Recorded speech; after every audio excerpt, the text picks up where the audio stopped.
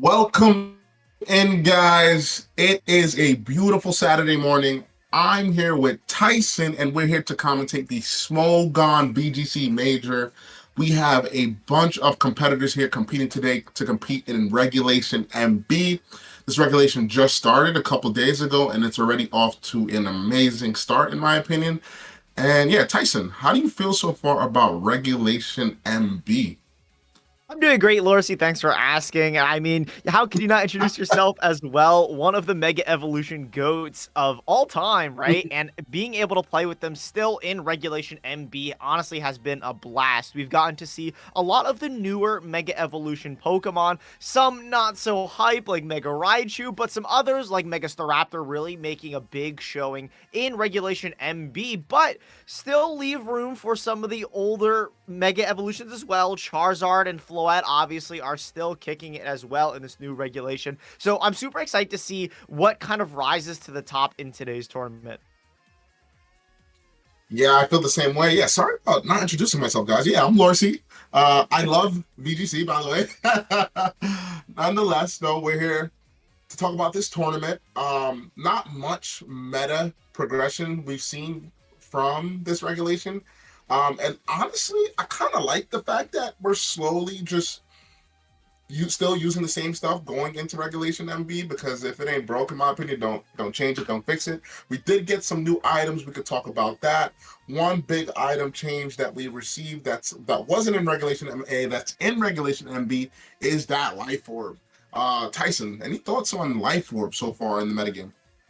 Yeah, so Life Orb is one of those huge, impactful items. We were kind of starved for items before in Regulation MA, using things like Mystic Water Basket Legion or even Charcoal Incineroar just to get the little bit of damage, that extra bit of damage out of those items and bump up the damage calcs before, to try to get as much as we could out of a single Pokemon. And you had things like bulky Charizard rise to the occasion, because of things like that. Garchomps didn't have that extra boost. If you really wanted to be able to KO Charizard, you would have to run something like Hardstone to get that extra damage on your Rock Slides. So Charizards were able to run really defensive sets, but now with Life Orb, all that damage, or all that bulk is thrown out of the window, and you have things like Life Orb to really amp up the damage and kind of make some of these, I don't even want to say weaker, but some of these Pokemon that weren't always able to get there pretty much always get there now. But with the Life Orb, they did introduce some new tools as well. Things like Grimmsnarl, a more prominent screen setter compared to something like Sableye before. A bit bulkier, a better typing, better move pull as well. Gives Grimmsnarl more staying power on the field. So with the addition of Light Clay as well, one of those new items added in Regulation MB, your screens are now going to last 8 turns instead of 5. So Reflect and Light Screens staying essentially throughout the entire duration of the game. It kind of counteracts a lot of the other items like Life Orb, as you mentioned before. Yeah, that Grimmstar coming back, but losing a lot of its tools, I would say. Thunder Wave being one of the biggest tools that has been dropped so far in Pokemon Champion. Also, that Spirit Break, losing that, but it's still Grimmstar, right? Those parting shots, setting up those reflects. And speaking about parting shot, there's one Pokemon that has been introduced, a Mega Pokemon that is, that really, really loves that parting shot, is that Mega Staraptor. A lot of folks are saying that this is going to change the meta.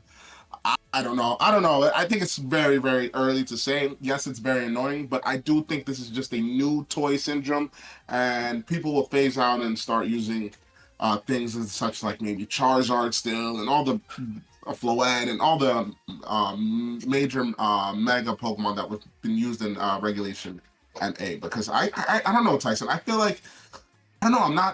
I'm not 4-star Raptor. I don't know. It's just not a Pokemon for me. I don't know. Staraptor definitely feels like the Pokemon of the week, considering Regulation MB is not even a week old at this point. We really have a lot on our plates, and the really cool thing about as well, this is kind of a sidetrack, but having mobile release now kind of has sped up the progression of what we call a meta, right? So having so many people hammer at the same problem that is the metagame, you get to solutions so quickly that not only people have discovered that Staraptor could maybe be good, they've also already discovered that it could also be bad, and Charizard and Floette, as you mentioned, are just straight up better in a lot of scenarios. I've seen screenshots of people just using Big Six and just dominating ladder that way. You have the people trying the new toys though and still finding success with those as well. Staraptor's one of those Pokemon where I think people are kind of pigeonholed into a certain play style with it. I think it will find usage somewhere, somehow, contrary with close combat, just objectively has to be good. But I don't think the way it's currently being built right now, where it's stack it with infinite boosts, is the way to go. I think I would have to agree to that. Maybe that's why I'm not really liking it. But another Mega Pokemon that I want to highlight that I think is really, really good and was a fan favorite of mine back in my old days in 2015, I would say is that Mega Swampert. Mega Swampert now getting, back in the day we didn't have the what's it called when you tailwind or the instant Dynamic speed, the dynamic speed. the dynamic speed. There we go. We didn't have that dynamic speed, but now we do, making Swampert, that's buffing Swampert. We also got Wave Crash, which is a crazy move in rain, right? It's gonna KO most Floettes. It's gonna KO a lot of things at neutral attack. So with that being said, and its bulk, I think that's a Pokemon that's going to pique interest, I think in this tournament especially as well, on a lot of rain teams. So I'm happy to see Swampert having a somewhat of a place so far in this metagame. Yeah, absolutely. And I think as well, with a Pokemon like Swampert, you open up a lot more avenues for something like Rain. Having the Swift Swim and similar damage to something like that Adaptability Basket Legion, obviously it's not as high, but with a 150 base attack stat, it is very, very strong in the Rain as well. And you kind of trade off that Mega Slot. What Rain really has needed is a Rain Abuser or a Rain Setter. We still haven't gotten our Drizzle Rain Setter with Mega Evolution, but with the addition of the aforementioned Grimmsnarl, with that parting shot, being able to get out into Pelipper regardless of the weather has honestly been a treat to play as a Rain player as well. Swampert also does, like you said, a lot of damage in the rain, and being able to double your speed in that instance with that ground typing coverage really patches a lot of holes that you wouldn't really or that you have had before on rain. Yeah, and I have to agree to that. But Tyson, just in, we do have some metagame usage stats, and I can't believe this. Well, I do believe this. The number one in usage right now is Garchomp. 376 competitors have locked into Garchomp. So 42% of the tournament right now, 42.6 is using Garchomp. Behind that is going to be Basket Legion at 38%. Sinister following that at 35%. Incineroar at 34.7%. And King Gambit at 5th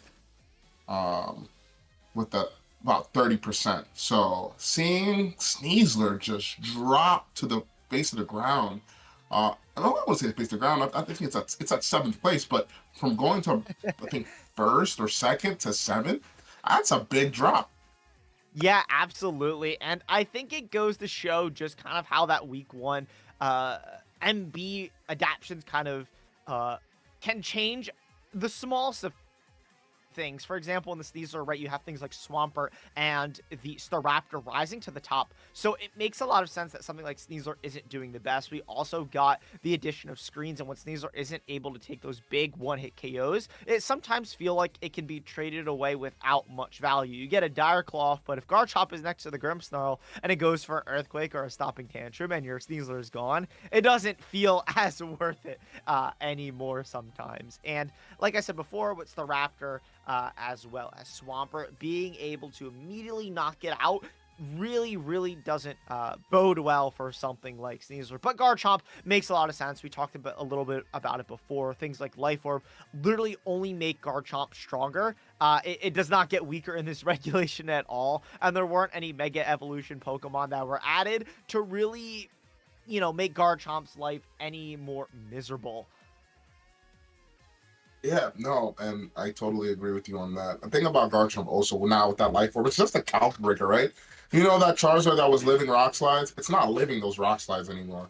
The only thing that I think that's a positive about these Life Orb Garchomps is that they're not invested in bulk too much, so you could EV your stat point your Pokemon in a certain way to that you could be able to withstand maybe some hits by this, but this thing is such a monster. Seeing as though Incineroar is fourth makes a lot of sense to deal with these physical type attackers. Funny enough, Garchomp Basket Legion being top 2 in usage, also their item choices in Regulation MA always flip flop, right? Sometimes we Yep. saw at one point we saw Mega on Garchomp, we saw Citrus, we saw Roselli Berry, we saw you name it berry, it was on that Garchomp, right? And the same thing with Basket Legion, Mystic, Citrus, Colbert, all these berries that were being used on this Pokemon can now be swapped into that Life Orb. So it just makes so much sense that these two Pokemon are the highest 2 in usage.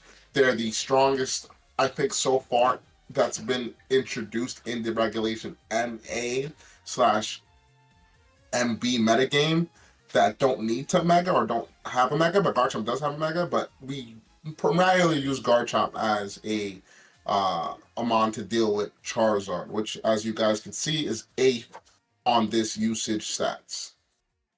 Yeah, and what I think is absolutely crazy as well is the continued rise of King Gambit. We saw it, especially near the tail end of Regulation MA, that it King Gambit was kind of one of those Pokemon that literally only got better as the meta progressed. We saw towards the tail end people opt in for the double fake out Black Glasses SD King Gambit, and I think now with Regulation MB, you can still go that Black Glasses, go +2, fire off those strong sucker punches, but we're starting to see a lot more things like Akaberry and Choppleberry as well run around. Even Focus Sash, I think, has a great place in the current regulation. You check things like Metagross, which we see on the standings as well, really, really nicely. And even, obviously, again, the sucker punches still do a lot of damage. And to deter Incineroars and Basket Legions as well, King Gambit, I think, will always have a place, and is honestly one of the best Generation 9 Pokemon I think they could have introduced. It is such a strong Pokemon. Yeah, it's such a strong Pokemon, and its utility has been crazy within the first regulation, right? We've seen Sash for attack, which I was a big fan of very early on in the season. I believe a competitor had used it in one of the big tournaments. I think it was the Scrawl tournament, and I was like, wow, this is like really strong for attack. Within Trick Room, it makes a lot of sense with Frigoraph, and I think his name was last name was Brown. But he had used that, and I saw that again. I'm like, wow, Ironhead, Low Kick, Kowtow, and Sucker Punch covered a lot within the metagame, right? Ironhead into Floette, Kowtow into these Basket Legions, Sinistras, and Friends, and Sucker Punch just putting on that pressure, right? Then we saw Swords Dance, right? Swords Dance came about with these Incineroar, Sinistra, Floette setup style teams, right? With that +2 Black Glasses Sucker Punch, definitely changed how Charizards were EV spreading their defensive calcs, and also Garchomp, because early on when people weren't picking up on it, it was just KOing these things. And now a lot of these stronger players have realized that if I'm going to use Charizard and if I'm going to use Garchomp, this is one thing I should be making sure that my Pokemon can withstand a hit from at full, right? Yeah, So absolutely. King Gambit, and King Gambit having such a strong place in this metagame, now going to Regulation MB and seeing the usage stats, I don't think it's going anywhere anytime soon. And I do still think that the the move sets of this particular Pokemon could still vary, right? Like I said, the Swords Dance Sucker Punch for attack or 3 attack protect are all good move sets for this Pokemon, and especially with that Aerodactyl, which I'm not seeing so far. I think it's pretty low on the usage stats. Being able to run like an adamant max speed, max attack set with pairing a fast Tailwind Pokemon like Aerodactyl or maybe even Whimsicott, you're able to outspeed threats like Eternal Floette and others and do significant damage. Yeah, precisely. And I think as well, having a lot of those Pokemon that can just kind of do damage is really, really been nice. And I mean, even as we go through a lot of these lower tier megas and Pokemon in general, a lot of them fill a couple different niches, which I think is really the cool thing about Regulation MB so far. Is you have a lot of tinier things kind of rise to the top to fill some specific niche. And maybe that's just the early format talking where Pokemon kind of have that ability to shine. But I think in general, it's been super cool to see some of the smaller things rise to the top. Yes, I would have to agree. And some of the small, well, larger things rising to the top, the addition of Mega Metagross, one of my favorite, by far favorite megas that I've ever played. The best, well, no, Salamence is probably the best, but Metagross taking a pretty high usage early on, right, in this tournament. What are your thoughts so far on Metagross? Have you played with it? Do you think that it has a place within the meta, or do you think this is just a fad? To be honest, I haven't touched Mega Metagross at all. I've been really concerned about something like King Gambit, as I mentioned before. I think it is very, very strong. Obviously, Metagross that is, but with things like King Gambit as well as Charizard running around, it is very, very hard to, justify running that Pokemon right now currently. It is such a potent Pokemon in the right hands, but without the right support, Metagross can fall to a lot of the most common Pokemon in the format as well. Even Incineroar, right? If you Mega too early and they can cycle Incineroar out and you haven't done enough HP to it and you're unable to get rid of that Intimidate, because you now have the Tough Claws ability, you're able to get intimidated a lot, and it can be very, very difficult to come back. Even things like Basculegion, Garchomp, King Gambit, I'm literally looking at the standings, I'm like, wow, Metagross doesn't want to deal with a lot of these Pokemon. It does match up very nicely, though, if you can figure out what moves you want to run on it. Metagross, I will say, has a lot of tools to be able to run all sorts of different coverage moves. It has like Ice Punch, you have Stomping Tantrum, you could run Double Steel with Bullet Punch. It gets even like Thunder Punch and things like that.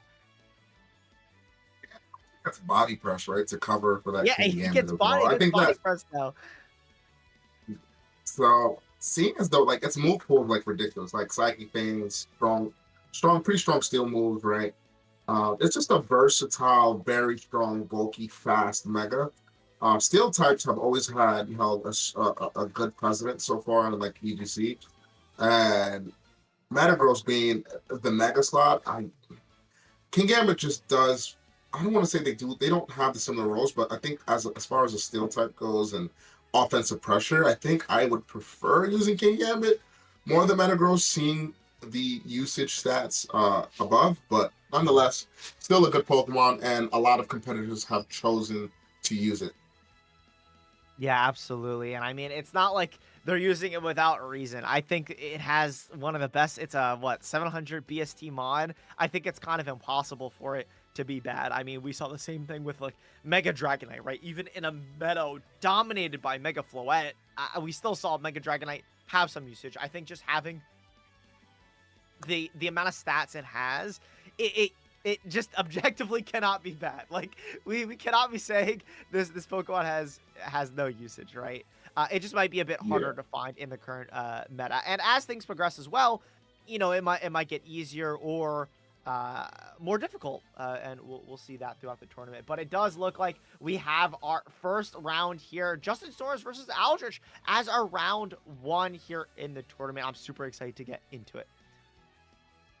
Yeah, seeing as though that, like we're talking about the metagame, we do see just your standard cutter regulation M18 from Aldrich. Aldrich has been playing for a while, I believe. So he has decided that, listen, ain't nothing changing. This is strong. I'm going to see if it's possible to make a deep run with this team. And Tyson, what's your thoughts on Justin Storrs' team? I think I'm really surprised, first and foremost, to see something like the Dragapult, which we haven't seen in a very long time, and not even in Regulation MA.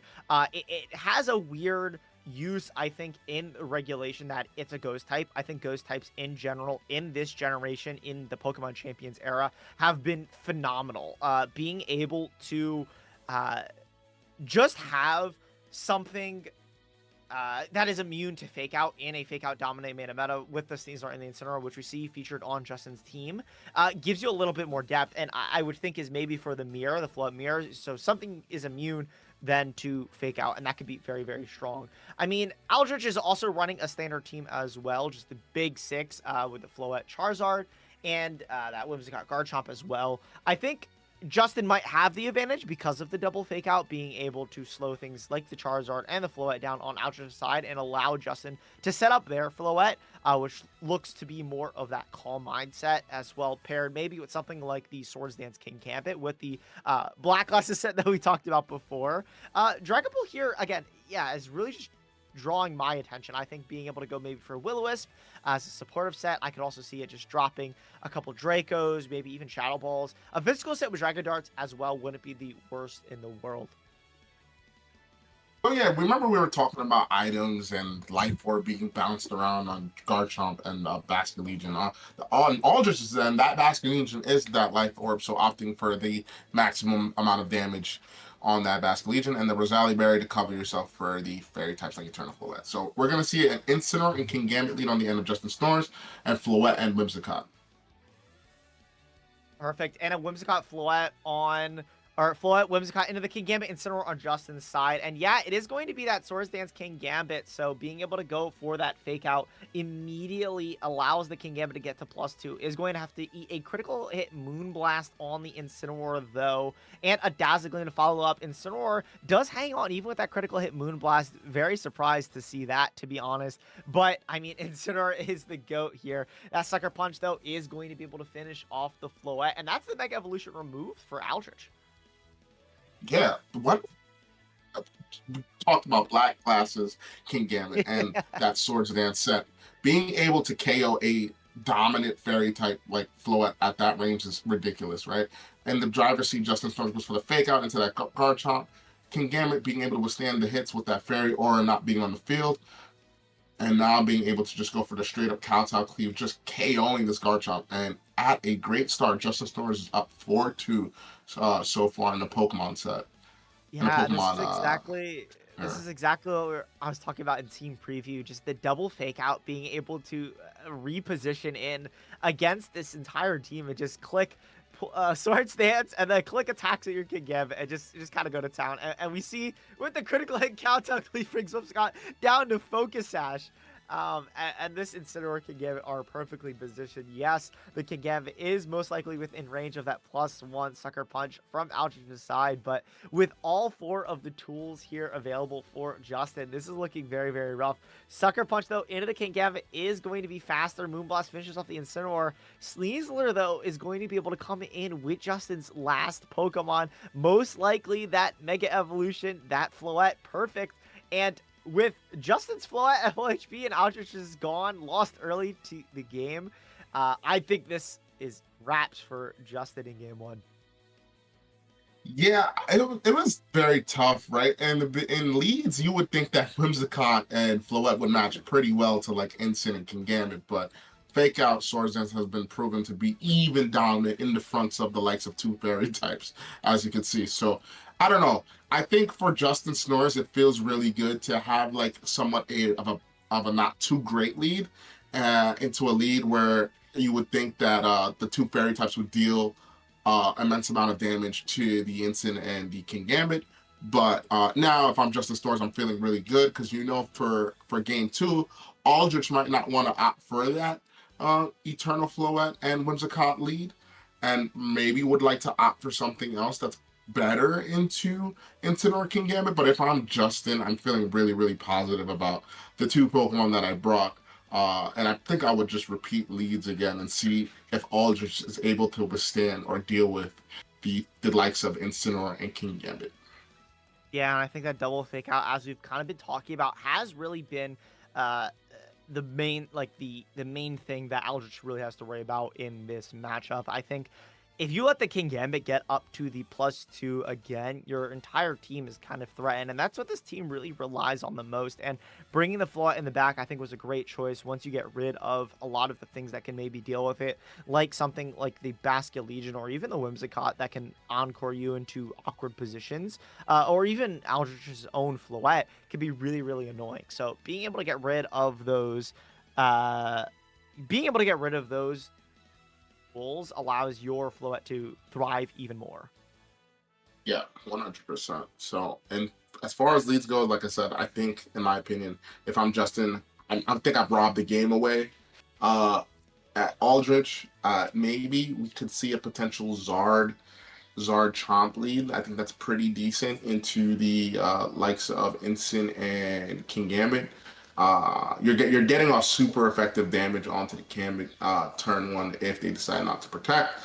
And Garchomp pairs well into the Incineroar. So, and it also pairs well to a potential Sneasler in the back as well. So I Yeah, and think I I really do like that. Mhm. Yeah, I really do like that approach because, I mean, Charizard is just, I think, a lot better than Floette here, right? You don't have to worry about the double fake out as much. You still can be faked out, obviously, but the damage you are immediately threatening is greater. And besides Incineroar and Dragapult, nothing on this team wants to eat a Heat Wave, especially that King Gambit or even a Weather Ball if you don't want to miss your moves. And I really like that Garchomp Charizard lead potentially, as you're kind of alluding to, is that regardless of what they lead, they can only fake out one slot. So you're always going to be getting off an Earthquake or a Heat Wave. And that small bit of damage allows you to set up later for whether or not you want to play around your Garchomp or your Charizard, depending on what Justin brings to this matchup. And I think both of those being able to threat the King Gambit before it can get up a Swords Dance, at least safely, is really going to be the key for Aldrich to take a game here, I think. 100%. And we do finally have some the sheets up. Interesting set on that Dragapult. Psychic things being able to KO Sneaslers that are not Focus Sash. Phantom Force to get out of the way and skip a turn and do some damage the following turn. Dragon Darts, as we know, has been one of the staple moves on Dragapult, and Will-O-Wisp to hinder those physical type attacking Pokemon like opposing Dragapult, King Gambit, and or Basket Legion.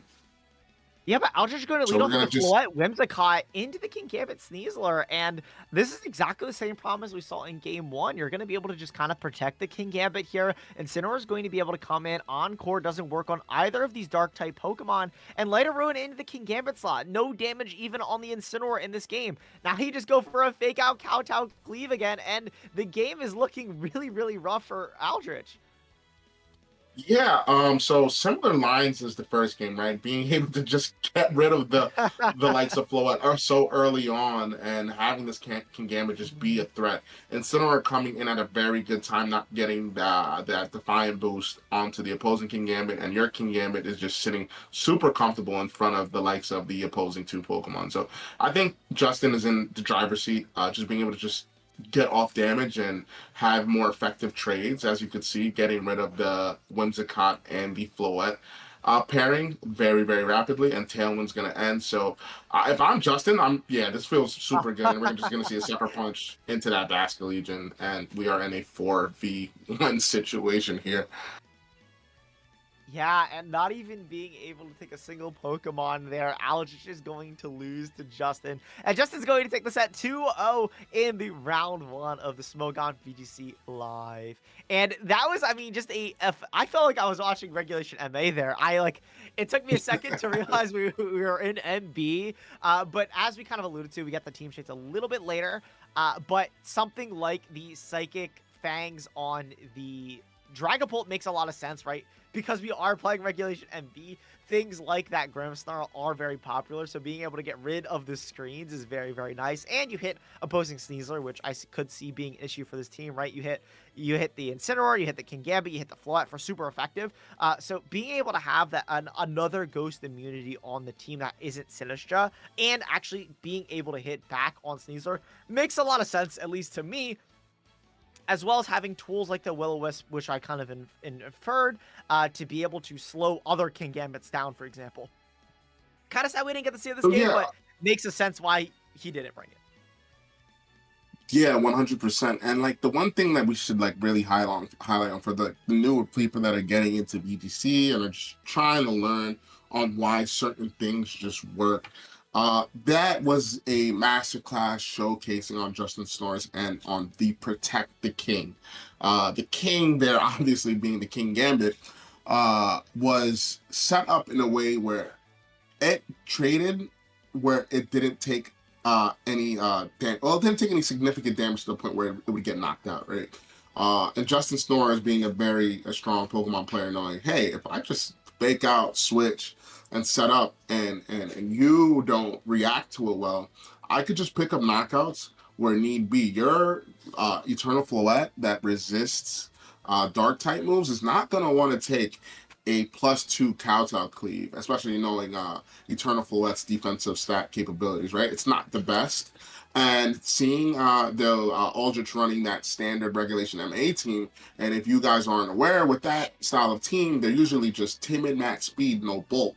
So for the most part, if I'm King Gambit, I'm feeling very, very good into that team as long as Light of Ruin does not land into my King Gambit slot. So, but Yeah. having tools like Incineroar and Sneasler and Sinistra definitely benefit that style of play.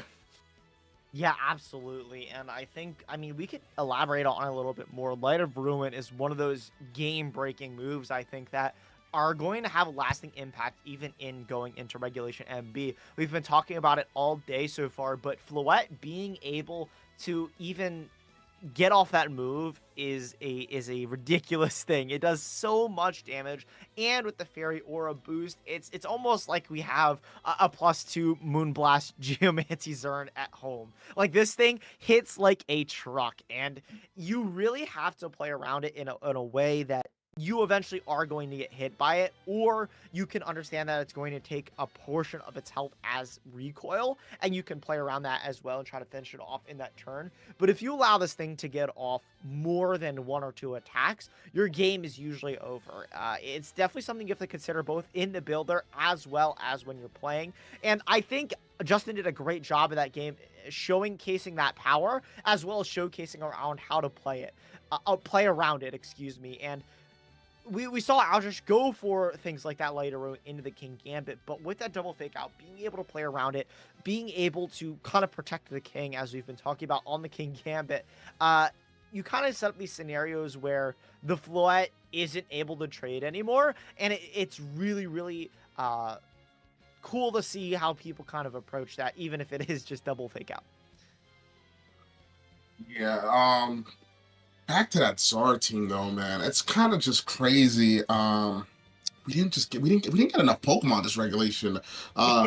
Seeing as though like it's literally just the same comp with just some item changes, and it's still super dominant. I don't know. I guess I'm indifferent about it. I kind of like how slow um Pokemon is just taking these regulations. They're slowly like soothing you in to like get familiar with these items and like get familiarized with these Pokemon, right?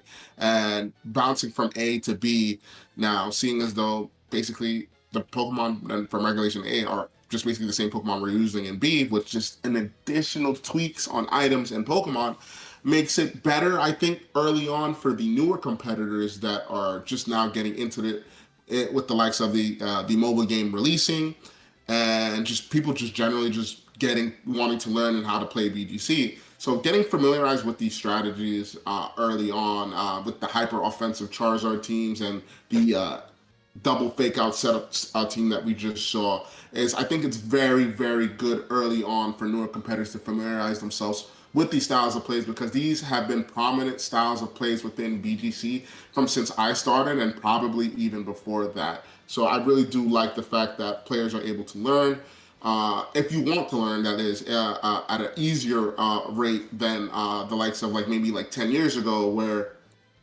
regulations would just bounce and like the metagame would shift drastically, right? So I think I'm actually a fan of the last two, the last regulation and this regulation now, but my feelings could obviously change. Tyson, what's your thoughts so far?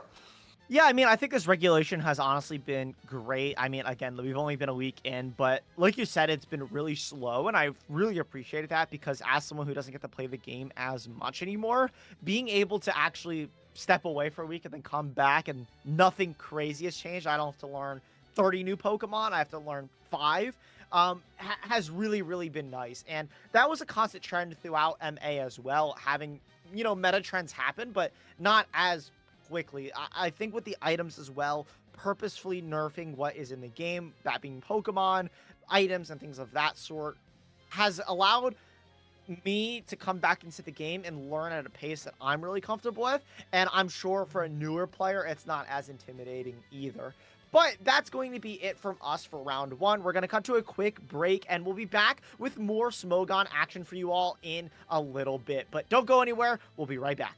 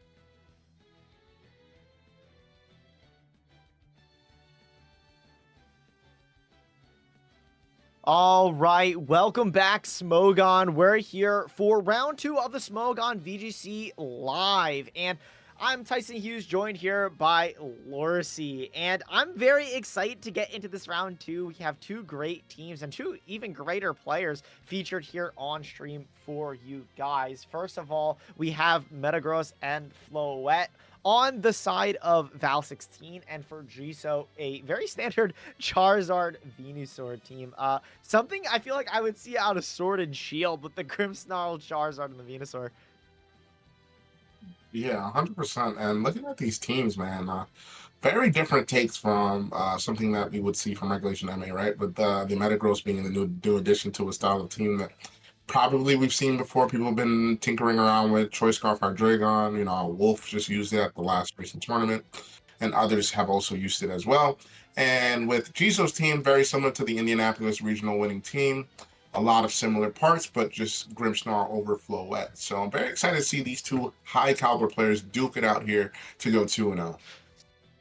Yeah, absolutely. And I think on the side of Jiso's side, you have very standard Pokemon with just the Charizard, enabling it with things like the Venusaur and the Incineroar, Garchomp as well, and Basculegion to do excellent damage, and Grimmsnarl to kind of round it all out with some screens. And on the side of Val, really excited to see how this team kind of functions. You have the double fake out that we saw in game one of the tournament, but then also having tools like the Metagross to kind of break a lot of those Pokemon as well is really, really cool to see. But we are going to see just Basculegion and Incineroar from the side of Jizo, and the Incineroar Floette on the side of Val 16. So I like this a lot for the instant Floette player, right? I wasn't too sure of whose Intimidate went first. So if it was Val 16, you have a pretty safe fake out and setup play if you want. If not, you could also protect and switch, or even still go for like maybe a parting shot or fake out play as well. But I think Floette primarily is sitting in a very, very, very, very good spot here.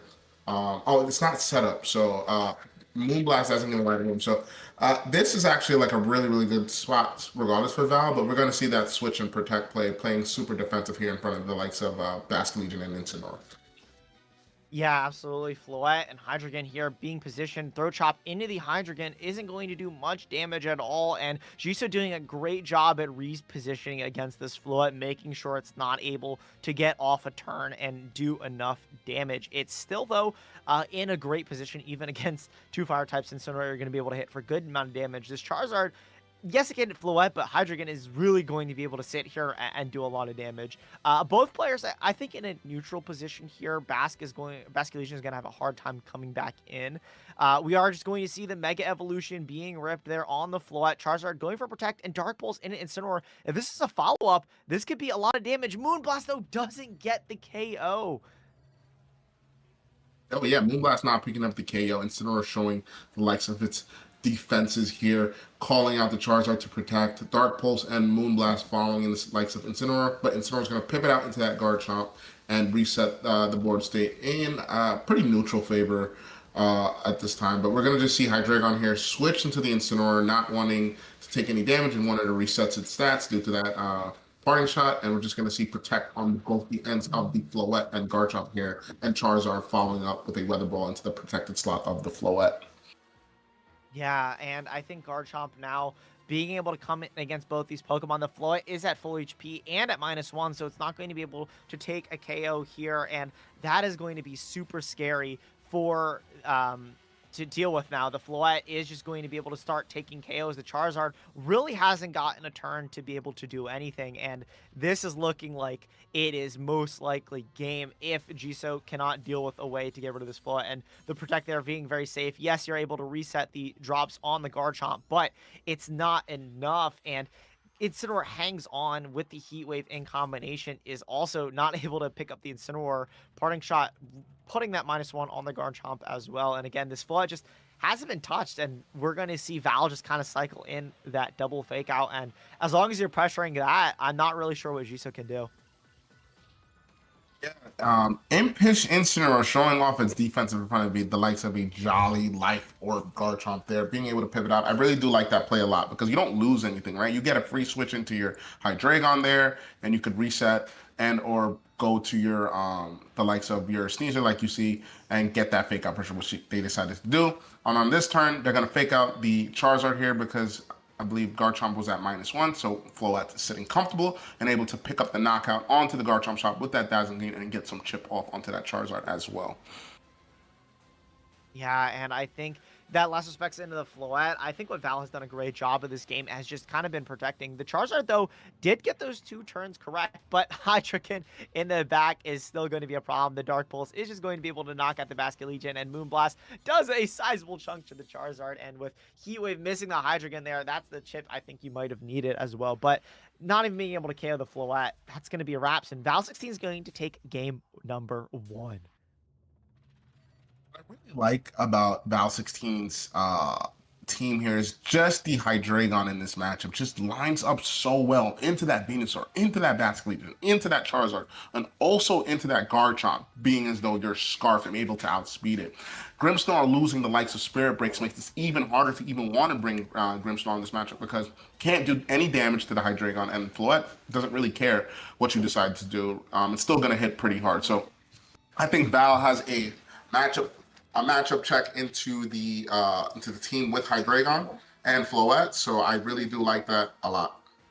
Yeah, and I think, like you said, it's exactly that. Just having good matchup. Like, it's very, very hard to be able to kind of stop this. You don't really have a good response to Hydreigon in general. Without a Floette on your team, Grimmsnarl is now your fairy type, and Spirit Break is nice, but when you're getting intimidated, it's not the easiest thing to get off, unfortunately. Yeah, so I think that if I'm Frost, though, I think you just have to try to put as much pressure with that Jolly Garchomp as possible, but at the same time, avoid dealing with that Hydreigon. But that is definitely a tough task to deal with, especially with double fake out on the end of Val. So let's see what these trainers decide to do here. If I'm Val, I'm feeling pretty good about Hydreigon. Floette has a pretty good matchup spread into the opposing Pokemon of Frost, and pairing with that Incineroar to be able to get the Intimidate off on the likes of Garchomp and or Basque Legion, I think it's really, really safe. But we're going to just see an instant Charizard lead on the end of Frost and instant Floette in the end of Val 16.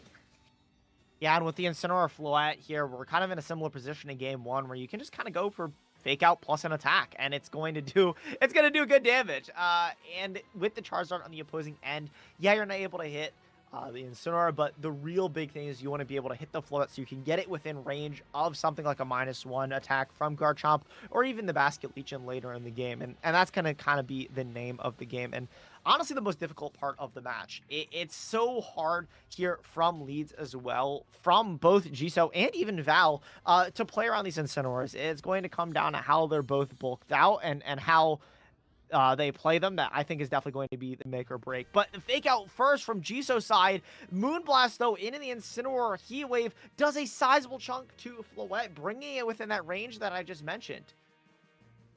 Solid turn by Frost, knowing that your Incineroar is most likely faster, seeing the Intimidate interactions the first game 1 and now game 2, confirming your Intimidate went first, faking out the Incineroar there, not trying to get damage, and then following up with a Heat Wave is really, really good.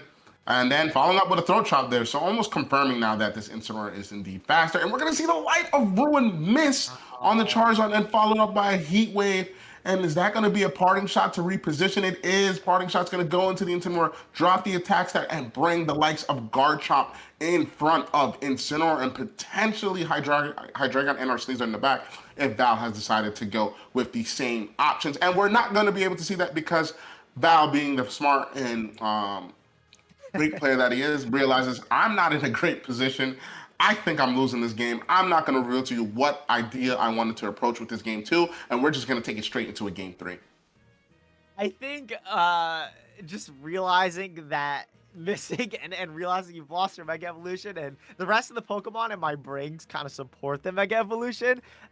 We saw that in game 1. So recognizing that is kind of funny, but it's also unfortunate, right? Because hitting that Light of Ruin, I definitely think would have made it a different game. That much is obvious, but I think even then, I think Jizo was in a great spot and realized the damage of Floette and just understood that if I just click damage buttons, there's only so many things they can fake out on a turn, right? If I try to play passively like in game one, Val can make those calls, get those big moon blasts off, get those big turns off, and kind of whittle me down that way. But if you just match their offense, they have 3 supportive pieces when you have uh, just the one in Incineroar, then Garchomp as well in the back and Bastion Legion to just kind of hammer in damage on Val's side. After a dominant performance of Frost in that game too, what adjustment do you propose for Val here? We're gonna just see a Sneasler Floette lead as an adjustment, For fake out. and a Grim and Incineroar. I think I like this a lot for Val. I think I Yeah, do. this is a very passive lead there on the opposing side, but Sneasler there realizing that, hey, I don't want to lose the Incineroar fake out war. I'm going to lead Sneasler and either threaten a close combat or a fake out and kind of make Jizo play that game. And with Flood on the field here, though, this looks very good against Grimmsnarl, though. If you just go for a fake out Dazzling Gleam, I'm not really sure how you stop this. Even a Moonblast critical hit through the light screen is going to take the knockout on the Grimmsnarl. So only one screen. Frost is going to be down an entire Pokemon for just a light screen, but to be honest, I think that light screen is going to pay dividends for something like this Incineroar. Especially this bulky Mega Venusaur if this decides to Mega here, right? We do know this is a dual Mega team, and we're going to see Venusaur Mega here. It's going to be fake out into the Aerodactyl and followed by Sludge Bomb. But we do have Aerodactyl that could chunk this Venusaur for good damage, and we're going to see a Rock Slide and a Light of Ruin. Miss again! Another miss! Followed by Sludge Bomb. Poison into the Floette. Floette does not have their wide lens on. They're missing these moves, and now Floette is down to its last, basically, turn of health left. Yeah, that was a lot of unfortunate RNG there, but I think with Val's luckiness, right, the Moonblast critical hit through the light screen on the Grimmsnarl, as well as the Rock Slide critical hit on the Incineroar, I think missing a Light of Ruin and getting poisoned is fair and within reason. We are just going to see the double protect, though, to stall out that last turn of poison on the Floette and get a knockout. And without it now, I'm not really sure how you deal with Garchomp. Hopefully you have something like the Hydreigon in the back to deal with it, but if you don't bring it in this turn, I'm kind of worried that it isn't the Pokemon of choice for Val in the back.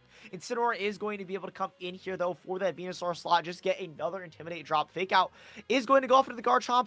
Dual Wing Beat, though, no critical hit this time. Incineroar is going to be able to hang on, and once again, this Garchomp is just perfectly positioned against both of these attack-dropped Pokemon here on Val's slot side.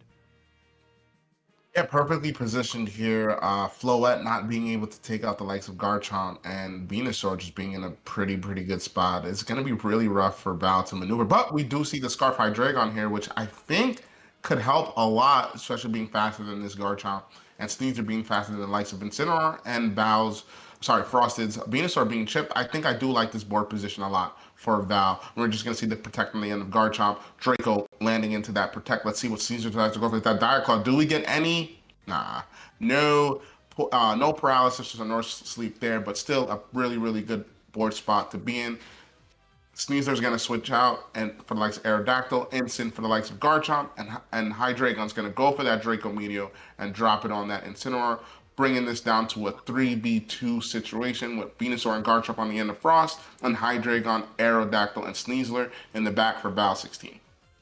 And I mean, this is still a game with Draco Meteor, right? I mean, I don't want to wish it into existence, but with how the set has gone so far, there is an out for Frost to play towards. This Garchomp, if left unchecked and is able to survive the turn, it could be a swing of momentum that they need to win the game.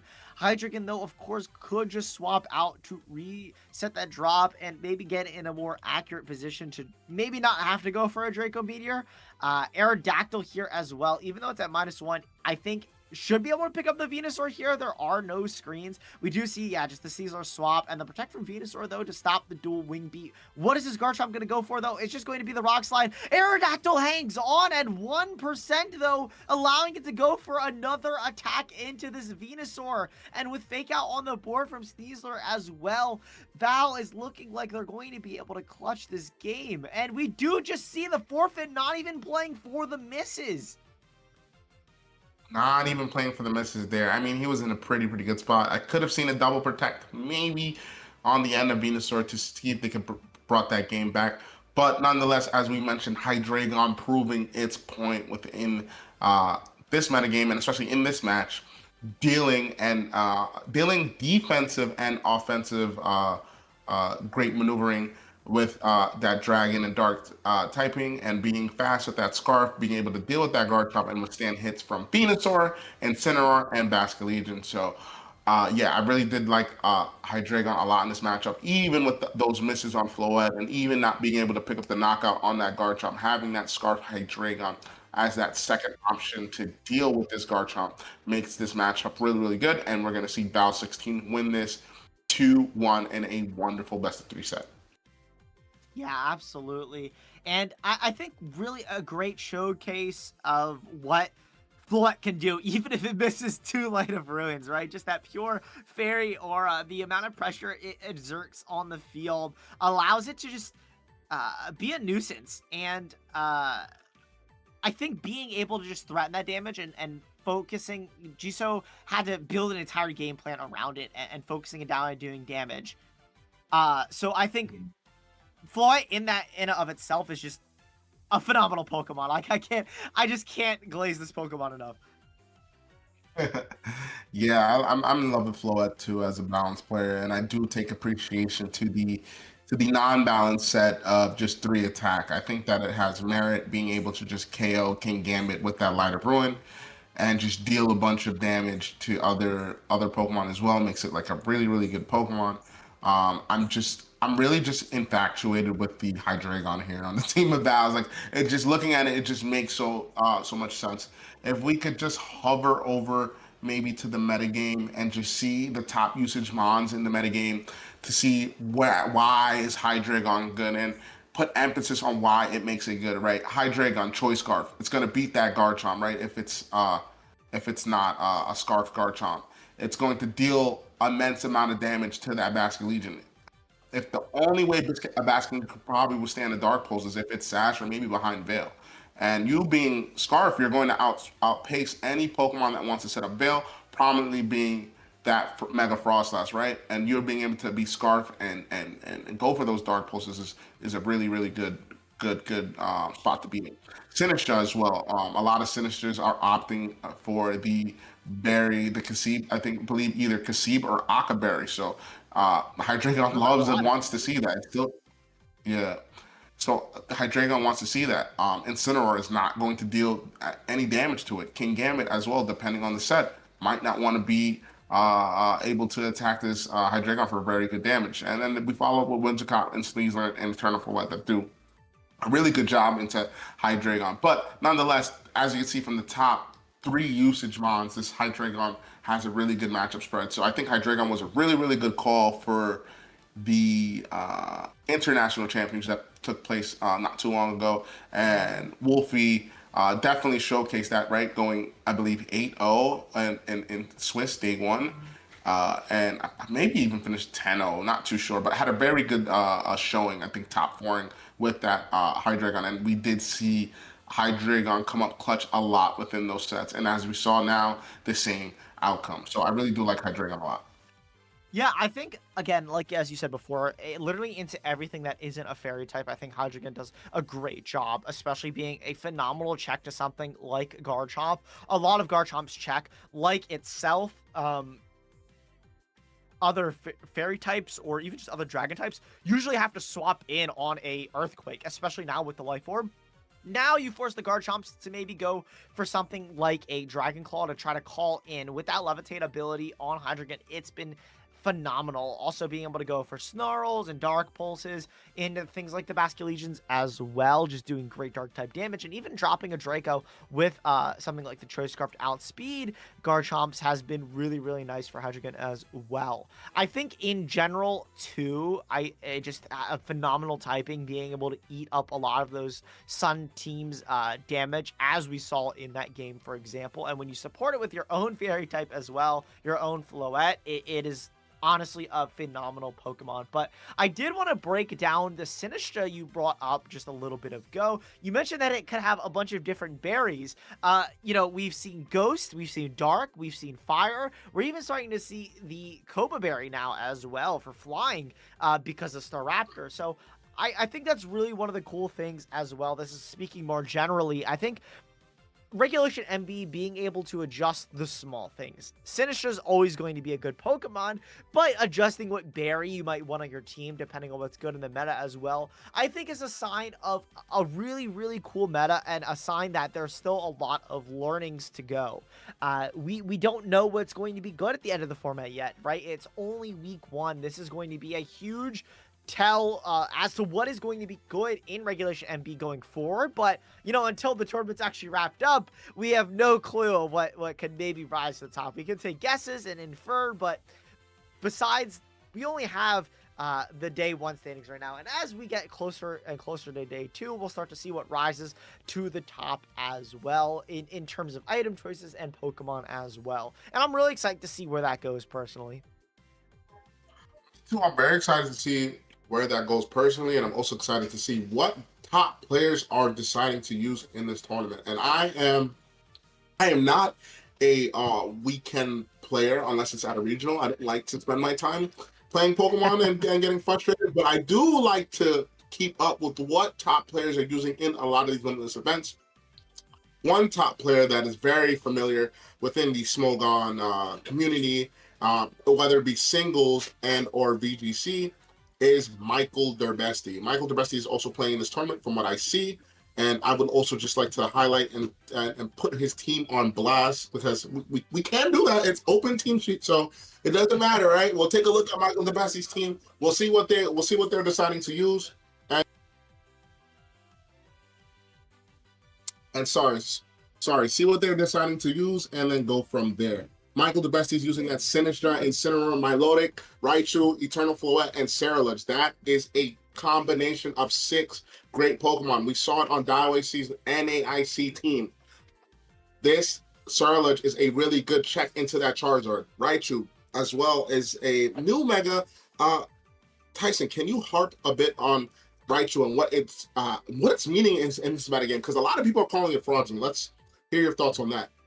Sure, so I'm actually a big Raichu believer as well, so I'm happy you kind of threw that to me. I think Raichu is kind of slept on. I think it does really, really good work into a lot of those Charizard teams as well if they don't have a Venusaur on it as well. Even if they have a Sinistra, I think Raichu just being able to go for those Zap Cannons, do consistent chip to the team is phenomenal, and being able to paralyze them as well sets up a lot of things like the Cerulege or the Milotic, which usually have some trouble getting up and getting going, but with you know, Coil Hypnosis as well as bulk up on the Cerulege, being able to go for a paralysis into them and then outspeed them without having to rely on something like Tailwind, it's a bit of a more proactive way of getting speed control, knowing that paralysis halves their speed, really enables some of the Pokemon on this team. Even if you bring Raichu as well without a Mega Evolution, it's good into the Raichu mirror, right? You can have that Lightning Rod to redirect Zap Cannons away from your Floette. You can go for fast Fake Outs. Though Raichu is still a base 110 speed Pokemon. It's a very fast guy. It also has a lot of room for movesets. I think being able to go for Focus Blast, you have Dazzling Gleam if you want the spread, you have Alluring Voice. You could also just run Volt Switch Zap Cannon as well if you want to go mono electric.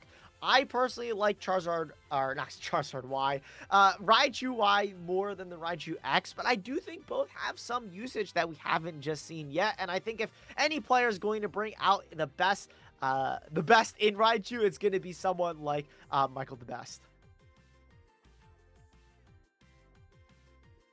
Yeah, I really do like the a lot from Michael Derbesti. Let's see how they decide to do.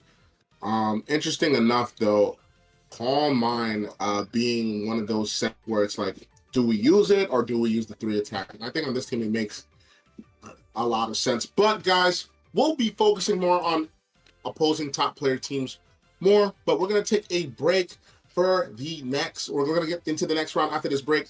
I appreciate you guys. Tyson, I appreciate you. That'll be it for us for the end of the day. So we will see you guys next time, but there will be more Pokemon played here today. So stay tuned for that. And yeah, see you guys later.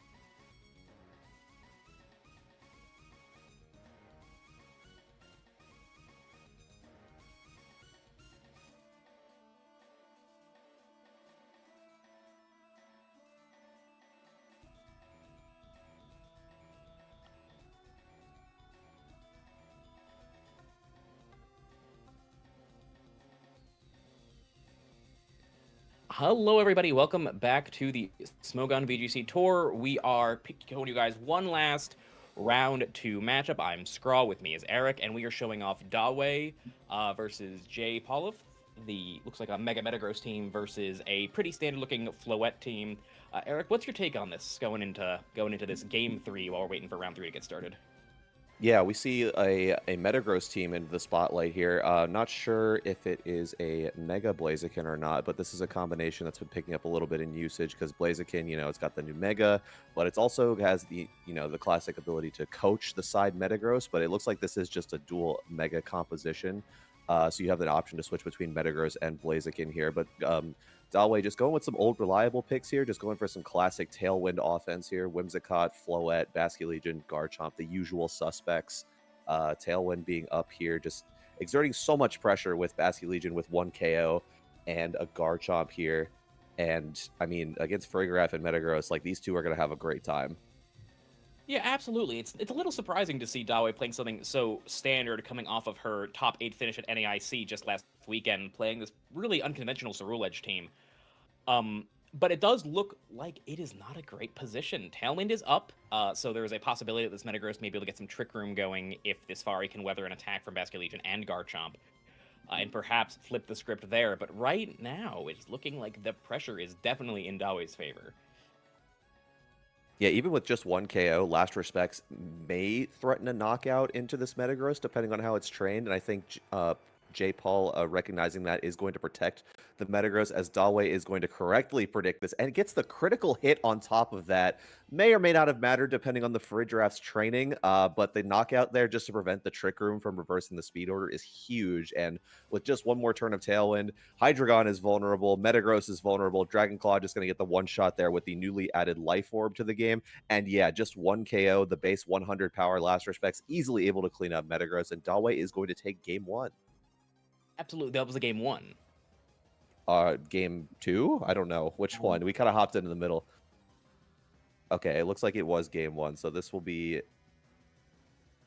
game 2, I believe. So Dawei going to take the first one, just showing how oppressive Whimsicott and friends is still in this new format. But what do you think adjustments could look like here for J. Paul? So the dynamics of this matchup are really interesting, with both players having a Metagross and a Whimsicott. We're looking at a sort of tail room team from either player. I think the situation became that it was very hard for J. Paul to react to the threats that Dawei had with the Pokemon they brought. I think they may need to respect that Garchomp a little better. Right now, it looks like they're kind of relying on that Hydreigon to deal with it, but without speed control, it's not going to work. And it looks like the adjustments did happen here. Looks like Dawei is looking for more of a Trick Room angle with that classic Farigiraf plus Fake Out, and J. Paul is going a little more aggressive with that Whimsicott, perhaps trying to get a Tailwind angle going here. Yeah, and I think Farigiraf looks relatively safe here. I'm not sure about my Metagross Calyx into Farigiraf just quite yet, but I think the combination of Moonblast and Ironhead may not be enough to knock out this Farigiraf, especially with the option for Fake Out on the board here for Incineroar. So you don't get the Intimidate down on Metagross, but you do have the option to just click Fake Out, and there is a Farigiraf lurking in the back here, so Dawei correctly anticipating that Farigiraf to switch in, instead going to fire off Flare Blitz, gets a critical hit into Farigiraf, and since there was just literally no damage going into Dawei's Farigiraf, that is just a free Trick Room. Yeah, absolutely. J. Paul anticipating this Trick Room here, understanding, with Incineroar pressure on the field, I can't really reliably stop it from going off, so just going for a little bit of damage, getting this Fari on the field, maybe trying to reverse Trick Room, maybe just trying to play a little more reactively to what Dawei is doing. Honestly, I don't see a great way for Paul to hit this Farigiraf hit this Incineroar rather inside of Trick Room. Yeah, I mean it's kind of a tricky position here because you have both the speed control options on the field, not really threatening a lot of damage, which just allows Dawei to either position out the Incineroar, maybe go for a parting shot, but no, just going straight on the offensive, gets a throat chop into Hydreigon, just getting some chip damage all across the board. Which, I mean, it's slowly but surely progress. No huge KOs right off the bat, but everything slowly being chipped is very, very good news for a potential Basculegion in the back or even a Life Orb Garchomp. So just getting these little bits of damage here and there is going to make things a lot easier for the potential sweepers in the back. Absolutely. And looking at J. Paul's team, they have most of their Pokemon are speed boosting stat alignments or holding items that increase their speed, like the Choice Scarf. So it's going to be very hard to sort of react in this Trick Room. It's possible Dawei is trying to soften things up for a potential Whimsicott plus Garchomp in the back, or Whimsicott plus Basculegion, or just something to pick things up after the speed control is over with priority or their own Tailwind. So it's looking like Dawei is sort of getting the exact plan they want. The only thing here is one of Dawei's best ways to handle that Metagross is this Incineroar, and it is getting whittled down. Yeah, I was worried about maybe potentially Dawei's ways of dealing with Hydreigon if it was going to be like a Basculegion or a Garchomp endgame, but Dawei correctly anticipating this is going to have Floette in the back, which is a fantastic switch into the Draco Meteor here. So now with Floette in position, you can just start firing off Fairy type attacks. You do have Metagross to switch in, but as we've seen in the past, Floette does not care if you resist Fairy. It's still able to put some very meaningful damage on the board, and Dawei's just manipulating her pieces so well here. It brings it back in Incineroar on the Metagross. Pretty telegraph switch out here as the Dazzling Gleam going to come off. Just not quite able to pick up the KO on the Farigiraf as it's able to reverse Trick Room here. So we're going to have to see a little bit more positioning out as this Metagross is in a pretty good position to maybe pick up a KO on either of these Pokemon if it wants to. Absolutely, it's something people, they don't think about. Mega Metagross is pretty fast, and it is jolly, while Dawei's Floette is modest. So it is very likely that this Metagross is faster than Dawei's Floette, which means there was a lot of pressure this turn. That Farigiraf living on just a sliver was crucial to make sure that this Incineroar couldn't protect Floette with a Fake Out this turn. Yeah, it does bring up a very interesting positioning game that you have to play here. It's like, I think Dawei would prefer to have the Trick Room back up, but no, the Stomping Tantrum is going to go into the Incineroar. Reasonable, as it's the only one that can't protect, which is going to allow Floette, which did not protect this turn, maybe just anticipating that Metagross would go for the free KO into the Incineroar.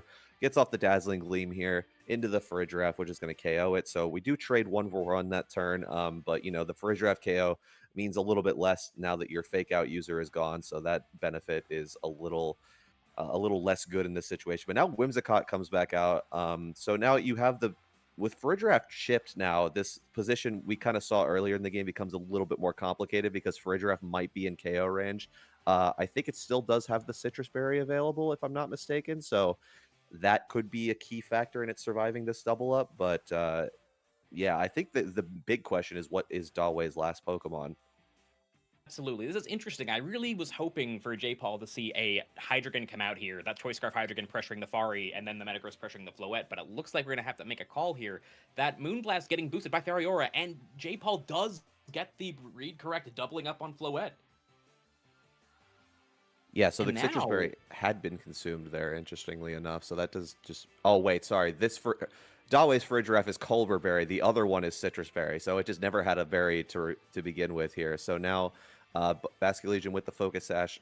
Yeah, going to be susceptible to a double up here. But no double up. Floette instead whiffs the double protect. Takes the Iron Head from Metagross. But unfortunately, with Floette being out of the picture, Hydreigon, as you said, is lurking in the back. So that is going to be a Game 2 win for J. Paul, locking it up.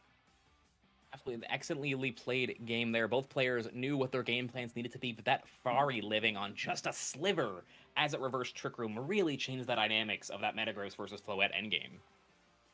Yeah, and I think it's interesting to see that now that you have the Farigiraf that probably can't live a double up from a lot of these Pokemon, depending on what the lead comes out to be. Like Incineroar is pretty huge for denying the second attack into the Farigiraf. But I mean, but I think the idea here is that if J-Paul switches in Farigiraf, then there's no second attack to go into the Farigiraf. So Trick Room setup looks relatively free. It's just the sort of dance you have to do with the Farigiraf in the back, not only stopping Fake Out, but also if it gets into a position where it's really passive, then it can reverse Trick Room. And as we saw, if the Trick Room is reversed and Dawei's team is the one that's chipped down to, into KO range for stuff like Metagross and Hydreigon, it can just be a complete flip in the momentum. Absolutely, and it looks like both our players are running back their leads from the last game. Both players happy with how that game went. It's a little tricky to see how things will come out here. Again, we're in this sort of game where we know that the Trick Room is going to go up. And the question is, what do we do about it? And it looks like this time, J-Paul playing much more passively, letting Dawe get her speed control without trading any damage, swapping that Farigiraf in. Now, I'm not sure how I feel about this board state here, because this Metagross is under a lot of pressure. I probably won't go down to a double up from these two Pokemon just because Mega Metagross is so physically defensive and resists Fari's attacks. But I'm not sure if that's going to get you what you need here. Yeah, I was wondering if there was maybe an option there, if you could just like helping hand and dark move the opposing Farigiraf and maybe trying to get rid of it. But I don't know, maybe Dawe is more familiar with her calcs than I am. But instead, kind of doing a similar play as the last game is just anticipating the Metagross switch out into Hydreigon and then now positioning Floette. But unfortunately, like I was explaining earlier, a passive turn for the opposing Farigiraf means Trick Room is reversed now. So Dawe is going to have to be a little bit careful about that Metagross being positioned back in here. And I mean, it's not easy to position it back in here. That's the key, is because you do have an Incineroar facing you down with charcoal boosted Flare Blitz. So I mean, Gleam plus Flare Blitz into a correctly predicted slot could spell disaster if Metagross wants to pivot back in here too early. Absolutely, and Dawe called this turn exactly right, swapping in the Floette to pressure the Hydreigon if it stays in. It looks like Hydreigon is going to stay in, going for an Earth Power into that Incineroar, going right down to that Dazzling Gleam. And what is this Farigiraf doing? It is dying, or it is fainting rather to his Throat Chop. And suddenly it's just Whimsicott Metagross against all four of Dawe's Pokemon. Yeah, that was a great turn. I mean, the Hydreigon staying in there, maybe anticipating that it would get the Earth Power knockout onto the Incineroar, just barely misses out on it. And with Farigiraf being damaged just outside of its Citrus Berry range, that puts it in range of the Throat Chop without proccing the Citrus Berry. So that just ends up 2 knockouts for Dawe. And now there's 4 Pokemon against 2. But depending on what the last Pokemon is, Whimsicott and Metagross are still exerting a fair amount of offensive pressure here because, as we saw in the last game, Ironhead is just a clean knockout into Floette. Whimsicott can pick off anything it wants to with a Moonblast, and now critical hit on top of the Fairy Aura boost, going to do a ton of damage to Farigiraf. Metagross going to stay in its normal form here, maybe just trying to account for the possibility of Incineroar switching out here. But, I mean, that does mean that it is slower than the Floette, so it's going to have to take... Whimsicott would have to take an attack first before Metagross is able to do anything, but Farigiraf able to survive on 1 HP, but, I mean, it's... we're kind of still in a similar position here where Metagross can potentially just threaten a knockout with Whimsicott's help. Yes, absolutely. And it is very heads up, J-Paul intentionally did not Mega Evolve their Metagross there, trying to respect the Intimidate in the back from the Incineroar, keeping that clear body ability. But Fari living on a sliver is because they didn't have that extra damage from the attack boost and the Tough Claws boost. Yeah, so now I think J-Paul's in a situation where they're kind of forced to Mega Evolve their Metagross because they don't want the Metagross to be slower, resulting in Whimsicott being KO'd by Floette being faster. So they want the ability to be able to remove the Floette, but I think Dawe, correctly anticipating this, is going to protect the Floette. And now we see Basculegion. So we know that this Basculegion cannot get KO'd unless it is doubled. So it maybe has the ability to fire off a Last Respects here, and Last Respects, as we saw from earlier games, even without Chip on Metagross, that was a clean one-hit KO. So J-Paul does have a very difficult decision to make as far as what Pokemon to target here, because you need 2 attacks into Basculegion to KO it, and then Floette is, you can take it out with an Iron Head, but, I mean, that just does leave Basculegion open. Basculegion going to take the Energy Ball, Psychic Fangs. This leaves Floette going for a Dazzling Gleam, which is going to finish off the Whimsicott. And now it is a heavily damaged Incineroar and Floette versus a Metagross. And we'll just have to see if, Floette has the damage to pick up this last 50%. Metagross, interestingly, probably will not be able to KO the Floette at -1 attack. So it's going to have to take an attack from one of these Pokemon. And we'll have to see if it could survive this double up. This is extremely interesting. If Metagross is able to remove this Incineroar, which it should be able to with that Stomping Tantrum, this Floette is in an awkward position. It's unlikely Moonblast will kill. If you Light of Ruin and miss, then you are going to be in Bullet Punch range. And the KO, it does get picked up by Light of Ruin. Wow. Yeah, this is kind of what I was worried about from the lone Metagross at 50%. I was like, well, yeah, you can KO the Incineroar, which threatens the charcoal boosted Flare Blitz, but that is still Mega Floette on the other side of the field, and Mega Floette does not care if you resist Fairy. Light of Ruin is just a delete button on even resisted Pokemon with any amount of chip on them. So, I mean, yeah, I think the win con there was for J-Paul was to count on a Light of Ruin miss, because I don't believe Moonblast would have gotten there. But yeah, Light of Ruin able to pick up the knockout, and Dawe able to clean up and get the round 2 victory. Yes, congratulations to Dolph to going to 2-0. You know, it's interesting, Eric. We feel like when people think about Metagross, think of this, super bulky steel type.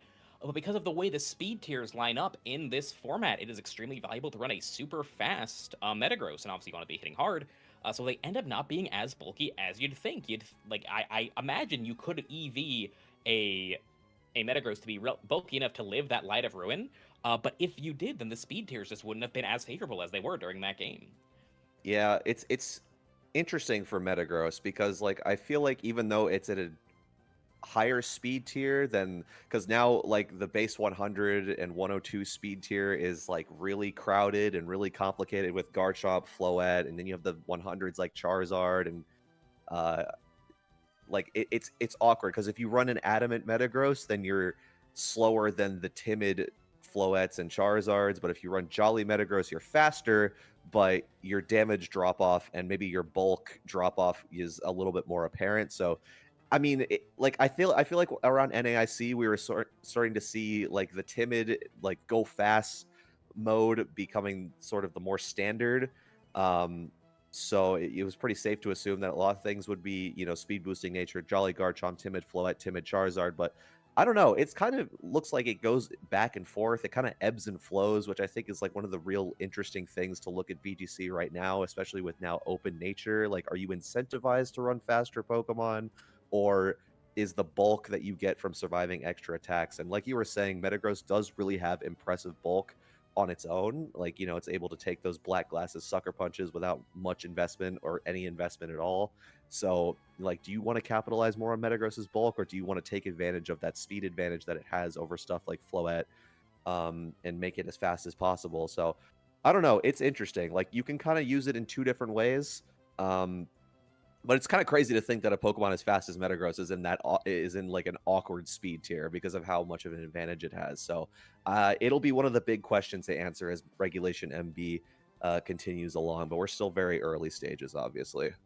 Yes, absolutely. And I feel like we often see early in formats that players tend to go just as fast as they can on any Pokemon that can really capitalize on speed. I think especially you'd mentioned Charizard and how they were going pretty bulky until the end of NAIC. The main reason to be bulky on those Charizards was to try to survive Rock Slide from Garchomp, and now that we have the Life Orb item, that calc almost doesn't exist anymore.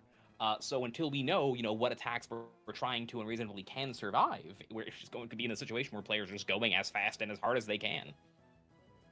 Yeah, and like it's a situation where open team sheet, like there's just some Pokemon that you benefit like a lot from just being like, okay, I know I am the faster whatever. I think that was a big issue with like Sneasler going to NAIC. Like if you're a faster Jolly Sneasler and you can guarantee that you're faster than an opposing Sneasler, you can just kind of bully the opposing side with faster fake out. And I think if you're Jolly Metagross and you're facing down you can just be guaranteed faster. Like, okay, I know that I can outspeed and KO this Floette with Iron Head or whatever move that I want to go for it. So and you're just guaranteed faster than these Floettes. So yeah, I think the guarantee, like that peace of mind knowing that you are the faster Pokemon, because moving first is probably one of the biggest advantages you can have in competitive Pokemon. So just knowing that you have that immediate speed at your disposal maybe is the peace of mind that you need. But like also Metagross has really good bulk. It is fantastic bulk. It is a fantastically bulky Mega that can also do a lot of damage. So investing in that surely can't be a bad thing. And if you want to go slower, you can just pair it with Tailwind. Tailwind, like I've seen Metagross succeed on a bunch of Tailwind teams. So it definitely has a lot of flexibility, especially also with how many moves you can run on it. Like Metagross is like infinitely customizable, and I think that's why people should be paying more attention to it. And I think that's probably why its usage is slowly creeping up as we go along here. Yes, absolutely. And I think, and I hope we see more Metagross this weekend, but it looks like we are ready to throw to our next match. We have Carson Confer, I believe that's Carson Confer, someone named Carson, running exactly the team that Marcus Dion used to top 8 NAIC, and several Italian players used to place quite well in Turin, this Frostlass Scovillain Lycanroc Dusk team. I think people are calling Chili Dog, versus a very, very good Japanese player, Elizabeth, using a much less standard team with Mega Pyroar Sun. Now, Eric, how do you feel about Mega Pyroar? I feel like people were not very high on this Pokemon coming into this weekend. I feel like the entire first day of Regulation MB was everybody saying how Mega Pyroar was just like, this Pokemon is so underwhelming. It's not going to be good. It's worse Charizard. But then we see Mega Pyroar win a pretty large grassroots limitless tournament just a couple days ago. And then everybody was like, oh, Mega Pyroar. He's kind of got motion like that a little bit. But then you kind of think about it in your head. It's like, okay, you get a 50% boost to your fire moves, okay, and then you get like a sun partner boosted to that, and I think you get calcs that are stronger than Mega Charizard if you have all of the multipliers in place. So if you have a partner like this Choice Scarf Ninetales, for example, that can support you with Drought and also has Fake Tears, you start to get some pretty good damage out from Pyroar. So, I mean, like, you have the tools to get these multipliers in place, and you have the ability to buff up Pyroar so much to the point where it actually becomes a threat. So I'm interested to see how this team works in action, because I've kind of just been hearing or seeing its results, but I'm excited to see it in action here against one of Regulation MA's most established strong teams that's carrying over into the new format. Absolutely, Eric. And another thing about Mega Pyroar is it is extremely fast. We were talking about how 110's an awkward speed stat. At 128 base speed, you are not worried about being outsped by a lot of the common metagame threats. But it looks like we are getting into team preview here. Both players looking at these teams. Carson playing something extremely established. Elizabeth playing something extremely odd. So we're going to see this sort of battle of the conventional versus unconventional team building strategies. If you told me, 2 weeks ago that we were going to be looking at a player playing Choice Scarf Ninetales, I would not assume it was somebody this talented at the game. And here we are getting into game 1 of round 3. Lycanroc Scovillain versus Pyroar Ninetales. Now, right away, Eric, it looks like both of Elizabeth's Pokemon are really, really threatened by this Lycanroc. Yes, but Lycanroc being the adamant nature does suggest that it will be slower than both of these Pokemon. So, I mean, you could fire off an Accelerock. I actually don't know how much Accelerock is going to do into either of these Pokemon. I think Ninetales is frail enough to where it could just get one-hit KO'd. Pyroar, obviously, as you were saying, a lot of its new stats when it Mega Evolves goes into its speed and its offensive stats, so probably not super defensive either.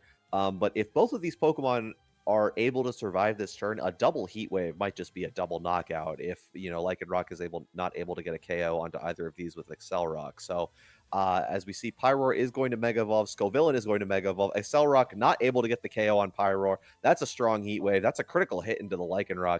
As Pyroar, second Heat Wave, that's another Heat Wave, and just as anticipated, the double Heat Wave gonna wipe the board here.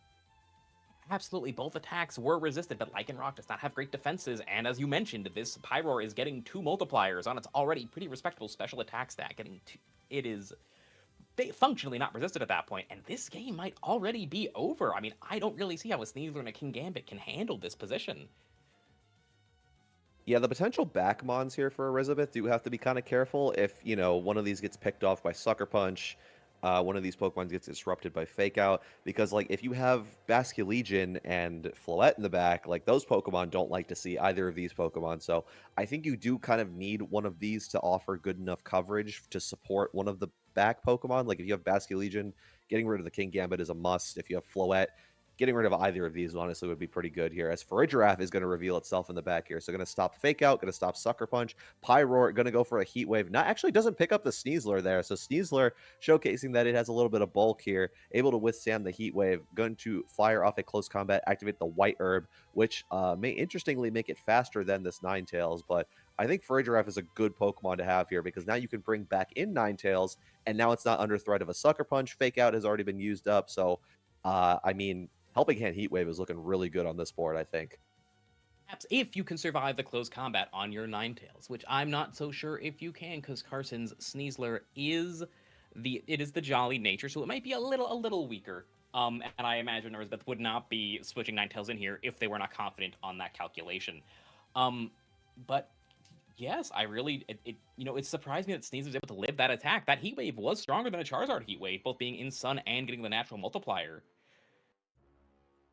Yeah, choosing to not do the not risk the Ninetales being knocked out there. Going to make a fantastic switch into Basket Legion. Eats the close combat, which affords Farigiraf a turn to go for the Twin Beam into Sneasler. So now, I mean, you only have 2 turns of Sun to work with here, but that's more than enough to stall one Protect turn. And then, as long as King Gambit doesn't get a double or Ninetales doesn't miss the overheat, which it does not here, it gets the connect onto the King Gambit. And that is going to be the first game going to Elizabeth and Mega Pyroar. Absolutely. For how dicey that lead looked, the game was a little closer than anticipated, with the backs on Elizabeth not being able to really handle Sneasler, King Gambit sort of outright without getting a little fancy there. But that game really did show off just how oppressively fast and powerful that Mega Pyroar can be.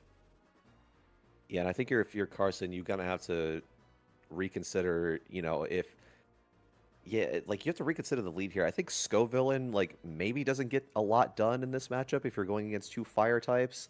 So maybe that's a reconsideration. But Frostlass doesn't really do that well here either because it's an ice type facing down again 2 fire types. So I mean, both of your Mega Evolutions feel a bit underwhelming in this matchup. So you're kind of having to lean on the rest of your Pokemon here. And if Lycanroc isn't able to remove either of those fire types with a Cell Rock, then you're kind of just forced to take both of those Heat Waves, provided that they connect. So it's a tough position for Carson for sure. I think there's not a lot of tools that he has to take on both of those Heat Waves, but leading with 2 resists is a good start.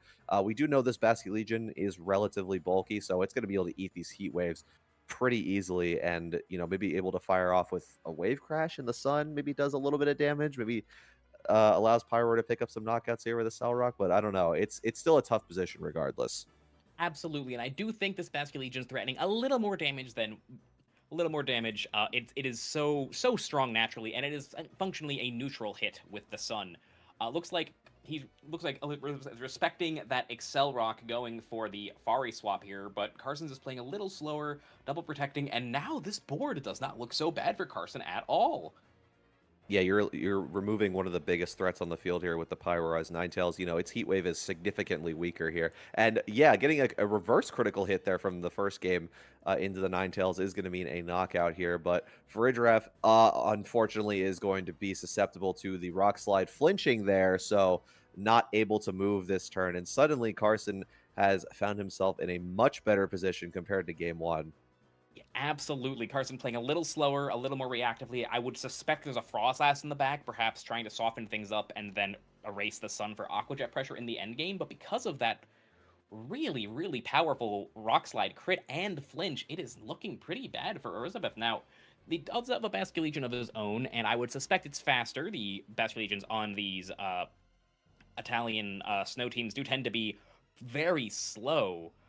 So there's a lot of pressure coming out on both sides from here.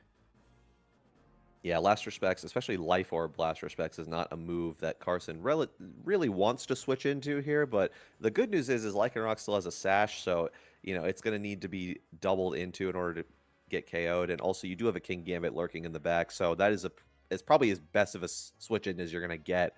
But maybe Elizabeth anticipating that as the switch in, going to go for Helping Hand Wave Crash, which still does a respectable amount of damage in the Sun here. So King Gambit being chipped is pretty good news for Basket Legion, especially now that it's in range potentially of another Wave Crash, and now doesn't have to fear Sucker Punch with Farigiraf on the field.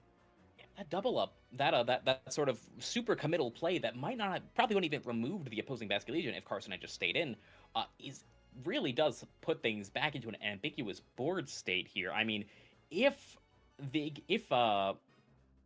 Elizabeth can soften up this Lycanroc, even just break its Focus Sash, while preserving this Fari, it becomes very, very hard for Carson to handle this Pyroar in the back, because as we discussed earlier, it is extremely fast. Oh! Yeah. There's a double flinch!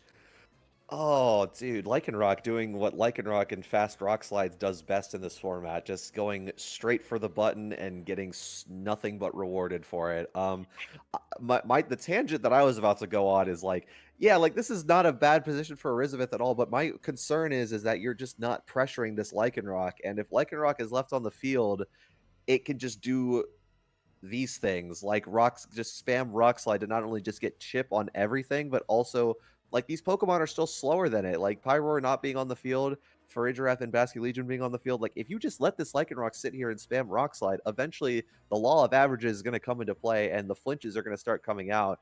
And once you get flinches, your damage output suffers a lot. And so Lycanroc just being completely unchecked in this game is going to be the difference. And Pyroar now losing that Sun, it's looking pretty tough for Elizabeth. Absolutely, and there could be a little bit of a mind game going on here, but if there's this double priority into this Pyroar, which looks like it may be what is happening here, the game just is over, and it looks like we are going to a Game 3.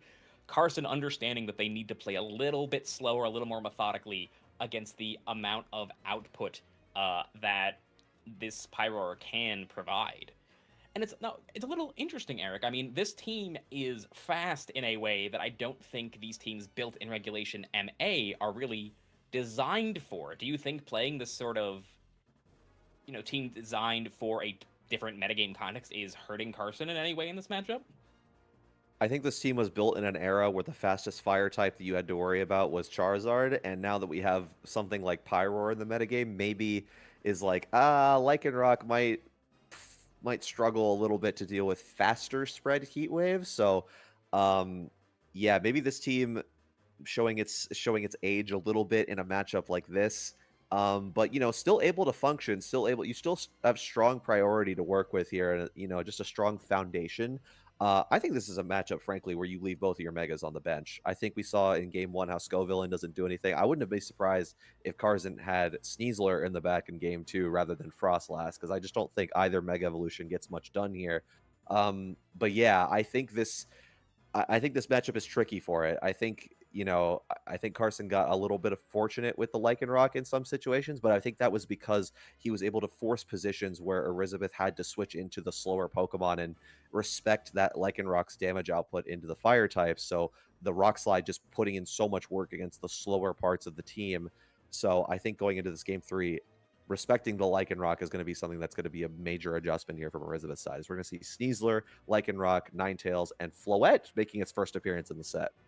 Leaving the Pyroar at home, and the question here is Carson going to respect the possibility of that Farigiraf in the back? Or is it time to just, go fake out Rock Slide? It's an interesting board state. This Ninetales, even in the sun, is not a particularly strong Pokemon, so it's not threatening a KO on either of Carson's Mons, and this Floette should be, let me just triple check here, I believe it should be slower than this Lycanroc. I believe it's a modest Floette. And it is not actually. It's timid, so there is a chance that that Adamant Lycanroc hitting his base set of, I believe, 162. There is a chance this Floette is faster. Yeah, we're going to see it Mega Evolve, so we will find out this turn. No fake outs coming out here. Heatwave going to pick up the knockout or 2-hit KO on Sneasler. Sneasler just going to go for the close combat into the Ninetales, not going for Dire Claw. It does outspeed the Lycanroc, so Floette not taking a single hit this turn is able to work together with Ninetales for the double spread into the first 2 Pokemon, and that is the adjustment I think Elizabeth needed, recognizing, hey, the Floette is faster here, so maybe if it's able to take a Dire Claw or if it's able to make a play where it disrespects the Dire Claw option into it, just able to pick up a knockout with Ninetales' help, just Heat Wave, Dazzling Gleam, and that just puts Elizabeth in a fantastic position to close this out.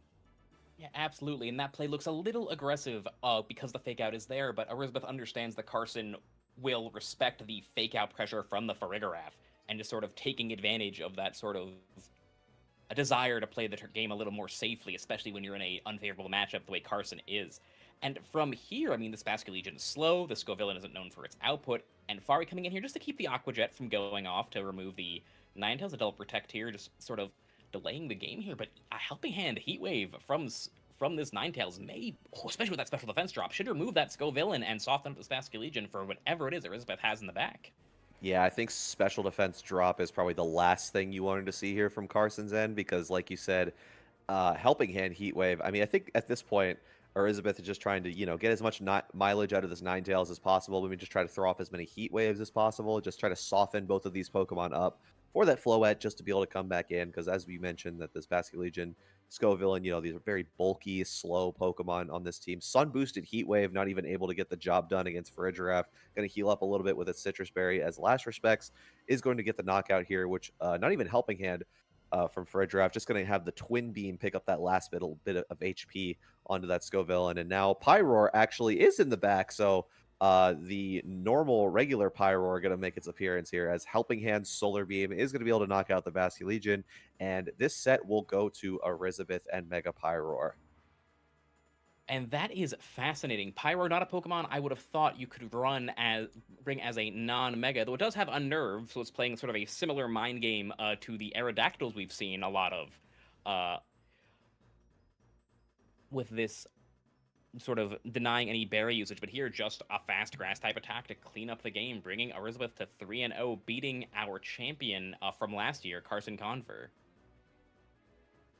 Yeah, and I think this showcases why Mega Pyroar is, a Pokemon that does have some merit in this format. It does have a lot more tools, a lot of tools to help get it going. So, you do have Pokemon that can support it with speed control. You have Pokemon that can give it the multipliers that, can make it do that damage that helps it keep up with the rest of the format. So, pretty good showcase here of what Mega Pyroar can do. And personally, I haven't seen a normal Pyroar in VGC since 2014. And that was the last time I think Pyroar ever had a niche in VGC. So it's nice that it's able to get these new tools to help it out here and help it succeed in the new regulation. Absolutely, and I think this game also illustrated, a lot of players, myself included, honestly, have sort of bemoaned how low power level the MB additions are. But even though there aren't that many Pokemon that are making an impact, when we see some of them maybe we're wrong about and they are making an impact, like this Mega Pyroar. But also, it still alters the context, right? The speed tiers change. The Pokemon need to respect change. So it might not be the case that we can just throw the same Pokemon at the exact same teams at the field and expect good results. Yeah, and I think it illustrates, how some I think it's the interesting part about these early days of formats is showing how the new stuff comes up, the new stuff impacts the old stuff, and if the old stuff can hang just without being changed at all. And I think, like I was explaining earlier, I think that team, the Italian Lycanroc Frostlass team is, it was built in an era where the fastest heat waves you had to deal with were from Charizard, so you have Lycanroc to just be able to deal with that. But now that you have faster spread move spam in the format, I think, especially your Mega Evolution just kind of falls super far behind without Lycanroc being able to carry the matchup there. And the interesting thing is if you go Jolly on Lycanroc, which some players actually did during NAIC, some players did actually that performed really well, did swap to Jolly on Lycanroc, I think specifically for the mirror and to handle the increase in speed. I don't even think you could keep up in that way because Pyroar and Scarf Ninetales are just so much faster. Absolutely. And it looks like we actually have another match that we can show everybody here.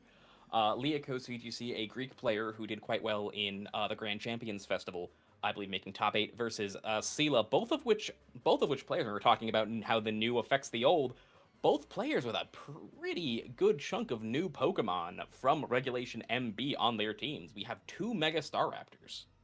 Yeah, I think Liakos' team is like an example of like just the influx of new Pokemon we have here. Even Garchomp feeling like a new Pokemon with the addition of Life Orb. So now being at like #1 in usage over something like King Gambit or Basculegion.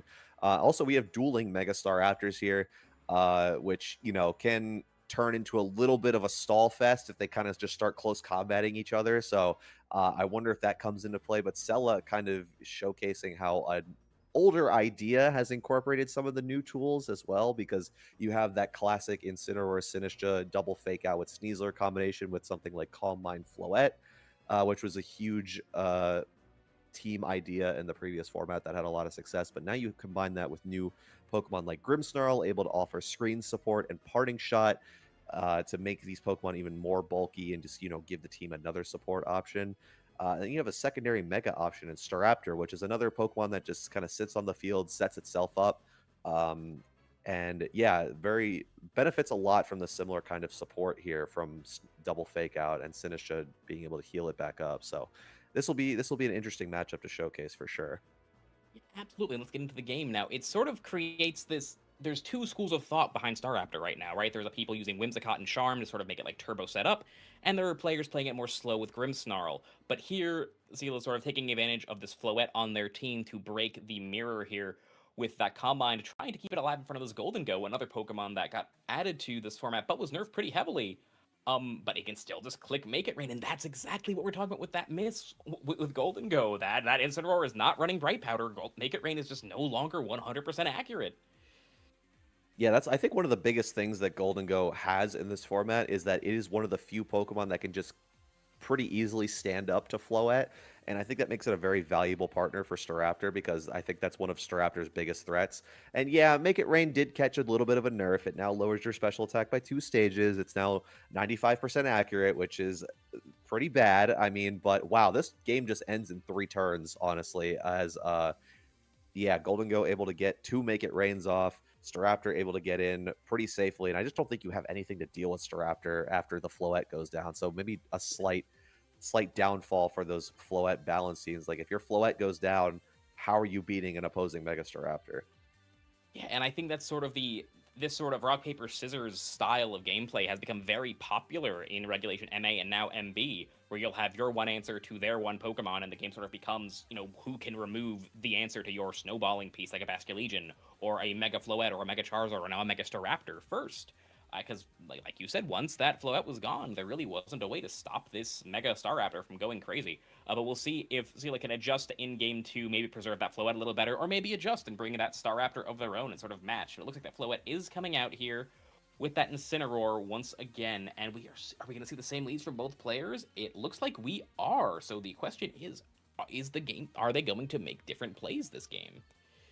I think the idea for Sella here is that you kind of have to keep Floette a little bit safer here and respect the Golden Go. The Golden Go actually is very well positioned here because it is Cobra Berry, so it is able to stand up to Incineroar. It's going to have to make Incineroar click Flare Blitz, and getting the Intimidate down also makes it a lot safer on the board here. But Sella just going to play safe with the Golden Go, or just going to protect the Floette, allow Golden Go to waste that Make It Rain into Incineroar, and maybe allow Incineroar to get a pivot off here as the opposing Incineroar goes for Parting Shot, going to go into Sylveon. I think that's a Pokemon we did not see in the first game, as Incineroar gets a Flare Blitz off. Very, very bulky Golden Go here, but I mean, it is at -2 attack, as Floette fires off a Dazzling Gleam here. Not going to be enough for a knockout. A neutral Make It Rain, still doing over half here, so we'll have to see if Sylveon is able to get a nice big Hyper Voice, able to get the knockout on Incineroar thanks to the Fairy Aura boost, and that is debatable quick attack range, but there is a Sneasler that comes in threatening Fake Out. With the Fairy Aura boosting quick attack, I think this Floette is under a lot of pressure here. It will be able to remove this Golden Go with another Dazzling Gleam with that boost and just how low that Golden Go is, but this board is very interesting. If I'm on Sila's end here, I'd love to see the Sinistra in the back to sort of make up for this issue. But here comes the quick attack, and it is just enough. Floette goes down. Yeah, and now you just have the cycling Fake Outs, or the cycling Intimidates here, which is like pretty bad for Sneasler because now it's stuck on the field with -2 attack, and now you just keep switching back the Incineroar. You could, not even have to Mega Evolve the Staraptor, but you're going to anyway, because like at -2 attack, Dire Claw status is probably the only way you get out of this and start. Wow, that even no boost Staraptor CC doing that much to Sneasler is crazy, but. That's about how much Sneaslers do to each other normally. I'm surprised to see the Sinistra in the back. I can't help but wonder if that Sneasler had swapped in for Sinistra the turn the quick attack went off, if this game would be different. Yeah, getting that extra little bit of recovery would have been so nice to stop that quick attack.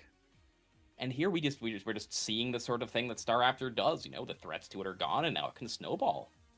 Yeah, these Dire Claws. Oh, there is a para, so I mean, there is a way, maybe. I mean, you're gonna have to get a lot of full paralysis in a row, but there's a Brave Bird into Sneasler. Sinistra not even gonna bother redirecting that. The full paralysis not even gonna come into play here. Flare Blitz knocks down the Sinistra, and I mean, Sinistra probably not gonna be able to do it on its own, and Liakos going to take the victory here, pretty convincingly. Absolutely, and we've seen a lot of players talk about how Mega Staraptor, you just play your Metagross, or you play your Floette, and you just sort of beat it, and that's the thing people have been saying online, saying it's sort of a noob trap type of team. But realistically, our top players are finding ways to counter the counterplay. I mean, Liakos' team is only Mega Staraptor. They are committed to sort of forcing the strategy through with these pieces that answer the things that Staraptor's afraid of, specifically that Golden Go. Yeah, I think these like sort of protect the president type teams with Floette might. I mean, we've still seen them do pretty well, but I think we're starting to showcase a bit of the cracks in it because now with so many new powerful Pokemon in the format, like I think a lot of these teams have other methods of dealing with, or like one Pokemon can't really just like snowball the game. I think Staraptor is also a Pokemon that you really have to respect in team preview and the team building process because like if you're just left with a bunch of physical attackers, Staraptor just walls you out because you get the intimidates down, you get close combats, and even like your special attackers. Like if you let Staraptor get one or two close combats off, that thing just becomes basically unremovable. It just becomes so bulky, and as long as no critical hits come out, Staraptor can just kind of snowball the game. So it's kind of something that you have to respect a lot of the times, and I think this was a really good example of a Staraptor team that is not taking the traditional approach as what you were talking about like earlier. Um, it's more offense oriented rather than just like, okay, I'm going to sit here and just set up my guy for the whole game. It allows Staraptor to be a lot more proactive and doesn't leave um, it allows the rest of the team to actually be able to contribute to the damage portion of the game rather than just, having a bunch of supportive pieces and having just one Pokemon having to carry the matchup. So I think that's something that, the team building philosophy going forward is probably going to change a little bit. Yeah, absolutely, and I do think this style with what you're talking about, where right now people are sort of leading their Staraptor turn one and being like, okay, like if this is I'm putting all my eggs in this basket, that style is going to be replaced with sort of what Leakos did here, which they said to themselves, what threats are stopping me from going off with my Staraptor? I'll remove them and then I'll go in that style. And as to these Floette setup teams, I'm not as convinced they're out as you are just yet. I think we are once again. New format, new threats. A lot of these new Pokemon people were sort of not respecting now that they've gotten a few licks in, starting to do well in these tournaments. We may just be seeing these teams adjust to these new threats that they need to protect their king piece from. Yeah, for sure. It's just the team building philosophy is just going to have to evolve because like I think we just saw like once your Floette goes down, like Staraptor kind of just does it by itself. So I think just those kinds of teams are going to have to respect that mode in the future for sure. Absolutely. So it looks like we have just a few more games going here in round 3. So we are going to throw to a quick break. When we get back, we'll be featuring round 4 of the Smogon VGC tournament. Stay tuned.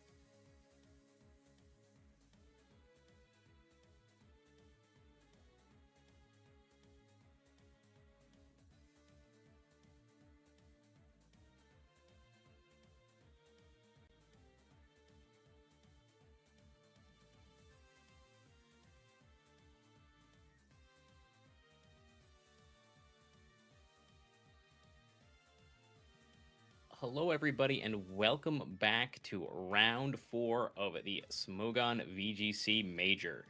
I'm Scraw VGC, and with me I have Eric, and we are about to feature a pretty exciting match featuring some of the new Mega Evolutions from Regulation MB. We have Mocha VGC, Rowan Hall, representing Mega Swampert, one of those classic Gen 3 starters I'm sure a lot of us have a lot of fond memories of. And Adolin not using a new Mega Evolution, but we are seeing that Life Orb Golden Go, a new Pokemon with a new item to complement that Mega Floette on this sort of Tailwind offense team. Eric, how do you feel about this matchup going in? Yeah, we're starting to see like a new take on the sort of Tailwind strategy. I think last round we saw like Whimsicott Golden Go, so I think like Golden Go kind of going back to its more hyper offense roots in this sort of matchup is now paired with a Talonflame. These more like offensive Life Orb Golden Goes, usually Golden Go missing choice specs in this situation, but still a very potent offensive threat. Still has the tools of Make It Rain, Shadow Ball, Power Gem, really good coverage into the format right now. Talon Garchomp, classic combination here. Sinistcha, I imagine, is going to be a pretty good Pokemon to bring in this matchup to combat that Mega Swampert. Mega Swampert, being the newest sort of rain tool at the rain team's disposal here, just offering, a lot of great coverage, another Swift Swim sweeper to add to the team as an alternative, or possibly in addition to Basculegion if you want. Swampert being blessed with the move Wave Crash, so now it gets like an actual water type move that can deal a really good amount of damage and just pick up knockouts like almost immediately. So yeah, we're going to be seeing some of the new additions to Regulation MB squaring off here, and I'm excited to see Mega Swampert in action because I've been waiting for this guy to come back for a while. And Eric, something interesting here is one of the things that makes Mega Swampert, so desirable is, number one, ground coverage is very valuable and hard to come by in this format, and number two, there are simply not very many viable grass types. It's Sinistcha, maybe Meowscarada, and then from there, we're only looking at Mega Evolutions, but Adolin's Sinistcha does not have Machagacha. It does not have a grass-type move. It is able to, so it's going to be able to sort of protect the rest of the team from some Wave Crashes, maybe, but it's not going to immediately threaten to remove that Mega Swampert the way the typical Sinistcha may be able to. Correction, it actually does have a grass type move. It's called Strength Sap, but not having Machagacha, I actually did not notice that on the first pass through, so that is a very good shout. Sinistcha without Machagacha feels like sacrilege to me, but like I don't know. I mean, maybe this is all part of the plan. That is Sinistcha's signature move. Wow, that's a tongue twister. But yeah, interesting to leave it on the bench here, but Shadow Ball actually makes Sinistcha a pretty good Pokemon to have into like the Sinistcha Mirror, and Shadow Ball actually offers a lot of really good coverage into the metagame. So like I've seen a few Sinistcha actually picking up Shadow Ball in addition to Machagacha. So that's a very interesting moveset here. But I think regardless, like you said, yeah, there's not a lot of great grass types in the format right now. So Sinistcha, interestingly, being one of the most used Pokemon, top 3 usage right now currently in MB, purely because of how good of an answer it is into a lot of these aggressive Pokemon. It's able to redirect the CCs from Staraptor. It's able to redirect all of Swampert's attacks, minus Ice Punch, I guess, which this Swampert is rocking for coverage. So Sinistcha will have to be a little bit careful of that. But yeah, ditching Machagacha, very, very interesting choice here. So I'm curious to see how that comes into play, and if this Sinistcha will actually have a little bit of issues dealing with Swampert as a result of dropping that grass type offensive move. Absolutely, and I believe the team that Mocha VGC is playing is from one of the Terra Square tournaments early in MB. So it is a known quantity in the metagame. This Grimmsnarl being a really, really big change upgrade to these rain teams, maybe even more important than that Swampert. The ability to sort of continue to have your screen setter and have a way to set rain with a Pokemon that is a little better than that Sableye is in terms of base stats, and that Light Clay edition making screens last longer. But it looks like we are getting ready to get into the game. Our players are queued up. They are looking at these team sheets, and they are trying to figure out how to react to each other. I think this Swampert, especially Earthquake, looks very threatening into Adolin's team, being able to pressure most of the team for super effective or neutral damage, with the exception of that Sinistcha and that Talonflame. But those two Pokemon aren't really something you want to be putting on the board next to each other very often. Yeah, you do want to match speed controls here, so I imagine Talonflame is gonna have to. It may not last very long in the game because it just kind of might be oh, I'm just gonna get up Tailwind and then just immediately get KO'd by Swampert. But Grimmsnarl is a Pokemon that's interesting in this matchup here because I think it does get a lot of mileage through setting up the screens because this team does have a lot of bulk to it. Like Mega Swampert becomes pretty bulky once you're able to put it behind screens. We know how much of a menace our Chaladon becomes once you put it behind a couple of screens, and Parting Shot just really good utility in order to just help facilitate the pivoting of the rain in and out here. So Grimmsnarl probably going to get some pretty good use in this matchup. It does beg the question of how aggressive you want to be into this Grimmsnarl. Like if you just want to throw off a Moonblast or a Light of Ruin just to immediately get rid of Grimmsnarl, but that does leave Swampert able to just throw off an attack here. So we'll see if what Floette decides to do here. Swampert just going to protect itself from the Brave Bird here, as Grimmsnarl going to get the Light Scream. He actually eats both attacks into the protect, so very good protect there from Rowan on this first turn. Absolutely, and the thing about Grimmsnarl that we didn't see from, say, a Sableye, is once that screen is up, it's not done reducing damage. Light of Ruin into a Pokemon behind a light screen still very threatening, but if a Parting Shot goes into that Floette, it's even Light of Ruin is gonna start hitting a little less hard. The other really, really important thing here is there is no weather control from Adolin, so once Pelipper is on the field, that's sort of it. The rain is going to be up, but Adolin, understanding the position, switching in that Sinistra and protecting, with that Matcha Gotcha, with that Rage Powder, it is a lot less threatening for that Floette than it was earlier, but the Parting Shot showing off this Pelipper and Swampert just going for the Earthquake, doing an insane amount of damage, and like we had mentioned, right, because the Sinistra won't take too much from Swampert, and it'll be able to sort of protect Pokemon from Wave Crash, but it's not threatening Swampert at all. So it can just sort of sit here and keep clicking these Earthquakes, especially with this Pelipper pressuring the Sinistra with Hurricane.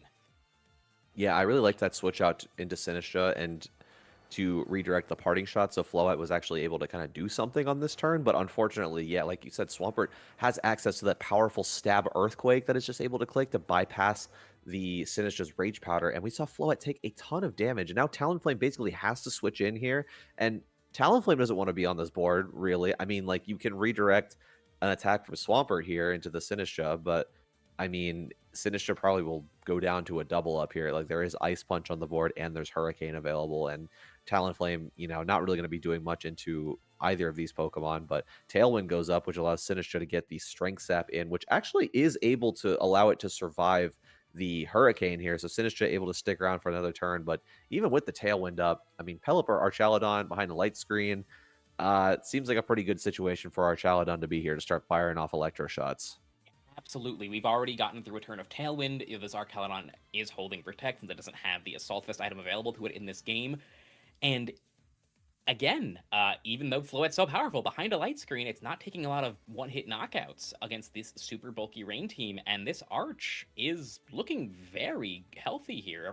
There's very little damage done so far on to Rowan's side of the field, to Mocha's side of the field, but the issue is we have seen all four of Mocha's Pokemon. There is not a Sinistra, so any damage that goes down, with the exception of Life Orb leftovers, is going to stay stuck on the field. So perhaps it's a situation where Adolin can sort of whittle things down, stall out the rain, and then win with a late game Tailwind Floette, but the resources are starting to be depleted.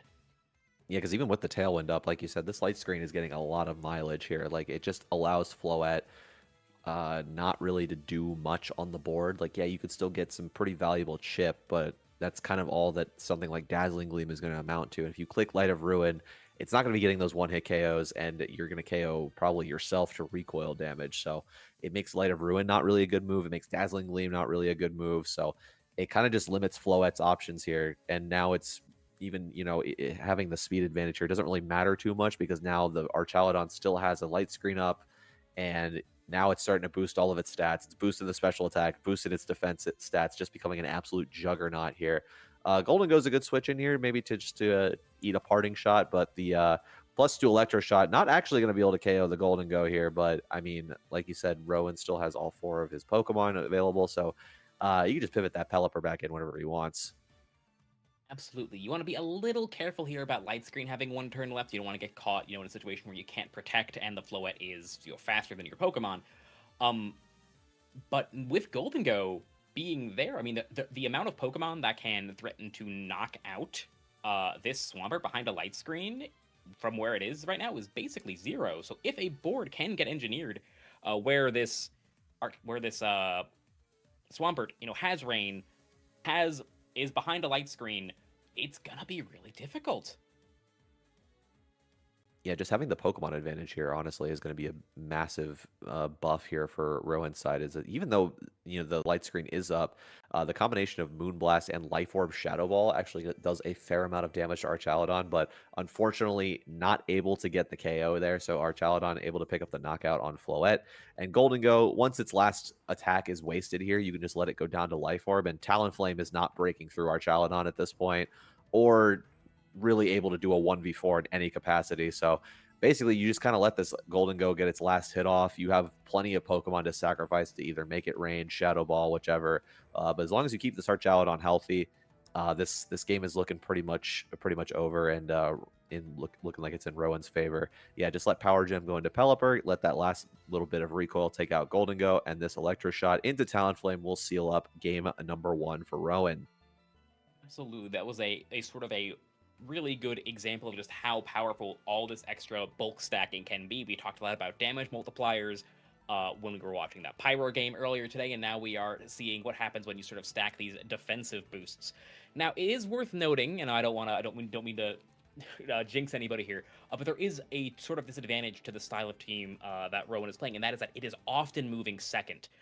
So, Adolin had a few spots there where if a critical hit went through at an opportune time, it would have completely swung the game. Do you think there's anything Rowan can do to sort of adjust the game plan to avoid that happening this game, or is that sort of a risk that he's going to have to take? I don't want to risk to adding on to the commentator's curse here, but I mean, maybe you just kind of hope that doesn't happen. I think when you run these more bulky defensive teams, like especially with the Staraptor setup kind of teams, it's like, oh yeah, I heard a funny sentiment about this earlier. It's like, oh yeah, I think I was watching an Alex Underhill stream. It's like, oh, I'm so surprised when my Pokemon that are on the field for 40 turns get crit and the game ends. So that's kind of just a risk you have to play with these like slower, bulkier teams. You kind of just have to hope that you don't get that unfortunate critical hit when the time is right. But yeah, it is kind of an inherent disadvantage. Like, yes, you're moving second, but most of the time, crossing your fingers, you're taking a lot less damage, and so you can stick on the field for a lot longer. And I think the X factor in this matchup was the Archaladon. So like once you get rid of something like Floette, or if Golden Go is taken down pretty early, like Archaladon just kind of sits there and just clicks Electro Shot in the end game. And I don't think there's a lot of mileage this team gets in front of Archaladon when it's like biggest special attacking sweepers are down for the count here. And I think this is a good adjustment, leading Golden Go rather than maybe Floette, or leading one of those guys is definitely a good adjustment here. A good decision to just try and threaten down this Grimmsnarl. But I mean, just having light screen, and not even both screens in game 1 was huge for Adolin here. So we're going to see the light screen go back up. Another protect on the Swampert here as Tailwind goes up, and Golden Go now under Tailwind, but the screen is back up and probably here to stay for a while. Absolutely. And the interesting dynamic here, right, is for a very long time, the dynamic was sort of in like the Golden Go Grimmsnarl matchup is you get your light screen off, you end up really, really low, and then they just make it rain again or nasty plot or whatever. But now that Make It Rain has such a higher opportunity cost, you can't really just be firing them off like that. These Grimmsnarls are, for the most part, trained to take attacks from Floette, so they'll take a Light of Ruin from a Golden Go. Yeah, with Grinstar on the field here, like it does have the opportunity to set up that second screen, or it can just eat a Make It Rain from Golden Go and try to just pivot out with Parting Shot, which unfortunately doesn't go off into the Talonflame. But Swampert with Wave Crash is able to get rid of the Golden Go, not even needing to use a super effective move here. So just showing how powerful Mega Swampert is in this format, even without the rain. Like that was just Wave Crash into Golden Go, and it was just able to knock it out. So Swampert showing how useful it can be even outside the rain, because it's just so powerful, and just having Wave Crash is such an amazing tool for it, just to be able to have that like delete button just even on frailer Pokemon, like when it's outside of the rain. So Swampert now with the boost here from the Drizzle is going to have a faster wave crash here. We'll have to see. I don't think it'll be faster than Floette under Tailwind, but yeah, it's going to have to eat a Light of Ruin for its troubles. But in a way, it does get damage on Floette thanks to the recoil. But now it looks like it is Archaladon's time to shine. Yes, absolutely. And this is, again, a situation where the Swampert, it was a damage trading piece, right? This is sort of the way these screen teams tend to avoid that having too much of that issue that we alluded to earlier in before this game began, where if you're damage trading and being sort of aggressive and using screens to get an extra turn or live one hit, it's not as risky. But we're seeing here the Sinistra sort of trying to recuperate the damage from that Light of Ruin, and a Moonblast will remove Pelipper behind that light screen. Pelipper not known for its special defense, and all of a sudden, this board is very scary. Yeah, this is a much better situation now because like you've been able to chip Rowan's team down to the point where Floette doesn't really care if there's a light screen up. And now that you have Sinistra right next to it, I was kind of wondering if Sinistra was going to show up in this matchup because of how like little it did in the first game, but now showing its usefulness in the late game, as unfortunately is going to get critical hit by Dragon Pulse here, but that's not really going to matter because Floette doing plenty of damage to Archaladon, showing Archaladon's specially defensive weakness there. As game 2 going to go to Adeline, going to go into game 3. But yeah, I think that's pretty much the way you have to beat these teams is that maybe just playing that slower, more methodical game where you're trying to chip the opposing team down to the point where Floette can just say, hey, like your team is chipped to the point where your light screen is not going to matter. So Sinistra much better utilized in that game, being more of a late game piece to just eat those electro shots and those parting shots, maybe just trying to save it as more of a damage sponge rather than more of a parting shot sponge, but in a position where it's able to do both. So that was just very well played by Adeline there. Absolutely. Definitely worth noting that this Rain team, and most of these Rain teams, have no fairy resists. So being able to chip things down and then having this extremely strong Pokemon that is hitting everything for at least neutral damage, with multiple Pokemon on the team, Sinistra, Archaladon, and Pelipper, all being not known for not having particularly high special defensive stats, is a great way to sort of get through these screens. Yeah, to be fair, in Regulation MA, not a lot of teams, period, had fairy resist. So we are thankful for the additions of Pokemon like Golden Go and Metagross to this format to alleviate some of that. But yeah, like a lot of these Pokemon, yeah, like you said, all of these Pokemon do not resist Fairy. So Floette being a very, very good Pokemon to have in the matchup here. And Golden Go being a good piece here to just threaten that, make it rain down, able to get some very solid chip damage.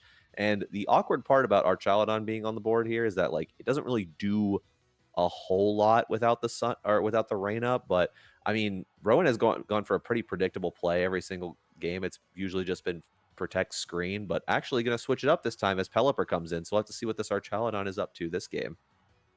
Well, yeah, I think Rowan understanding that this matchup is the Golden Go, removing it before Swampert comes in, extremely important here. So we're seeing a damage trade here. Both Pokemon now being threatened to be KO'd by the other. With that Electroshock being traded for that Shadow Ball, these Golden Goes much more often not going for that turn 1 Make It Rain now that it's much at a higher opportunity cost. And Archaladon sort of paying the price for it, taking a lot more damage than it would have if a Make It Rain just went out there. So a good prediction from Adeline, just making sure, more of a sort of a micro read, making sure that this game state stayed neutral, because even though they're both being threatened, this Talonflame means Golden Go will go first if Adeline wants it to. Yeah, and if both players decide to go for a similar play, it's like, okay, protect my damage dealer and set up Tailwind, like Adeline comes out on the positive side of that trade, because not only do you get the faster Tailwind, but you also get the Golden Go is faster than the Archaladon. So if it doesn't decide to protect here, which Adeline was probably predicting, Life Orb Power Gem enough to pick up the one shot on Pelipper. We saw that it was able to survive that in the previous games thanks to the light screen, but now the light screen's not in play anymore. So both of these Pokemon actually susceptible to a knockout from Golden Go. So Adeline possibly predicting the Archaladon to protect. Instead goes for the attack into Pelipper, gets the one-hit knockout now that there's no light screen on the board. And yeah, I mean, the 1-for-1 trade is nice, but like I would argue that losing Pelipper's Rain is maybe going to be a problem later on in the game. This is an extremely strange situation now here, right? Both players no longer have access to their speed control. But when that happens with the Tailwind and Rain ending at the same time, Adeline's Pokemon are just naturally faster, with the exception of that Sinistra. So the question becomes, can Rowan engineer a board state where he can outbulk this offense. Yeah, I think the key here is for Adeline is just to be careful with Archaludon, not let it get too much HP back, but at the same time, oh, actually, Sinistra, yeah, with the Tailwind up, actually going to showcase the usefulness of Shadow Ball here, actually a move that is able to hit Archaludon. So, yeah, a double up into the Archaludon, able to knock it out, and well, we'll have to see how much mileage Swampert is really able to get out of these rain turns, and we'll have to see if the light screen is enough for it to, outbulk the rest of, because I'm assuming, yeah, Floette is going to be in the back. It's still pretty healthy, so it's going to have to deal with a full health Floette, but we've seen how much damage Swampert is able to do with Wave Crash, even if there's no rain present. But unfortunately, stalling out the Tailwind is going to mean stalling out your rain turns, so Swampert in a very tricky position here, because Grimmsnarl definitely not going to be threatening a lot of damage on the board here. It doesn't even have the ability to protect from this Make It Rain. Going to be a lot of damage here as Sinistra just going to fire off a Strength Sap. And I think the main issue here for Rowan here is that Sinistra. Like, Swampert probably not going to be able to do it by itself, and you have to dedicate so many resources to trying to remove either of these Pokemon that I think, like, either Floette or Sinistra, like, you just keep protecting, stalling out the screen, and it's going to be a real uphill battle for Swampert to try and deal with either one of these.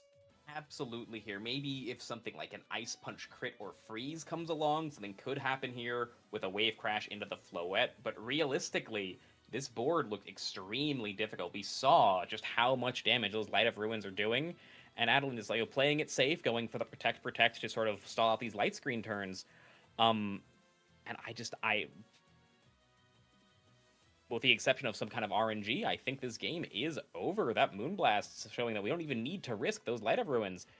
And with Sinistra living that Earthquake, I think it's just over. Yeah, I think the out there was potentially a Earthquake critical hit into Floette and then just like Ice Punch into the Sinistra. But unfortunately, no hacks there for Rowan, and Adeline going to find the adjustments needed to take this set 2-1. Really fun set there, really fun back and forth, and I think it's a good sort of lesson in how to play these like hyper offense teams into these kind of screen teams. It just kind of the back and forth there of like damage trading and setting up your end game boards to where like either your sweeper with the rain team can kind of just clean up the game, or the Tailwind sweeper playing a more slower methodical game to be like, okay, this is the moment where I'm going to set up Tailwind and get my pieces in place and just sort of chip things down and pick up knockouts to clean up the game. Absolutely, and it's interesting there, right? We highlighted at the start of the game that the Sinistra not having Matcha Gacha meant that it was much less potent at offensively threatening that Swampert, but we saw it still be very good against it defensively, and that addition of Shadow Ball made it much better at threatening double-ups into Archaludon despite the light screen. Having the neutral attack is definitely going to be 4 times resisted. Yeah, that Shadow Ball actually being very clutch to just be able to remove that Archaludon there. So showing the usefulness of having coverage on Sinistra, especially on like a more offensive team where Sinistra, it's usually meant for support, but I mean, people forget that Sinistra has a respectable special attack stat, really good special attack stat. So it could make use of a secondary move, potentially like Shadow Ball, to make it more of an offensive and proactive piece in the game. So it's a very interesting option. Yeah, exactly. Almost like how we could see Sludge Bomb versus Pollen Puff on Amoonguses back when he was allowed in Scarlet and Violet. But I think, Eric, that is us for now. Congratulations once again to Adeline for taking that match, going to 4-0, only 2 more matches to secure a spot in day 2, and Rowan, of course, 3-1, still a great position. So I believe we are going to be taking a break, and when we come back, we will see. You guys will be joined by, who do we have next? It'll be Big Slim and Mason taking you guys all the way through rounds 5 and 6, where people's tournament lives will start to be decided. Yeah, got a lot more great Pokemon action coming up, so stay tuned, and we will be leaving you in the capable hands of our next line of commentators. So stay tuned, and be excited for some more great VGC matches coming your way.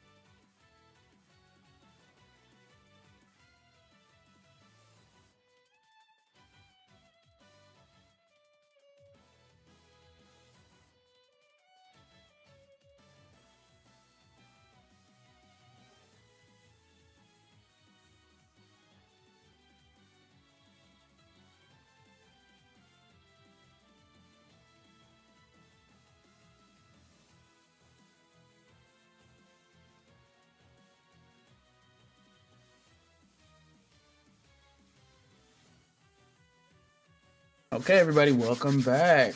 My name is Abdul, aka Big Slim. If you guys don't know me, I used to cast these for quite some time. So happy to be back and ready to chop it up. But Mason, how are you, my friend? I'm doing fantastic. The Smogon gamers will know me as Gold Mason. I have never done VGC commentary before, but I'm excited to try it out. So, Oh yeah, it's super fun. And as we can see, we're getting into this next round. So let's go over the team sheets to see what we've got. And of course, our first one, I mean, we're gonna see the same old subject. Everybody knows about King Gambit. Everybody knows about Sinistra. Delphox has been something that's been very, very prevalent since its inception. Uh, and Floette, of course, I think is probably, I would say, probably the tier one, probably top five, maybe one to some people, the best megas in the format right now. I would probably agree with that. Although I will say the rain with the Swampert has really maybe given it a run for its money now. Oh yeah, absolutely. I'm liking that rain. Yeah, I mean, Rain's always been kind of like a prevalent thing, especially with Arch by itself alone. But now having Swampert to kind of put on so much pressure, even though, of course, I mean, if you have a grass move, then I don't think you want to bring it along. But being able to consistently have a way to keep the pressure on in these rain modes has been very, very amazing. And of course, on the other side of these weather wars, normally there's Tyrannotars, but in this case, we're gonna have a Charizard with, of course, Garchomp. They are the best of friends, but a new Mega that's kind of been making its way around, which I have been using personally. Mega Mawile, I think, has been forgotten about, but I really love the fact that you have Intimidate. And then, of course, once you get into that Mega mode and you probably potentially get under Tailwind or even under Trick Room, you do so much damage. This one is kind of interesting too because it isn't Intimidate in its base form. It's Hyper Cutter. I think to catch some, intimidates from Incineroar and then be able to smack really hard once you Mega Evolve. Yeah, absolutely. So a really great tech as we, of course, see our teams on the screen here. So what do you think are the leads if you were playing this matchup here? I think that if I'm Slushy, I lead game one with like the standard like Whimsicott Charizard or maybe Whimsicott and one of the other Pokemon, just to see what my opponent's doing and all, as well as I mean Whimsicott's just such an amazing lead, right? Yeah, absolutely. Oh, and we do see the Mawile that we were talking about, and Basket Legion in the front, and there goes the Hyper Interesting. Cutter immediately being able to block that -1 that would have happened in Basket Legion right now. Really good position versus both of these fire types. Even though it is -1, we do know Basket Legion really is one of those mons that doesn't care, does so much damage, and of course, Sucker Punch is something that Delphox does have to worry about. So, what do you think this turn plays out like? Yeah, I mean playing around the Sucker Punch into Delphox versus the Fake Out versus Incineroar. Maybe you see the Mawile switch out. Um, I like the Basque Legion play. I was thinking it would be more in the back to try and come in late game clean up, but we're gonna see the Delphox and the Mawile Mega Evolve. Actually, there's the Fake Out. Oh yeah, just seeing a double Fake Out and a Heat Wave absolutely clears the Mawile. So I really did understand the Basket Legion potentially just going for an attack that turn. It made sense, but Delphox just opting to just like, yeah, I opting not to care here and just go for the Heat Wave, being able to pick up the Mawile, which kind of left yourself exposed to the Delphox getting KO'd, but honestly kind of worked out in your favor a little bit.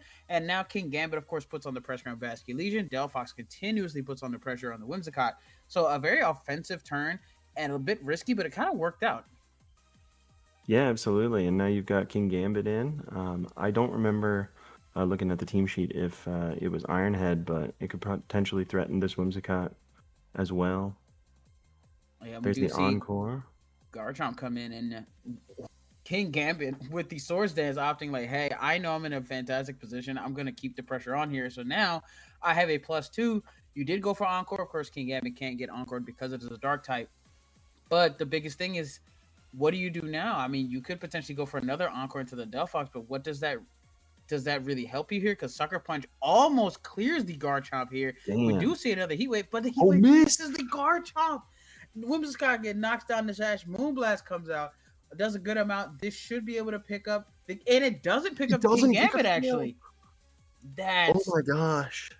actually huge. A severe miscalculation there. Even I thought the King Gambit would go down, but being able to live on just that 3%, and now everything's in Sucker Punch range. And lo and behold, this Delphox has been sitting here this whole entire time at full HP, which is absolutely wild to me that it's gotten this far. Yeah, absolutely.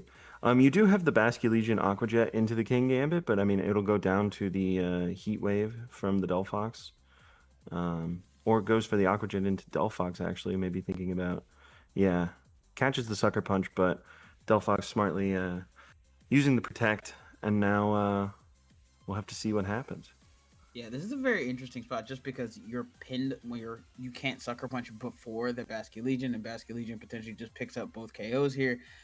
But you still have something you could swap in depending on what that is. You just want to make sure you have a distinct like advantage, like, okay, I can make sure I can clear both, because if you don't, Basque Legion still has enough health to potentially just clear the board, and Garchomp is still Garchomp. So a really interesting position. We have to see what Sushi decides to go for, but I mean, It depends on honestly, if I think you just do it again. No, you go for Aqua Jet and maybe potentially go for a Stomping Tantrum or maybe a Dragon Claw.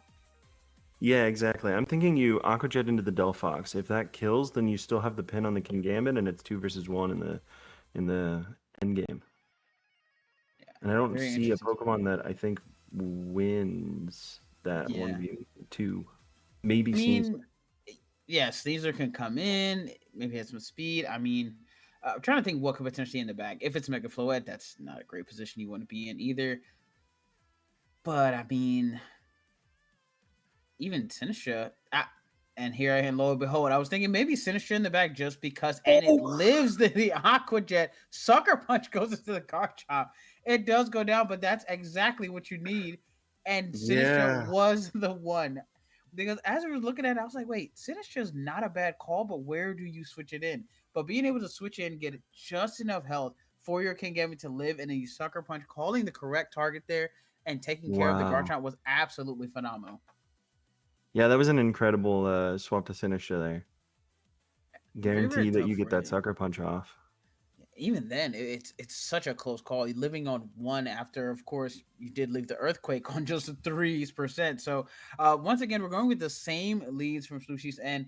And we do see the King Gambit in the lead this turn, opting to say, hey, I need immediate pressure on the Basque Legion. And Mawa already, we saw it in game one, went down to a simple heat wave. So kind of interesting spot where you could potentially protect the Delphox here and just go for damage with your King Gambit, but we do see a swap. Mawa does Mega, Whimsicott does come in, and we just see a double protect, a very neutral turn. But the only issue is now you do potentially have the Encore that could be put on the Delphox, and then Mawa can still potentially do a lot of damage here. Yeah, absolutely. It's a tough turn for DD. Has to get it right here. It's very easy for Slushy to just click that Encore with Whimsicott into Delphox. And there it is. Absolutely stuck into the protector. We do see the play rough doing a good amount to Incineroar as it swaps and gives it intimidate down on Whimsicott, which doesn't matter because it's a special attacker. But the -1 on Mawa does matter a little bit, even though a potential double tap here of maybe a Moonblast and a play rough would be able to take out the Incineroar here. So probably going to have to make an adjustment there as Delphox is kind of stuck in here for the next few turns into protect. Sinistras does switch in, does give a little bit of health to the Incineroar, trying to potentially live this double up. And of course, with the green tea, the parting shot does come out. It is faster. So being able to get out of there as Delphox comes back in. Player F goes into the Delphox, doesn't do that much. So really, really great turn. The Mawa is now at -2. Sinistra, of course, being here can go for those Matcha Gotchas. Delphox in a really good position to spam Heat Wave this turn. Yeah, and you're at -2 with Mawile, and you have the redirect on the field. So Sucker Punch play doesn't really work out for you. Yeah, big Heat Wave here. No burn. And there goes the Matcha Gotcha, that's what I was worried about. So another potential opportunity there. Doesn't get a burn. Luckily, everything works out. But Garchomp did take a lot coming in to that swap here. As Whimsicott and Garchomp kind of in an interesting position because there's not really much you can do. I mean, you can go for... Earthquake is normally your best moves. But this is not a time to... Because Sinistra doesn't care about it. You don't want to hit your own Whimsicott. Delphox in a pretty neutral position where you can switch into a potential King Gambit here, but just opposite for Protect here. And we do see the Tailwind come out, and we just go for Rock Slide. Yeah, can't click the Earthquake into the Delphox anyway, so you got to go for that Rock Slide. Exactly. Another Matcha Gotcha, and there it is. No. felt like only a matter of time between Heat Wave and Magic, so the burn does happen. And Garchomp can still spam Rock Slide and get significant amount of damage where you keep chipping away at the Delphox, of course, with Moonblast as well, because Tailwind is up, but significantly nerfing your damage and, of course, putting you on a timer. So what do you think happens in this moment? Do you just kind of ride it out and try to get as much chip damage as possible? Yeah, I mean, you're still going to get some damage into the Delphox here. The Sinistcha, I don't believe, is life due, so it won't be able to heal up the Delphox without switching. So Basculegion is going to come in and have kind of a free wave crash, potentially.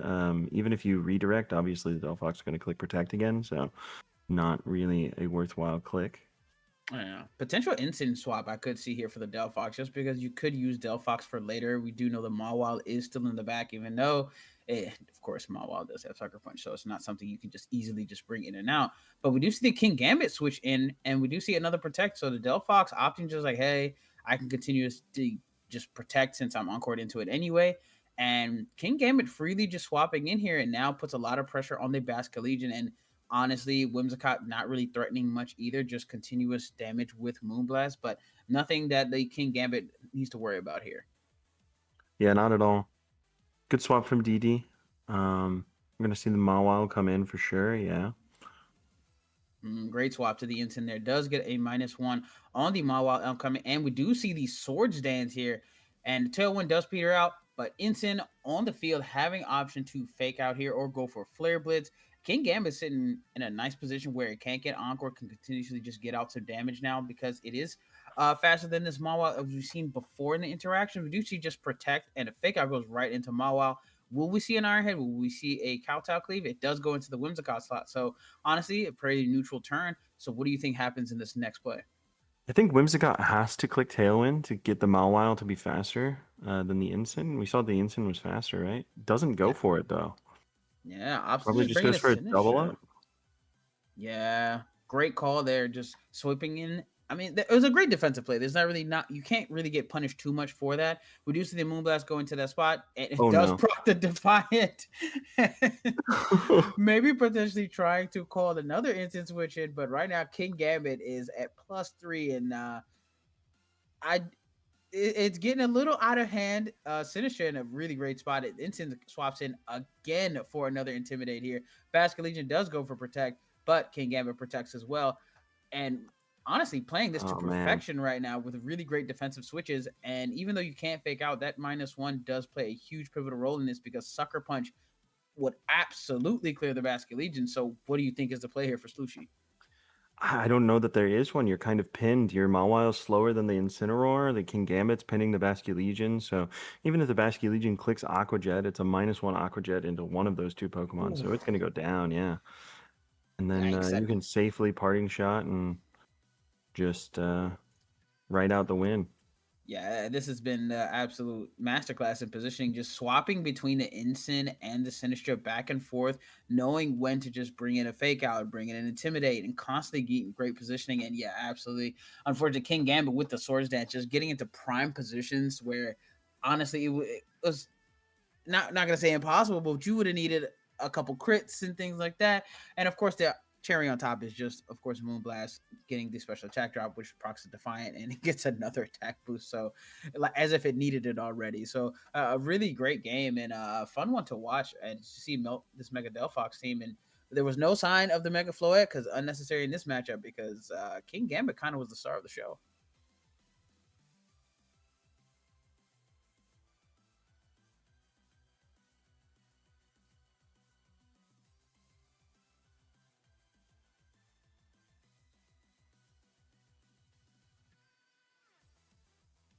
All right, let's see what we got for our potential next round here.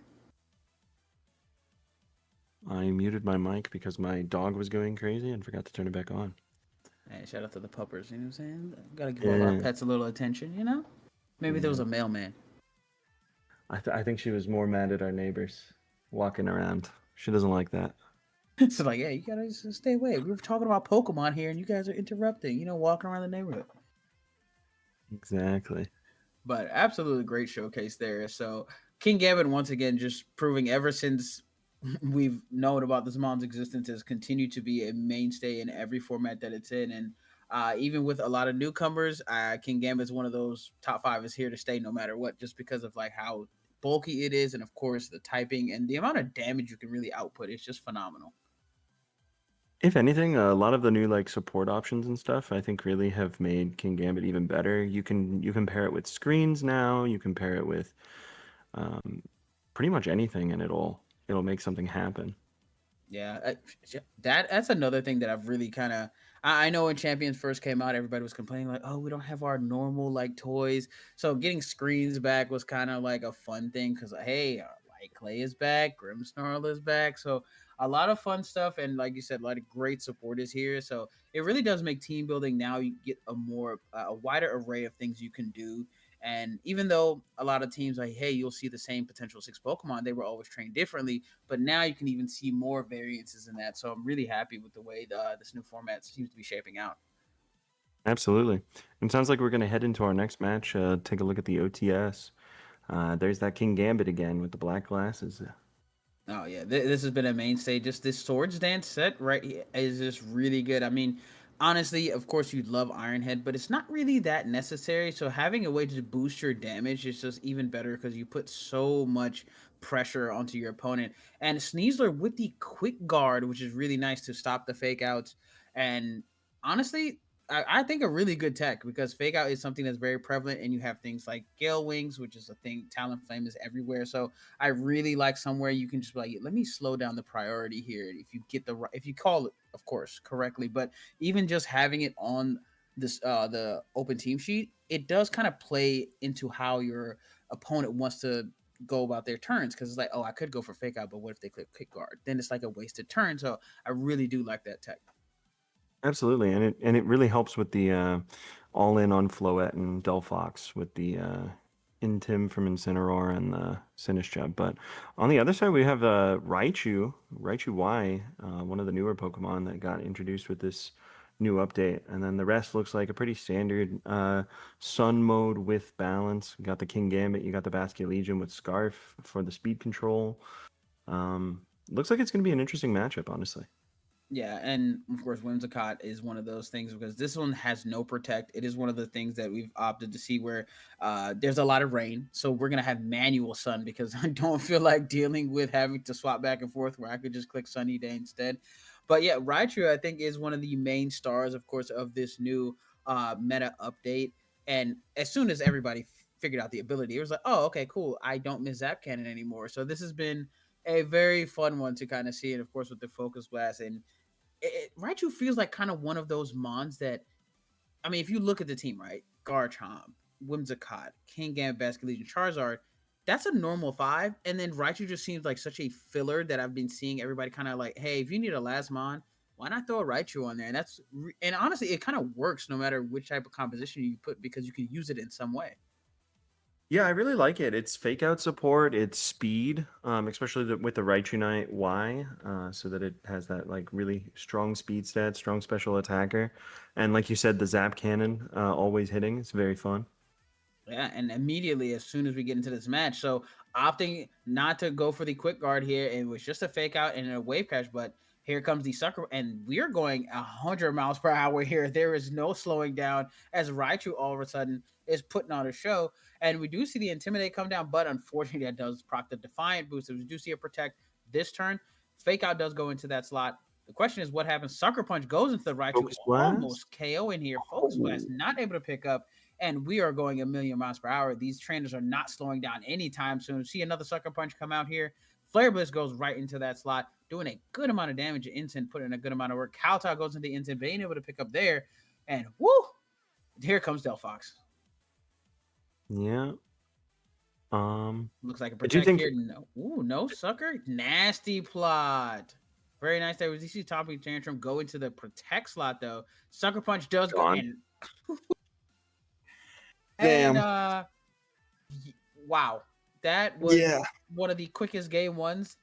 Everybody knew what they were clicking immediately. There was no slowing down at all. So well done. Okay, for game 2, what do we think about what we just saw? Well, I do. First of all, I do think these are replays, so Oh yeah. so that's why it's going so fast. But yeah, no, I mean the Raichu seems really strong into the entire comp. I think you have to bring the Sinistra, because it like kind of blanks the both of the Raichu attacks and draws the um, draws them to it with the Rage Powder. If you're gonna have these all-in Delphox, all-in Floette, then you probably want to bring that Sinistra so that you can, you know, Yeah, the augment it a Sinistras. bit. Yeah, it definitely needs to come. It's after we've seen what it can do. After just like immediately the game one, I'm pretty sure that's the adjustment for this game too. But I kind of like the Raichu. The Raichu's being so flashful actually kind of worked out a lot there. Being able to live the sucker punch, being able to get some focus blast off. Granted, didn't KO anything, but it puts on a lot of offensive pressure. Absolutely. And I'm pretty sure it like one shots the King Gambit I, I wouldn't be if it sits there surprised. and sees it. So Yeah, as we do see. Okay, this time a little bit of adjustment here. It is Garchomp in the lead. and Whimsicott, yeah. All right. Shout out to Athena. Love the nickname there. Yeah, my dog's name is Artemis. I love the Greek lore. Oh, that's a dub. I love that. I love that. And just like you mentioned, Sinistra is in this game too. Even though, yes, like you said, it is a replay, but a really great adjustment there is Psyshock. That does quite a bit. Way more than I expected, actually. Yeah, 49%. There's the Moonblast. I wouldn't be surprised if this is a potential just matcha gotcha. It just makes sense because you can just do so much damage here. And it is the Break life Whimsy orb. Sash as well. Yeah, exactly. And that's exactly what happens here. So even any damage, but it misses the Garchomp. Oh, tough. Very tough. Yeah. That is one of the things you kind of never really expect to happen, but it does, and it really does kind of hurt. Just knowing like, oh, I can miss this, almost as heartbreaking as Goldango being able to miss now. But Side Shot does go into the Dark type switch in, which was the King Ow. Gambit. So all in all, pretty interesting turn. We do see Trick Room go up. Yeah, interesting. Delphox forced to switch basically into the King Gambit, and now we have Protect from the Sinistra, probably on a Kowtow coming in. We can speed this up just a little bit, I think. Yeah. Oh, nice. Well, the one thing is this doesn't have Iron Head, so you're gonna have to kowtow into consistent like Whimsicott. Whimsicott can sit here and just take a kowtow for a while, and then you don't really want to take a Moonblast in return because the damage rate is not there. As we do see Swordsdance go up, and that may be kind of something that just changes how these damage rates kind of work. We do see another Moonblast go. I don't know. I think another kowtow you might not be able to live, as we just see an Iron Head go straight into the Sneasler, doing a ton of damage here. So no protect. King Gambit trying to pick up the KO, but not able to, just missing out there. And what we'll see from the Sneasler, Moonblast goes to that slot, is able to pick up here. We'll That's a probably tough see the one. close combat into the King Gambit though, so it'll go down. Nobody's really running like Choppleberry. I don't think it would even live anyways, but Yeah, I highly doubt it. Low, down it goes, and the time of Delphox Choppleberry has gone. Delphox still looks really good depending on what the last from Magical Archer is. A nicely timed Heat Wave would go pretty well here. I wouldn't be surprised if it is the Heat Wave here, but there is only one more turn of Trick Room. That's what I'm a little bit concerned about. Just because if it's the Basculegion, I guess you're in an okay spot, but Sinistra actually goes down, because I was going to say that maybe you're saving grace. But we do see just a side shock here. So Whimsicott somehow still here. Still here. Yeah, just 2 HP in a dream, still here. So we have to see what this last Pokemon is, and that's going to kind of tell the story of how this goes. As we do see Trick Room finally ends here.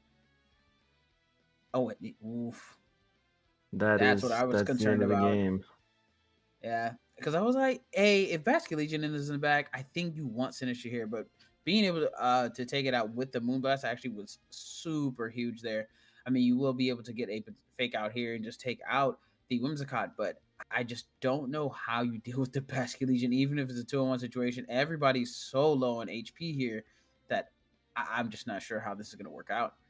Yeah, and it is Choice Scarf, so able to click click your last respects into the Delphox, guarantee kill it before it moves, and Sneasler doesn't have anything to do enough damage to Basket Legion. It would have needed to go for a Dire Claw here, get like a sleep or something like Yeah. that, Leap rolls, it can be a thing. or And paralysis and a multiple full paras, but didn't get it. There's the last Mhm. respects, and that's game over. Yeah, really, really great match, but great adjustment there. Just understanding that, hey, I did need to bring Sinister, but unfortunately, the Whimsicott stayed around way too long, and that was kind of the story of this matchup.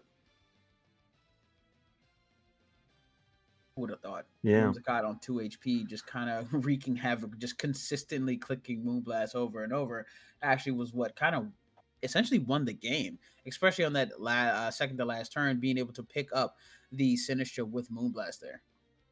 yeah, absolutely. Managed to make it work. Raichu didn't come that time, but after the first game, I mean, it makes sense. You think your opponent's going to over adjust for it, and you bring your Basque Legion that seem to be doing pretty well as well. So Yeah. nice But stuff Basket Legion, once from again, one of the best. I mean, whether or not you want to run Mystic Water, whether or not you want to run Citrus Berry, whether or not you want to run Sash, just a multiple ways that it can continue to do what it does. Last Respect's an amazing move. Aqua Jet, Flip Turn. You just have everything you kind of need to kind of round out your team when it comes to a Basket Legion set. You can really just like have your choice. Absolutely. It sounds like we're going to go on break as we get ready for round 6. There's only about 10 matches left, so excited for the rest of this. We'll see how it goes when we come back. Absolutely. See you guys in a few.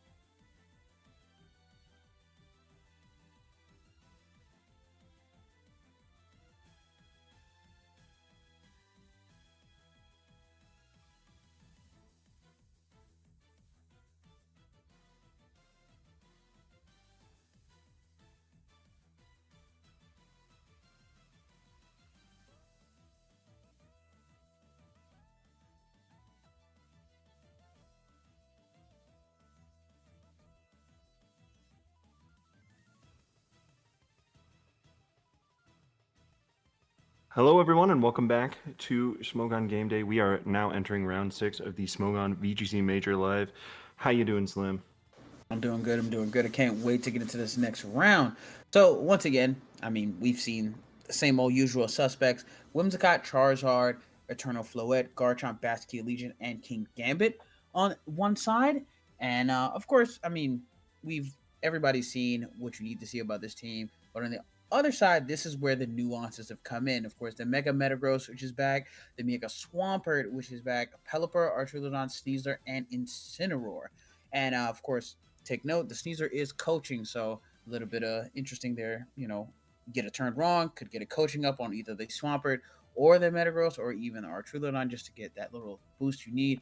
But what do you think about this matchup?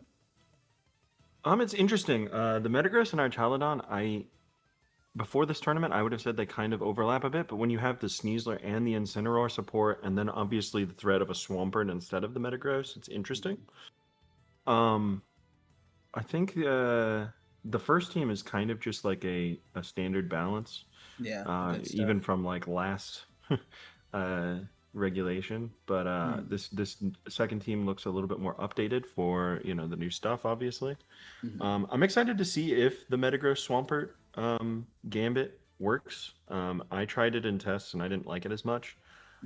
But maybe with that Sneasler support, I was running Ensign Floette with Sinistra over the Metagross, or I guess over the Sneasler in this case. So maybe with that coaching boost. Goes in.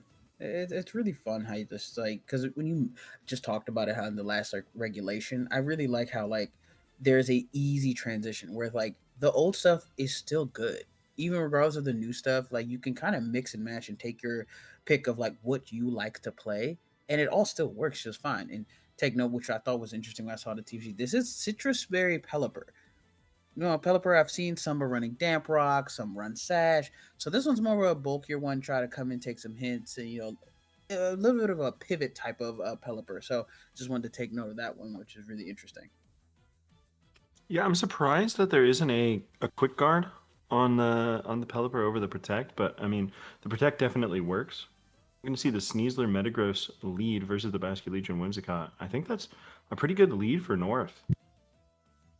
Yeah, this is the honestly, coaching. like you said, it's pretty good, but also like interesting because you can get really offensive from Trace just in turn one because Basket Legion. Hey, what if I just wave crash something? Metagross, granted, it can sit here for a while, but if you have Charizard in the back and Garchomp, you have some you can be a little reckless, if you feel like, because this is only game one, and we do see Arch actually switch in, and we just see a protection to the Whimsicott. So this potentially could be that wave crash, but it is into the Metagross, so good call there to protect.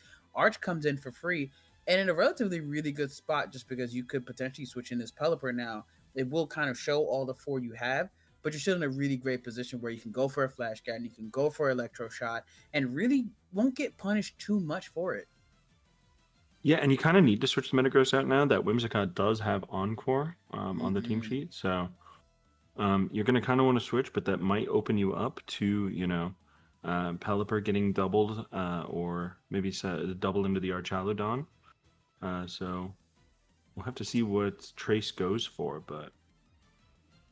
That's why I wouldn't even be surprised if maybe, like, if you're North, you kind of worry about that.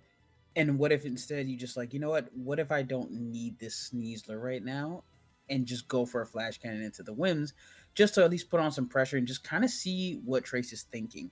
Because like you said, if it is a double up and it is into your Pelipper, then you have no way of switching to weather if Charizard is in the back, but you do have to worry about because you have two things or three things essentially that are weak to it. But we do see the Pelipper is going to come in. Moonblast goes into the Arch. It does get a defense boost. Wave Crash does go into the Pelipper, able to just eat the Citrus Berry and tank that. So honestly, if the call that you said, if it was a potential double up, I think the Pelipper would have been out of here. So kind of a lucky outcome there. Yeah, I'm surprised that Trace didn't end up going for the double into the Pelipper slot. I mean, especially if you have this Floette in the back, you have a lot of immediate damage on the Arch. I can definitely see, wanting to get a little chip in now so that the Floette could potentially solo it and you can kill the Pelipper with your Whimsicott, but I'm actually pretty surprised. Yeah. that didn't take the Pelipper kill. And that to me means that there's probably not Charizard in the back. We might see Garchomp here or King Gambit, not the Charizard. Yeah, we do see the Archers go for the protect here. Metagross has to eat a double moon. Double Moonblast. Wow, a double Moonblast there, and Metagross is almost down Ooh. for the count. That's a really tough way to kind of have a switch in there. Arch getting just there for free, but now you potentially get encored, and that was a really devastating turn there. We do see the Tailwind come out. Do see Dazzling Gleam, critical hit, is able to pick up the Metagross there. Arch is able to take it, but doesn't like it at all. We do see another Electroshock go into the floor and not able to pick up the KO, even though it has that +2 as Sneasler come in. And right now, North is in a really tough position. Yeah, absolutely. You got the Tailwind up. Floette is looking pretty strong. There's no protect on the Sneasler, right? It was coaching and rock slide and fake out in close combat. So you can just go for that double protect. Still have 2 turns of Tailwind up. I don't really see how North would be able to really do anything to double protect into a Moonblast on Sneasler and a Dazzling Gleam.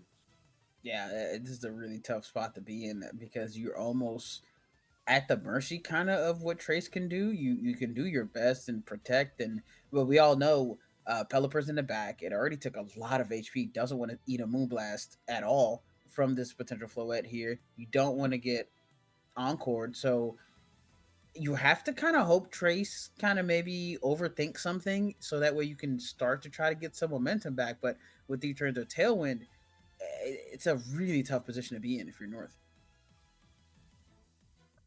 Absolutely. Just thinking out these plays here because I mean this potentially could end the turn as we do see the Floette go for the protect. Whimsicott does hit with the poison touch, of course, taking a ton of damage there. Electro shot to get another boost and actually doubles into the Whimsicott. Oh wow! So, hey, okay, slowly but surely you are making your way, and it's King Gambit in the back, just like you alluded to. Because of that play, it wasn't Charizard in the back. So honestly, this is not over just yet. Yeah, not quite. I don't think the Sneasler is Focus Sash, but no Unburden. So it will be able to take a hit potentially. Oh, I like that. Really good protect there. And just opting like, hey, if the Pelipper goes down, I get to come back in with Fake Out here. And you can Fake Out on this last turn because Tailwind will be over after this. So honestly, this is a fantastic position to be in here. King Gambit with the Iron Head goes into the Sneasler. We do see the Aura Sphere absolutely. Yeah. Somehow North brought this back from almost basically oblivion and picks up the last KO needed to win game 1. That was crazy. I'm just so surprised there wasn't a protect from the Whimsicott. Does it not have it? It does. It does have it.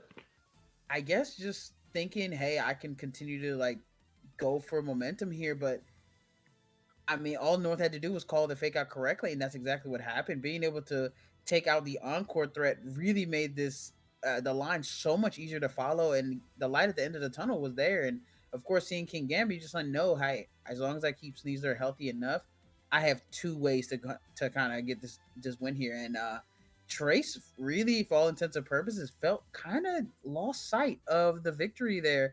Got a little too ahead of themselves. Yeah, and excellent play from North, seeing the line to potentially, snap victory from the jaws of defeat. But we'll have to see what adjustments they bring this game. Will we see the Charizard come this time? I mean, it is a little harder for Charizard now than it was before because, you're not doing as much damage to the Swampert. You can, the Swampert can click Protect as the Pelipper goes out and then comes back in. So there's a lot of different stuff that can happen. I mean, like the Whimsicott does. Was this the Sunny Day Whimsicott? No, it wasn't. It wasn't the Sunny Day Whimsicott. So yeah, there's a lot of nuance here that could happen. North goes for the same lead. Yeah. Oh, same lead from both. Yeah, and I mean Metagross unfortunately didn't get to do a lot last game just because of going out to getting a double up with the fairy move. So maybe you can get a bit of a redemption arc here. But Basket Legion once again putting on a lot of pressure just with continual just like, hey, I can just wave crash something. While Whimsicott, I mean, you can kind of protect here, scout, and then potentially have the same encore potential as last game. But maybe North, now that you have a an up victory here, up one game, you can potentially do something just slightly a little different here. We do see the, but opting for the double up into the Whimsicott right into a protect. But hey, at least you're not susceptible necessarily to encore that badly. I mean, of course you are, with the fake out, but is it really worth it? Basket Legion taking a lot of recoil damage here. So honestly, a kind of interesting turn of events here. Yeah, I mean, you do have the Whimsicott Focus Sash, so going for the Encore into the Sneasler is okay if you expect it to stay in. I just, I'm not sure if I expect it to stay in. It does not have that Unburden boost, by the way. It is Poison Touch. Touch, So it does have to, it's not something you have to fear. Essentially, just like, hey, I could potentially get a poison with every move I make. But I mean, right now you're in a pretty decent spot. I don't know if you want to switch in because Trace has done a really good job sometimes of just hitting into a lot of spaces. And we do see the wave crash, so getting that turn correct. And once again, just like in game one, Arch somehow finds a way to come in for free. Yeah, now you have to be worried about the Pelipper coming in. Yeah, kind of interesting. I mean, Whimsicott, of course, can, once again, encore pressure is a bit of annoying, but Basket Legion last time went down. But if this is the Pelipper swap, we could have a kind of redemption arc where it's like, hey, I'm going to double up this time to make sure I potentially get rid of the Pelipper. But then again, Trace sometimes, it is, from what we've seen from game one, does like to think a little differently and target a little differently. So we'll have to see how this kind of plays out. Yeah, absolutely. I'm still expecting the double up into the Metagross slot. That's kind of where I'm at. It also guarantees the kill after Wave Crash, because I don't think Wave Crash by itself kills. Yeah, definitely. I don't think it's enough for sure. I think you just need that extra bit of chip. We do see the Metagross stays in. Wave Crash. There's that double up. Is able to pick up the KO here. And we do see Dragon Pulse just opting to take out the Basket Legion. So, hey, not bad. You don't get the +1 like you did before. And I think North definitely seeing what could have happened in game one is definitely like, you know what? Metagross is cool, but I would rather keep my Pelipper pretty healthy. I'm already down to my Sash with my Sneasler. So let me just see what I can get out of this turn. And we do see the Floette come in here and Pelipper at full health. Yeah. There is obviously the threat of the double into the Archaludon slot. Not something that it's particularly excited to take, but we'll have to see what North does to alleviate that. Yeah, Fairy Aura boosted is not fun. It's why it's one of the premier mons here. Just being able to have that Xerneas boost and just like, hey, I'm gonna just absolutely just nuke something here. We do see the Mega here. Fairy Aura spreads Moonblast into Pelipper, doing just an abundant amount of damage here.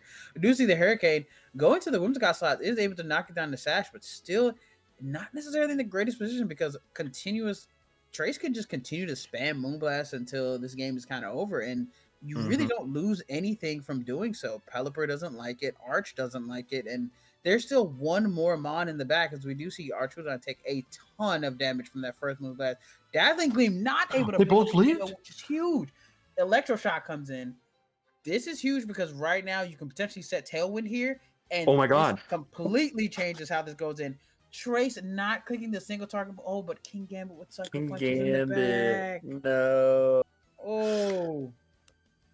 Wow. Right where there was a potential win, King Gambit is here to cause some issues. We do see Hurricane. Oh. Wait. Okay. All right. Now you pin it.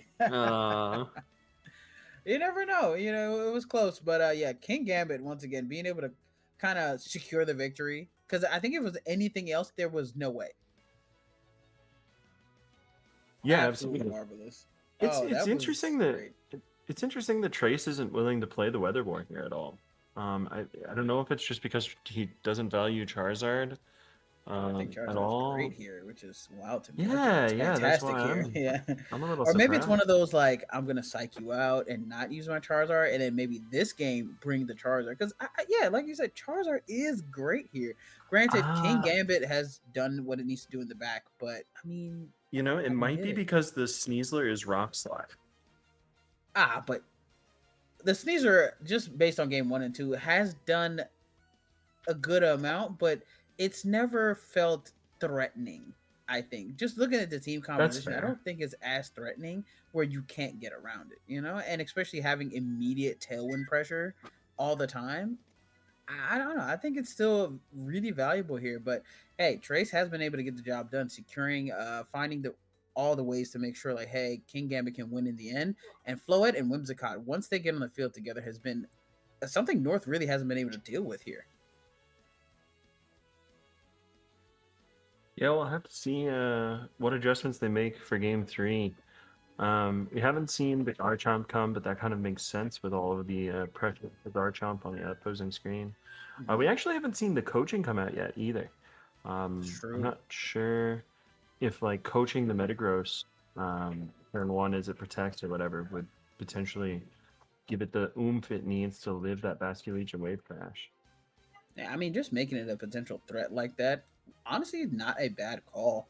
Because you've been getting the moments. Oh, Ooh. we're just starting off with the rain, and Ooh. Basket Legion loves that. So interesting place to be in, but really, actually, still Arch is in a fantastic spot. Just because, okay, Basket Legion doesn't like me.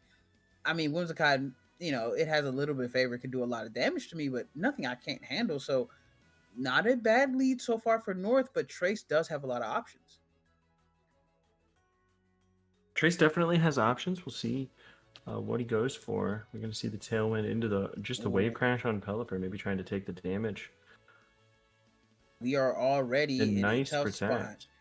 Yeah, and just Yeah. would you look at that? Would you look at and the instant is the adjustment here. I actually really like the instant adjustment over the Sneezer because I felt like Sneezer wasn't able really to do much, but a great call and a double up there. But honestly, you're in a really great spot. This Whimsicott does not have sunny days, so you can start kind of going at this weather war, but the problem is you just protect it, so you potentially can get caught in a encore here. And protect is just a move of choice here. We do see fake out into that slot, and Garchomp comes in, so a lot of different mons here than the previous 2 games. Yep, and this Garchomp is Rock Slide with a Rosalie Berry, so Adamant Nature. It's going to be able to maybe get some big damage down. I don't know if that's going to necessarily kill Incineroar, but you could potentially, do the Moonblast. There's the Ooh. Moonblast on the Archaludon. Stomping Tantrum just goes for the kill. Yeah, great call there. Just to opt like, hey, I know Arch could potentially switch into one of these slots, and I don't feel like giving you a free defensive boost. And yeah, really well done. So Archaludon is in a pretty interesting position here. The Whimsicott once again is a menace. Being able to have just play around the sash has been very, very hard for North to kind of deal with. As you do see Charizard switch in here. So the question is, what's the move of choice? Tailwind goes up. We do see Ice Punch into the Charizard here. Dragon Pulse not able to pick up the KO. It's close, but no dice. And now North in a very interesting position because Charizard really at a good spot, but you do have Pelipper in the back. Yeah, you have Pelipper to swap in here. You can't go for Heat Wave safely. You can't really go for Weather Ball safely. Yeah. Yeah, kind of a tough spot here. Whimsicott once again continuing to put on a lot of pressure. We do see actually just the swap here. Pelipper comes in for that Metagross. Moonblast into that slide, doing a ton of damage, but not enough. Dragon Pulse able to absolutely clear Chomp from the board. And all of a sudden, just like that, you were saying, Trace, really, we were trying to understand why the weather war was not a thing opting to go for here, but it's Lives and and Dragon, that is no heat wave, no nothing, just goes for the weather ball into the Pelipper, and North having a bold call of like, no, I'm just stay right here, and picking up the KO there, and somehow, even though it felt like Trace was in good spots, North just saying, no, I know how to pilot this weather war. I've done enough. And an instant bring and knowing when to not switch out Pelipper, fantastic game there to take the set. Yeah, absolutely. I don't know if Trace was supposed to hold his Charizard Mega Activation As the Pelipper switches out, I've seen a lot of people go for just like a no mega protect, because then next turn you're guaranteed to have that fire move even if Pelipper switches in. Yeah. But no, didn't play it that way, and then North got the really nice read on the Basque Legion, just trying to grab damage on Pelipper game one, or Yeah. turn one, and that was kind of it. Yeah, that was I gotta say that was pretty interesting how that kind of game kind of broke down. I do think if we were to, in hindsight, of course, I think the Mega Floette over the Garchomp was the play. Mega Floette had just done such an amazing job throughout the set, whereas in all the seemed like was like you kind of just want to bring your weather. So the Garchomp, unfortunately, not really able to do much, never getting into a great position, got caught with the Dragon Pulse there and crit doing 100% of damage. So really not getting to see the light of day. But in hindsight, I think if you kind of paired the Charizard with the Mega Floette, this must be a very different game 3. Absolutely. Oh, really, really great set and marvelous to watch, honestly. So shout out to North taking the set there in a really, really fun matchup. Really, really fun 3-0, 5-0 matchup. So now North is now 6-0. Gonna move on to the day 2, guaranteed, I believe. So we'll see how it goes for more North later. But I think we're gonna go to break and let the other casters come on. Thank you so much for letting us talk. It was really fun. Absolutely. Looking forward to see what the games are like tomorrow in day 2. So for me and Mason, guys, we'll see you guys later and good luck to the next batch of casters.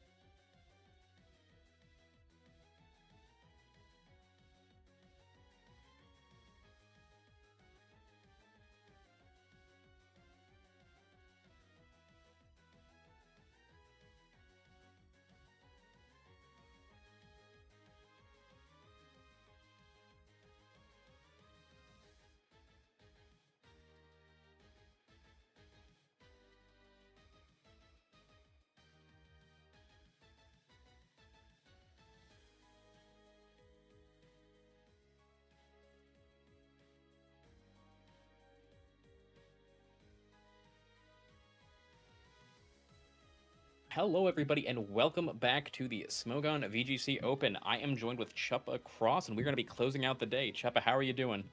Doing great, Jacob. I caught a couple of the rounds that you guys were casting on the stream earlier, and I'm really excited to, kind of hop in and catch some of the end of day one. How have you been so far? It's been going good. We've been seeing a lot of really exciting matches, and I think we have a treat cooked up for this round number 7, with both our players fighting to punch their ticket to day 2 of our event.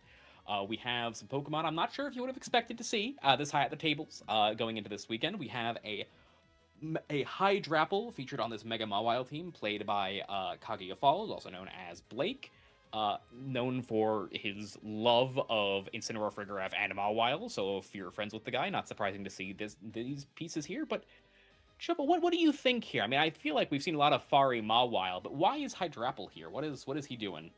I mean, I know you'd been talking about it as kind of like a Swampert killer, which, looking at the rest of this team and seeing, Fari, Incin, Mawile seems like a pretty, ready to go, strong Trick Room core. Not surprised to see those guys doing well. I do think, Swampert is a Pokemon they're going to need help with, or even, I don't know, more help against a Pokemon like Basculegion is never going to hurt.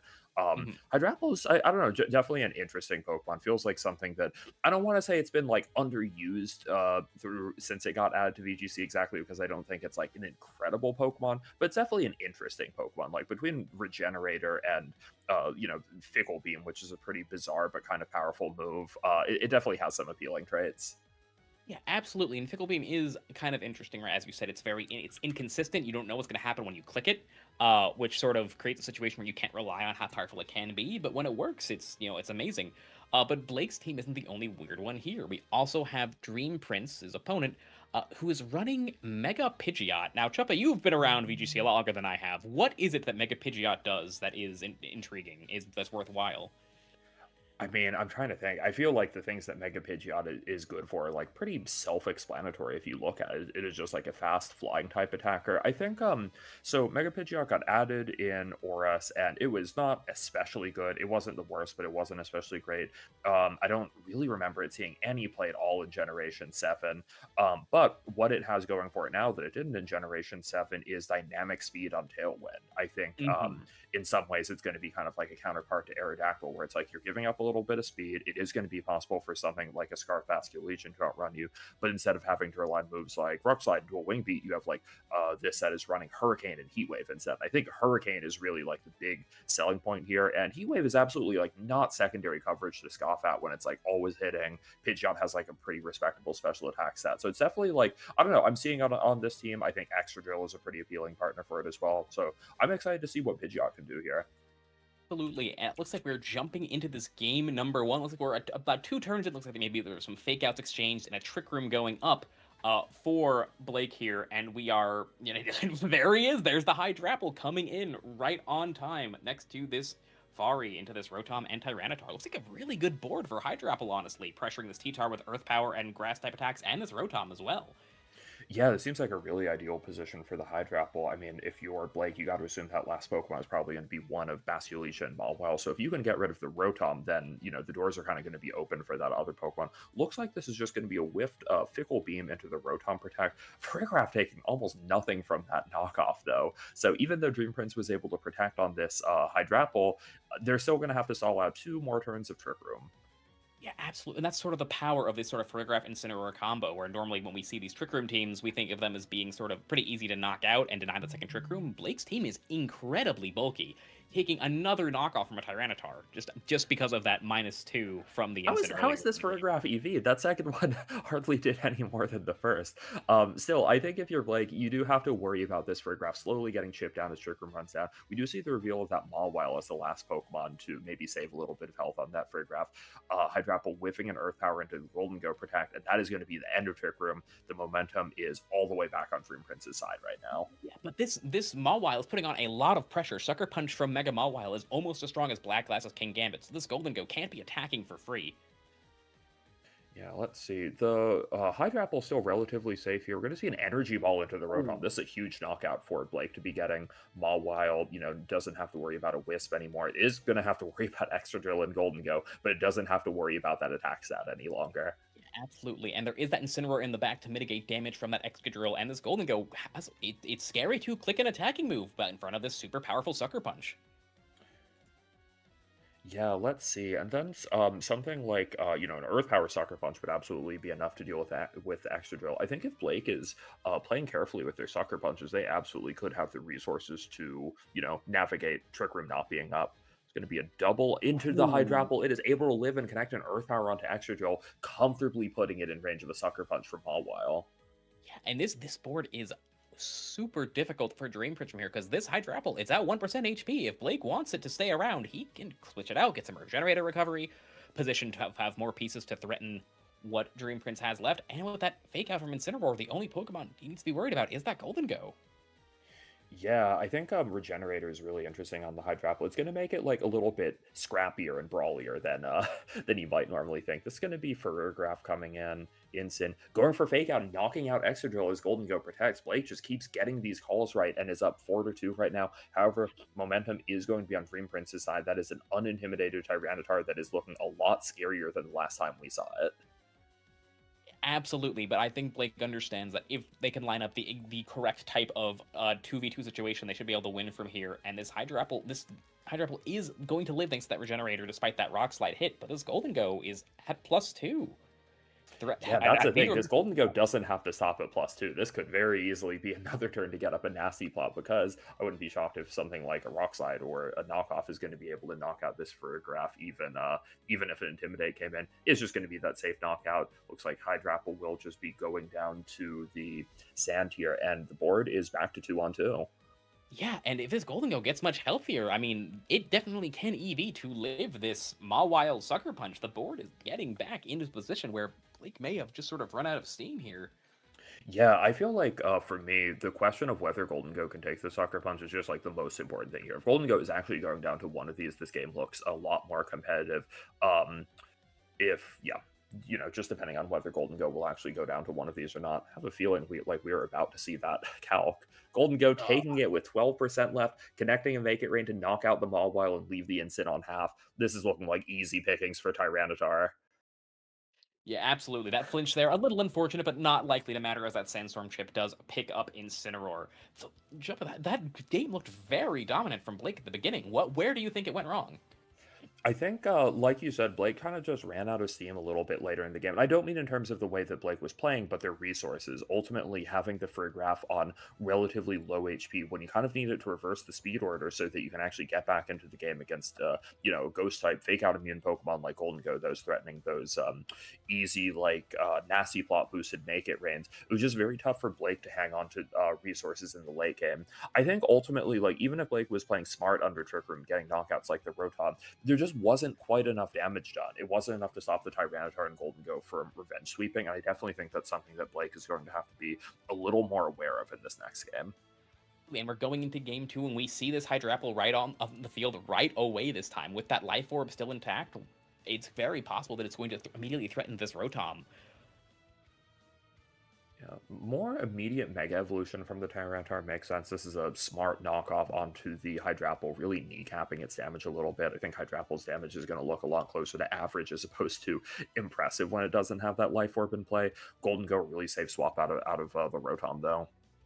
Yeah, absolutely. And with it looks like Blake was not confident that his Ferrograph was going to be able to live that attack, pivoting into Incineroar, but that leaves Hydrapple already gone. Yeah, Blake is really running out of resources quickly here. Even if this is going to be a safe Trick Room setup, I think losing your one Pokemon that's actually capable of recovering HP by swapping out. This is going to be a whiff fake out into this Arena swap. Rock Slide knocking out Incineroar and already putting Blake down 2-4. However, he is going to be able to get Trick Room up. Let's see if Ferrograph and Mawile can work some magic here.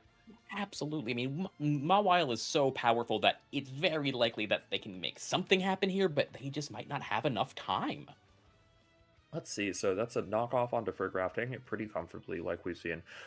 This might not be impossible for Blake still. It's not like there's any way for this Mawile's attack to drop. However, something that's really worth noting is neither of Blake's Pokemon are going to be able to hit this Golden Go very hard, assuming it is setting up. And if you're Golden Go, I don't think you exactly need to be going for, your attacking moves right now.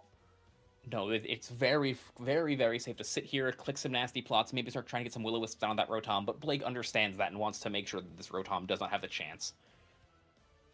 Yeah, pairing up the Furgraph and the Mawile like this is really good because, with a helping hand in play, the Golden Go absolutely is capable of going down to one Sucker Punch like it was not in the last game. So I think if Blake is able to kind of call what the Golden Go is doing, then he will have a shot in this game. However, I wonder if your Dream Prince, like, do you not just have the game locked by doing something like knock off the Furgraph from here? Yeah, that does seem very strong. I suppose if Blake throws an attack into the Golden Go, then it might be in range of the Sucker Punch, but just going for that Iron Head to remove Tyranitar, and now we're just looking to see if, maybe there's a crit, maybe they're just going to stall out the Sucker Punches, I'm not sure. So this looks like a very well EV'd Golden Go, able to take that hit comfortably in both games and close out a win, a 2-0 win, no less, for Dream Prince with that last Make It Rain. Yeah, absolutely. Congratulations, Dream Prince, on a very well navigated game, guaranteeing yourself a spot in day 2 tomorrow. Blake's run is not over just yet. Just going to have to play that win in next round. Now, it's sort of unfortunate. We didn't get to see Pidgeot. Yeah, no, I think the Pidgeot's very interesting. Unfortunate that it didn't come, and we only got to see the sort of Hydro Apple get showcased from our less common Pokemon here. Now, something worth interesting, I think, Trepa, is that these max attack boosting nature Mega Mawiles are almost as strong as King Gambit Sucker Punches if they're black glasses, which sounds extremely impressive, and it is, especially from a non-stab attack. The problem being that because the damage is so similar, people may be accidentally calking for your Mawile. Oh, you're so right. Yeah, I think still the Sucker Punch is such a unique part of Mongrel's kit because it's just like in a lot of ways this really like kind of glass cannon Trick Room hitter, but it is going to have that Sucker Punch to help you navigate boards when you don't have Trick Room up. Like I don't know if you're fighting something like a Charizard Trick Room runs out, you can still be doing about half to that Charizard before it can actually respond to you with something like a Heat Wave, even when Trick Room is not up. I think Mongrel is a Pokemon that we haven't seen that much of yet that I'm really excited to see more of. I think it has a lot of potential in this format, but I do think matchup did look a little bit tricky for Blake there. The opponent just had really good ways to navigate that Trick Room, and I think using your Pidgeot as a secondary Mega on Sand kind of, we got to see what makes Tyranitar such an appealing bring in that matchup, just being a really difficult Pokemon to knock out that is pretty capable of taking on like all the Pokemon that Blake was using in that game besides the Mawile. Yeah, absolutely, and especially that pairing of Tyranitar with Rotom, we have seen time and time again since the beginning of Pokemon Champions as a sort of combo that allows the players to handle the things that threaten Tyranitar because they're almost purely physical because of the nature of Sandstorm. So having that bulky Will-O-Wisp Pokemon really lets it sort of handle those situations that it otherwise would be threatened in. And we also really got to see the synergy between Tyranitar and Golden Go in that game. I think two Pokemon that have like also paired pretty well together since Golden Go came out. Tyranitar doing a really good job dealing with Pokemon like Incineroar, sort of just like slowly wearing the opponent down until they're going to be in range of moves like Golden Go's Make It Rain. Golden Go actually really did look quite impressive in that set. We got to see its kind of like combination of natural like bulk and attacking power, and Dream Prince was able to do a really good job not worrying too much about the drops from Make It Rain. I don't think after any of those Make It Rains the -2 was actually like very detrimental to their game plan. They were able to make sure they had enough boosts to get through Blake's Pokemon. Absolutely. Golden Go's death may have been highly exaggerated, but it looks here like we have another set to show you guys for round 7. M. Sousa versus Kunal, both players that are fighting for tournament life at 5-1, trying to punch that ticket to day 2, making next round a little less scary. And the first thing we're looking at here is M. Sousa's built with it's Mega Swampert Rain Team, pretty interesting. And then we have a Venusaur and a Scarf Rotom Heat, not things we really expect to see on these teams lately. So Triple, what do you think about this Rotom Heat? What is it doing here? Let's see. So Rotom on a team like this, going to give you something that can outrun that Scarf Bascule Legion, especially like the timid nature is a sign that the Rotom is EV to do something like that. I'm trying to think. Rotom, the Scarf Rotoms are something that feel like they really peaked kind of early on in Regulation MA and didn't come up quite as much near the end. Maybe part of that is just because like Choice Scarf Bascule Legion as a Pokemon is something that probably like peaked in usage kind of early on. Obviously still a pretty strong set throughout the whole format, but when it's not like the most used Bascule Legion item, it's not as important to have this like Rotom that can outrun it and try and do really heavy damage with that Thunderbolt against it. I think Rotom a pretty interesting like jack of all trades Pokemon. It's really capable of doing like kind of a lot of things in different matchups. It does still have that really impressive speed here that puts it above Pokemon like Mega Aerodactyl, where Bascule Legion is not capable of doing that with its own Scarf set. Yeah, exactly. And I do think the sort of, you talk about the item economy of choice scarf being survival on Bastion Legion. Perhaps these new items coming into the game are sort of letting people free up slots more easily. Like, I know we just saw the Light Clay on that Sableye there, a new addition, Regulation MB. And it looks like here we're looking at our other players, Team Kunal, featuring a team that is pretty similar to the team that won the Japan National Championships in Regulation MA, just with that Floette swapped for a Golden Go. Yeah, that's an interesting choice. I mean, I think the most obvious thing is like, let's say if you're doing something like your Whimsicott Float modes on the Japan Nats version of the team, now you have something like Whimsicott and Golden Go instead of Whimsicott and Float. I can definitely see that working pretty well. Whimsicott and Golden Go, like historically, a very, very strong pairing throughout the last generation of VGC. Interesting that with the Make It Rain drop, with the Make It Rain change on Golden Go, maybe we're seeing a little bit less inclination to do sets like Nasty Plot on it. I think Power Gem, just like with Charizard being like one of the most important targets in the metagame, I think it's kind of funny that something like a Life Orb Golden Go, I don't really think Charizard can calc for that Power Gem easily at all if it's if it's possible in the first place. So I think it's kind of funny that Golden Go on this team almost seems like it's kind of a designated Charizard hunter. Absolutely. That Power Gem also being really valuable to deal with these bulky Pelipers we're seeing so often, like on Sousa Gamer's team. So it looks like we are getting into game number 1 here, that Whimsicott Bastion Legion lead against Archaludon and Sableye. Both players kind of showing that they want to play a very different pace of game, and because we're getting right into it, that Will-O-Wisp going into that Bastion Legion. Archaludon, I would imagine, is a Flash Cannon going into Whimsicott there, and Sableye holding on through that Moonblast. How do you feel about that turn, Chuppa? How do you think that sort of turn 1 interaction went? Yeah, let's see. Ooh, looks like we're already going into the turn 2. That's Archaludon swapping out for the Swampert here. Charizard just going for a Protect, maybe trying to see what's going on with the weather before it actually has to go ahead and activate that Mega. As Sableye is able to Encore Whimsicott into the Moonblast that it went for in turn 1. However, that is going to be enough to knock out the Sableye, but this Whimsicott won't have any way to set up Tailwind at this point in time. And notably, a mechanics change at Pokemon Champions. Now, when you Encore a Pokemon, the targeting will always be random, so it was a possibility that Whimsicott could have gone into Swampert. A little fortunate for Kunal that the Sableye didn't get to stick around to set a light screen. I think that's... I think that might be the Showdown, how it works on Showdown, but not in-game. Really? That's going to be Zard going for its Mega. Feels like it's forced to at this point. Was there's just going to be a double Protect from Sousa. Yup, able to scout out the Charizard's Mega.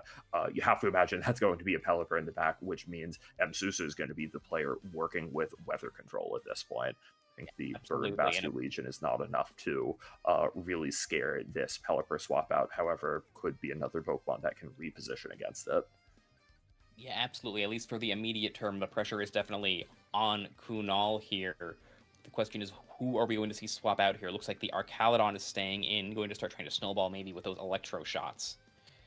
Yeah, I still think Kunal has enough resources here that it's... Ooh, okay, so this is just going to be potentially the immediate flip turn back into Charizard, which would be a really great way for Kunal, to keep up the pressure, really not let Sousa activate the weather in their favor. Is this... Ooh, Archaludon gets caught trying to power up that Electro Shot. This is really disastrous. It's very, very hard for Sousa to answer a Weather Ball or even a Heat Wave from this Charizard here. And it looks like we're just doubling up, perhaps trying to remove this Arch as soon as possible. I think this is a very safe play. Like, if you doubt that your Weather Ball is going to be strong enough to knock out the Archaludon, Sousa doesn't have any counterplay of this double up. I think you just always get to remove a very valuable piece there, even if it, and because the Pelipper stayed on the field, it's not like Sousa even has the weather control in their favor at this point. We're looking at a Pelipper that is like very vulnerable to an Encore lock right now, and a Swampert that doesn't have any response to a Solar Beam. Yeah, it looks exceptionally difficult here. For Sousa. It looks like we're seeing the Swampert Mega Evolve get that extra damage. Just a Tailwind here. And just to remove that Swampert with the Solar Beam, you have to imagine. And here it goes. I just, I like Pelipper. It's not a Pokemon that's going to be winning a 4v1.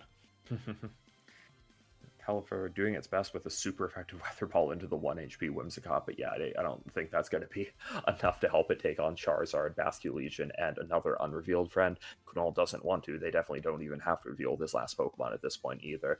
This is interesting. It feels like Sousa didn't have such a bad start, but overall this game plan feels like it is really going to need some work if Sousa wants to take games 2 and 3 at this point. Do you think if that attack with the Archaludon wasn't an electro shot, something that let them protect and continue to reposition and try and fight over the Weather War, do you think that was sort of the turn where things changed, or do you think things were sort of slipping away before that happened? I think things were I think the just getting like the Kunal able to do that like flip turn and get the weather reset. I think if MSUSA want to maintain a better position, they would need to call that out and maybe even just like leave in their Pokemon, say like, hey, Charizard Megad, and just say like, okay, I don't need Rain yet because I think Charizard is swapping out, getting that call wrong, going for the safe play when they were already down a Pokemon, which is going to be very consequential in a weather war game. You want to have as many swap ins as possible to keep reactivating that weather. I think that's when things really started to go downhill. So we'll see right now if MSUSA was able to come up with a game plan to sort of respond to what Kunal was doing there as we get into this game too. Going to be a lead of Whimsicott and Golden Go this time.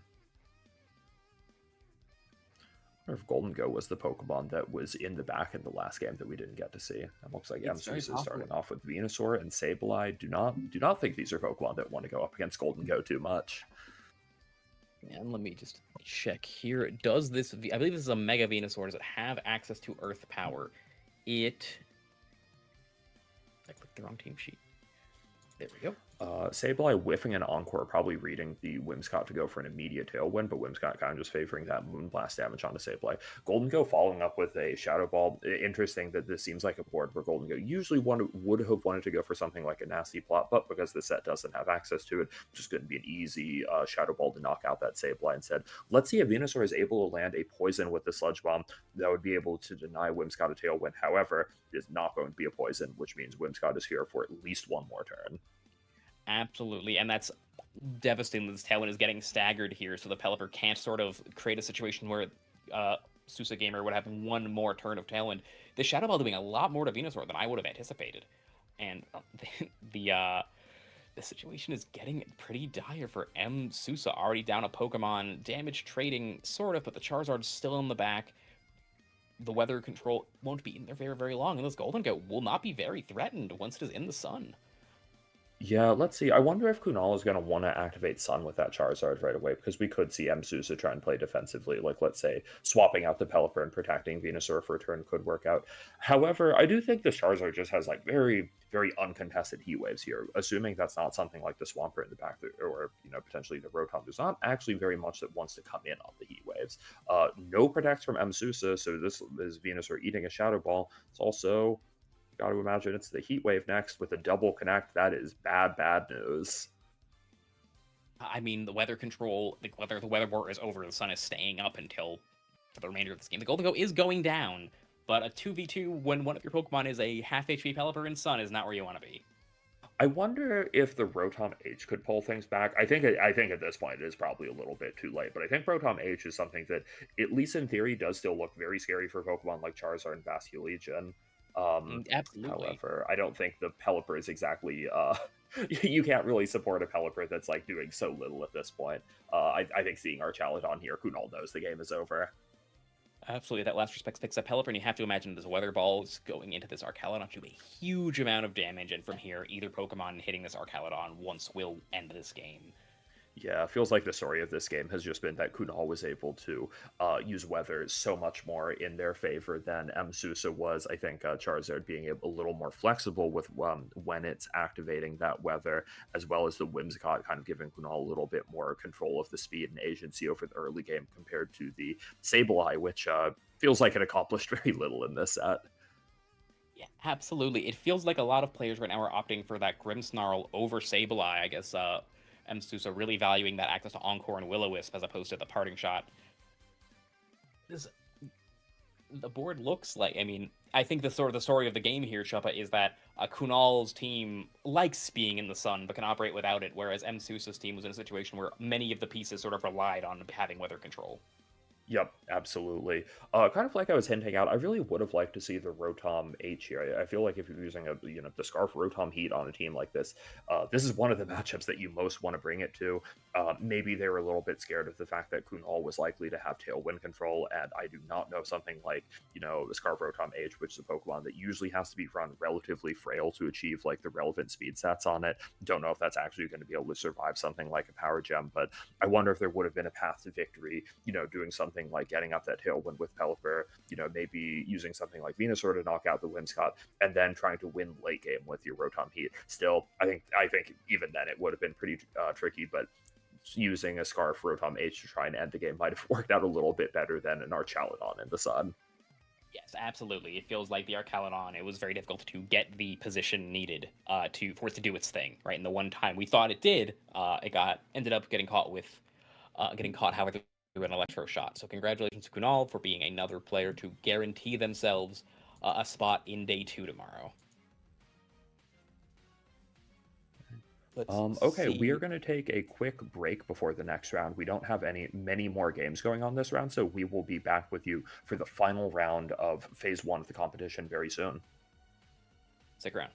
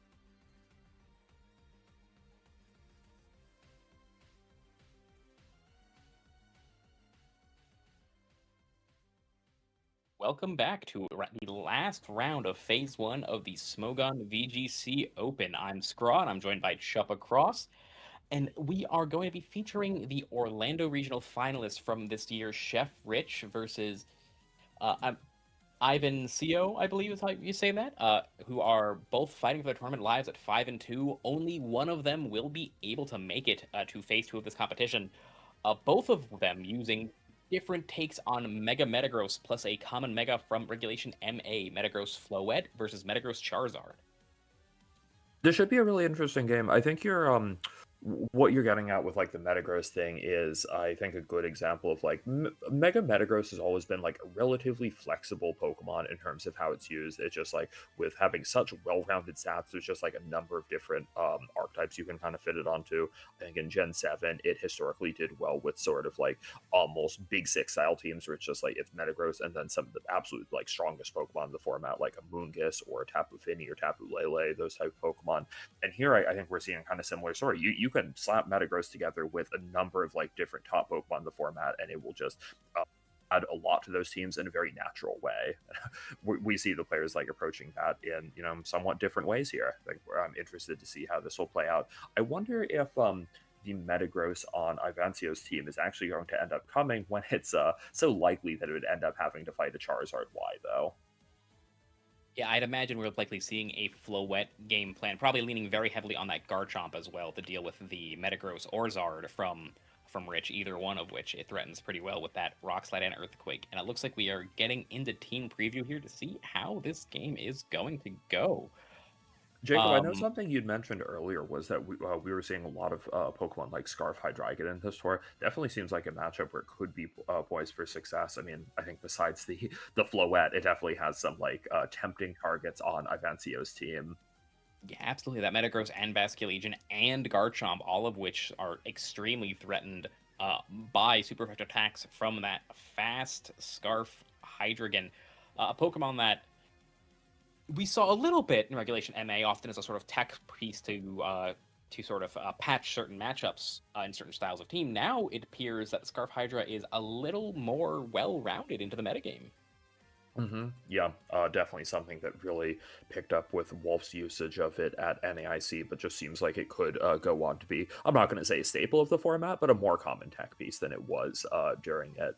Another thing about this matchup is both players have teams kind of based around these priority tailwind setters. I guess on Richard's side, there's also going to be that Farigiraf, which can not only block, a full health to Wing Beat from the Talonflame on Ivanceo's side, but also do things like, potentially threaten a Trick Room if Ivancio is going with that tailwind mode. Absolutely, and it looks like we are coming in here and neither player bringing any form of speed control to start. It just looks like they're trying to damage trade, hit as hard as possible with that Garchomp and Metagross from Ivancio versus Basculegion and Charizard from Rich. Now, Chuppa, how do you feel about this board? Who is this favoring? Definitely seems like it's going to be Ivan here. I think seeing things like a Rock Slide or let's see, I guess the Metagross is pretty likely to outrun the Charizard after it megas as well. It feels like Ivan has a lot more control over what's going on here. Yes, absolutely. And with that Metagross being the Jolly stat alignment, it is, unless it is extremely little invested, it will outspeed this modest Charizard Y. But it looks like we're just seeing a great position from both players here and not very much happening. And all of a sudden, this board is a lot less favorable for Ivancio with this Farigiraf threatening Trick Room and this Basculegion being slower than both of Ivancio's Pokemon with no real way to threaten it. This Garchomp is the Citrus Berry variant and it is Jolly. And this Talonflame does not pack Will-O-Wisp and can't hit it with Dual Wing Beat because of Gale Wings being blocked by Armor Tail. Wow, that turn went so well, like confusingly well for Rich. It feels like Ivan kind of gave up a lot of offensive pressure there. This is going to be a chunky Flare Blitz hitting into the Farigiraf, but now it is time for Basculegion to respond with a helping hand. Life Orb Wave Crash, that is an easy knockout on the Metagross Swampert as a very valuable Pokemon that Ivan is now down. Yeah, absolutely. That was a great turn for Rich, but now this King Gambit comes in here and he's not feeling very threatened here. I mean, I'm actually not sure. Does Life Orb, Helping Hand, Wave Crash remove King Gambit from a Basculegion? I think if it's strong enough to kill Metagross is like a around as bulky as King Gambit. So I would not be shocked if King Gambit has to worry about one of these coming its way. Wow. I guess Metagross usually has like less HP training, but yeah, by the numbers, they're kind of similar. If you're Ivan, I wonder if you're thinking about things like, let's say, something like a Tailwind and a Kowtow into the Vergraph could work for you. That's just going to be an Aqua Jet to knock out the Talonflame, no speed control. King Gambit's still able to respond with a Kowtow into Vergraph, but this is only going to leave Ivan with a 2 to 3 disadvantage right now. Absolutely, and removing that photograph is important to sort of unlock the priority on this King Gambit, but there is a lot of pressure coming out from Rich, even if Sucker Punch is on the table. Yeah, kind of looking back at the start of the game, I'm still a little bit like confused why this Charizard wasn't using its offensive pressure a little bit earlier. Ooh, looks like that was a whiffed Sucker Punch into the Charizard slot. No Rock Slide Flinch. This Basculegion is just taking name after name. Showing off how much of a difference that 10% increase with Life Orb compared to Mystic Water can just completely change the way Pokemon interact with each other. Ooh, I guess we have to see the Sucker Punch calc into the Charizard, you know, relatively chunky there. Doesn't look like this is the most defensive of Charizards. However, that is not enough to help King Gambit against these two strong Fire-type attackers. No, absolutely not. That especially with that Hydreigon getting boosted even further by the sun. Notably, Rich does not have a perfectly accurate Fire-type move on their Charizard, so there's always a chance of something going wrong, but there the odds worked out in Rich's favor and got them to game number 2 here. Now, Chuba, if you're Vencio, how do you adjust your game plan? The 4 you brought seemed solid, but Rich sort of just called him out several turns to sort of switch the tempo back into his favor. I think the mistake Ivan made there was not taking advantage of their pressure on turn 1. It felt like they tried to go for a play that was a little bit too safe when they had a relatively commanding position, and as soon as they, kind of got the turn 1 wrong, Rich was able to reposition and get in the Vergraph. That's when the tide of the game completely changed, and Ivan just never found their way back into it. I think we need to see them figure out something a little more decisive to do about this Basculegion, or at the very least, a way to get their calls right against it. I think otherwise we are just going to see Wave Crash after Wave Crash yet again. Yeah, absolutely. And this Garchomp, you have to imagine, is relatively bulky holding that Surge Sperry item, so it's extremely impressive that Basculegion is able to just sort of just remove the Pokemon so easily. It's a lot of pressure. I think something about that last game that's kind of interesting is we saw Richard hold on to the Mega for the Charizard until the very end of the game, and part of the reason for that is, like, let's say if this Charizard does go for the Mega turn 1, the Basculegion really isn't going to be that scary early game when it doesn't have the boost on Last Respect yet. So, the Charizard and Basculegion here are actually kind of at odds with each other. Yeah, absolutely, but we see right once again that Rich really does want to pressure that early Basculegion damage, sort of leading this Pokemon and kind of hoping Vencio remembers how scary it was last game to sort of make them play defensively. The question really is, like, what is Vencio going to do here? I mean, both players are threatening knockouts on each other's pieces. A Sucker Punch onto this Basculegion, but it looks like we're just going to see the Mega Evolve and the Vergraph swap in here. Talonflame just going for that Tailwind, not falling for any kind of play here from Rich that may have baited out that Sucker Punch. But I still don't know how great this looks for Vencio. I mean, I think Tailwind Protect is one of Avencio's safer plays there. Not losing King Gambit right away is good. We don't know if this is a King Gambit that has enough speed training to outrun Charizard when it has Tailwind set up. It's going to be very tough for King Gambit if it can't outrun Charizard right now to even get off like one more Kowtow Cleave before the Heat Wave knocks it out. I think if you're Richard, you're not exactly afraid of, like, your Farigiraf might go down, but your Charizard, I do not know if Charizard is at risk of going down. I guess one thing that's worth noting is, like, because the Heat Wave hit the Talonflame, Charizard or Vergraph do have to worry about dual wing beat here. It's actually going to be Flare Blitz into the Charizard. Let's see this speed interaction. King Gambit outruns Charizard. That's going to be a Kowtow Cleave for the knockout. Oh, here's a Trick Room going up. Now that they've revealed the speed on this King Gambit, I mean, Rich kind of knows that this Basculegion's in a relatively safe spot, but how is he hitting this King Gambit now that we're in the sun, like you brought up earlier? We only have one Last Respects boost. We're in the sun. Farigiraf not very good at hitting dark types. Yeah, this seems like a very comfortable position for the King Gambit. Actually, just seeing a very, very safe double protect. I guess the Thunderbolt on Vergraph is going to help a little bit, but yeah, I think the Basculegion just like so out of position there to the point that it felt it just needed to swap into Hydreigon. Actually take a decent amount from the Kowtow Cleave. But with the Tailwind ending on Avencio's side, this Garchomp is actually able to come in and threaten something like a easy Dragon Claw onto that Hydreigon. absolutely nothing left that wants to take that Dragon Claw. This Farigiraf is threatened by this Black Glasses Kowtow Cleave, that Citrus Berry item, and the special defense boosting innate nature. We might not even see it live this hit. But no, Ooh, just I getting the wonder if this all is into just the Ivan Legion. taking the pin on the slot. Kowtow Cleave and Dragon Claw would have been enough to knock out, whether either the Hydreigon or the Basculegion there. Yeah, absolutely. And with this Hydreigon being the choice Scarf item, there is no way for this Hydreigon to protect itself from getting through last turn of Trick Room. Dragon Claw takes it out, and King Gambit removes the Farigiraf, getting us to a game 3. Yeah. Wow. After the game one, it's actually kind of shocking, like, what a clean win that looked like from Ivan after the game one might have made it look like it was going to be a much harder fight for them to get back. I think that kind of tells the story here of, like, how offensive the early game here can be and how, one turn can really swing, like, the player that's going to be in the advantage here. Absolutely. It feels like both players here really understand the offensive pressure they are exerting on each other, and it comes down to who is willing to make that sort of risky play to capitalize on it when they have it. Going into this game here, I mean, do you think that Rich is going to say, okay, well, I'm going to bring my Farigiraf at home, Trick Room didn't work out, or is it important to use to protect that Basculegion that he's been leaning on so heavily to handle that King Gambit? I think Rich can definitely find ways to play their Charizard a little bit better than they did last game, because I think, when you see a Talonflame King Gambit lead, it probably makes sense to focus on your Charizard as the offensive threat. That's all well and good. You just have to find a way to avoid letting your Charizard actually get knocked out by those two. It's actually just going to be the Garchomp and King Gambit lead. This seems like a pretty safe start from Ivan. Both players kind of trying to find something that has worked out for them already here. Yeah, absolutely. Now, Juppa, something that a lot of folks have discussed in going into this format is that because Life Orb Garchomp now exists, it's not as valuable to EV Charizard to live Life Orb Rock Slide from Garchomp. So, do you think this Charizard's in danger of going down to one Rock Slide from this Garchomp here? This is a jolly Citrus Rock Slide. I think if you're a Charizard, you still probably want to be using EVs for hits like that.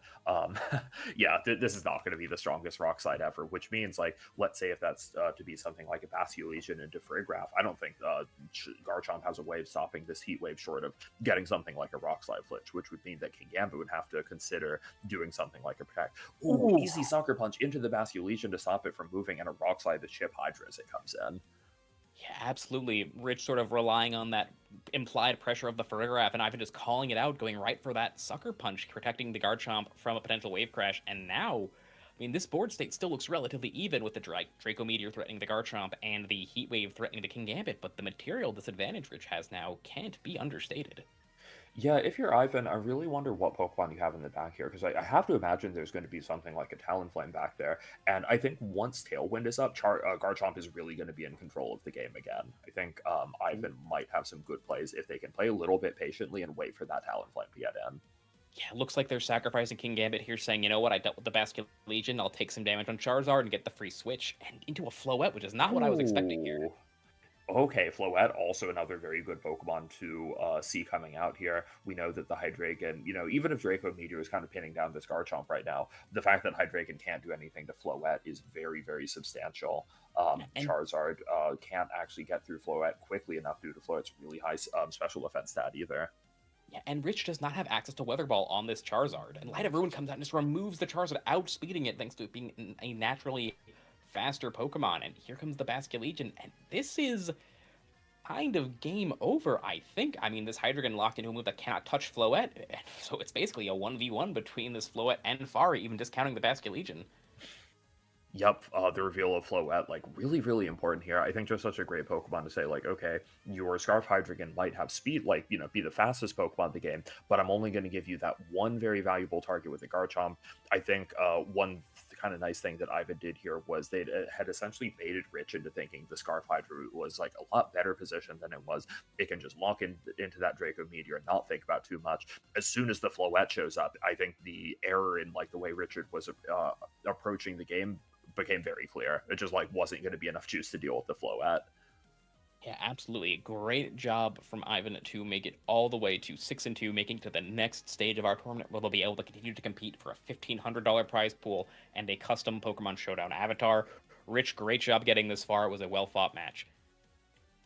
I think another thing in that match that was really interesting is sort of almost the way that I felt like a lot of the games were decided essentially by turn 1 or turn 2, things were already like beginning to wrap up. When you're using like Farigiraf and trying to keep it in the back, like you're leading some offensive Pokemon, telling your opponent like, okay, haha, you have to guess where the Farigiraf is coming in. That is not a strategy that is always going to work out for you. You're going to have to play some pretty high stakes guessing games, and I think Rich kind of just happened to get that guess wrong in the last game. I definitely don't think the play they went for is like too crazy.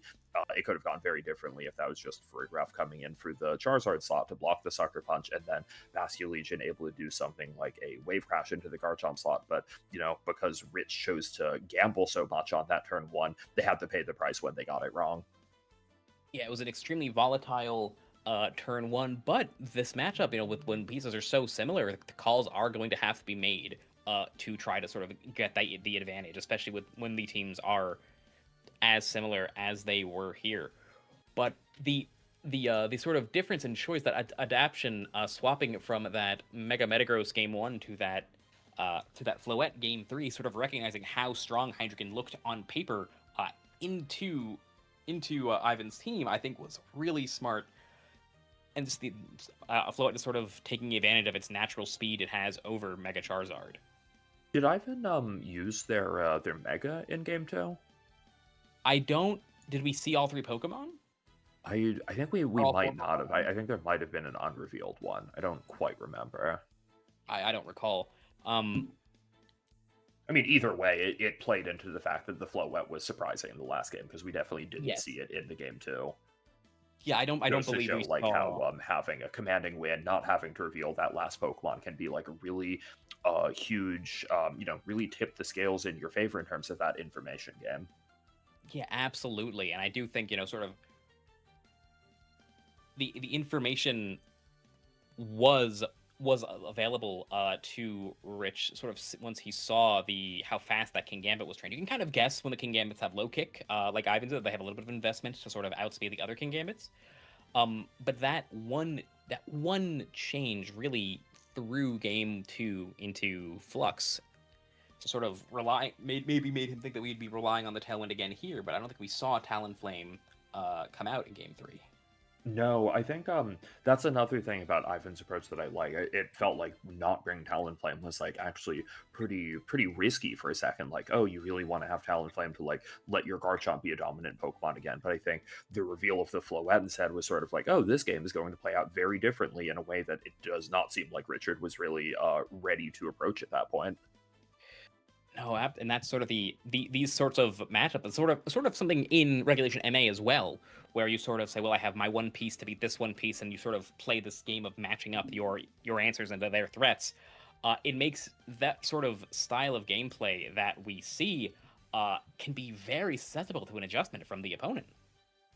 Yep, it is a format where you absolutely always have to stay on top of things like that. I think more than like most other formats for the last generation of Pokemon, it is one where you have to be like changing up your approach to the game like super consistently, or your opponent is going to find a way to pin down what you were doing in the previous game, because they very likely have tools for it on their team. Looks like we're going to be looking at some of the standings and top teams from the tournament right now. Yes, and Chepa, I have here the 4 8-0s we have. The 4 8-0s that we currently have. There's a few matches still ongoing, and it looks like the only one new Pokemon has went undefeated, and it was Golden Go, a Pokemon that people were very upset about when it got revealed.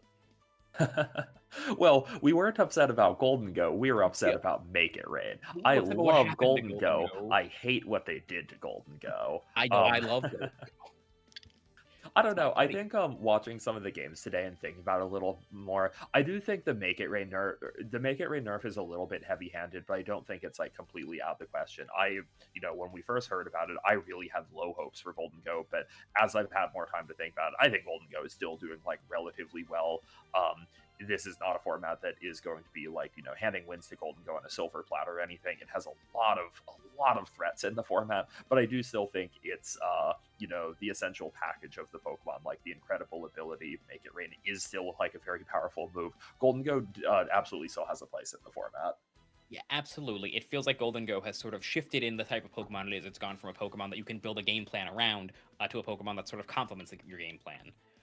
and I think that's a fine place to be. And going down here, if we're looking at the new Mega Evolutions introduced in Regulation MB, I'm seeing 7-1 player playing both Metagross and Swampert. I'm seeing a Mega Pyroar piloted by Arisabeth.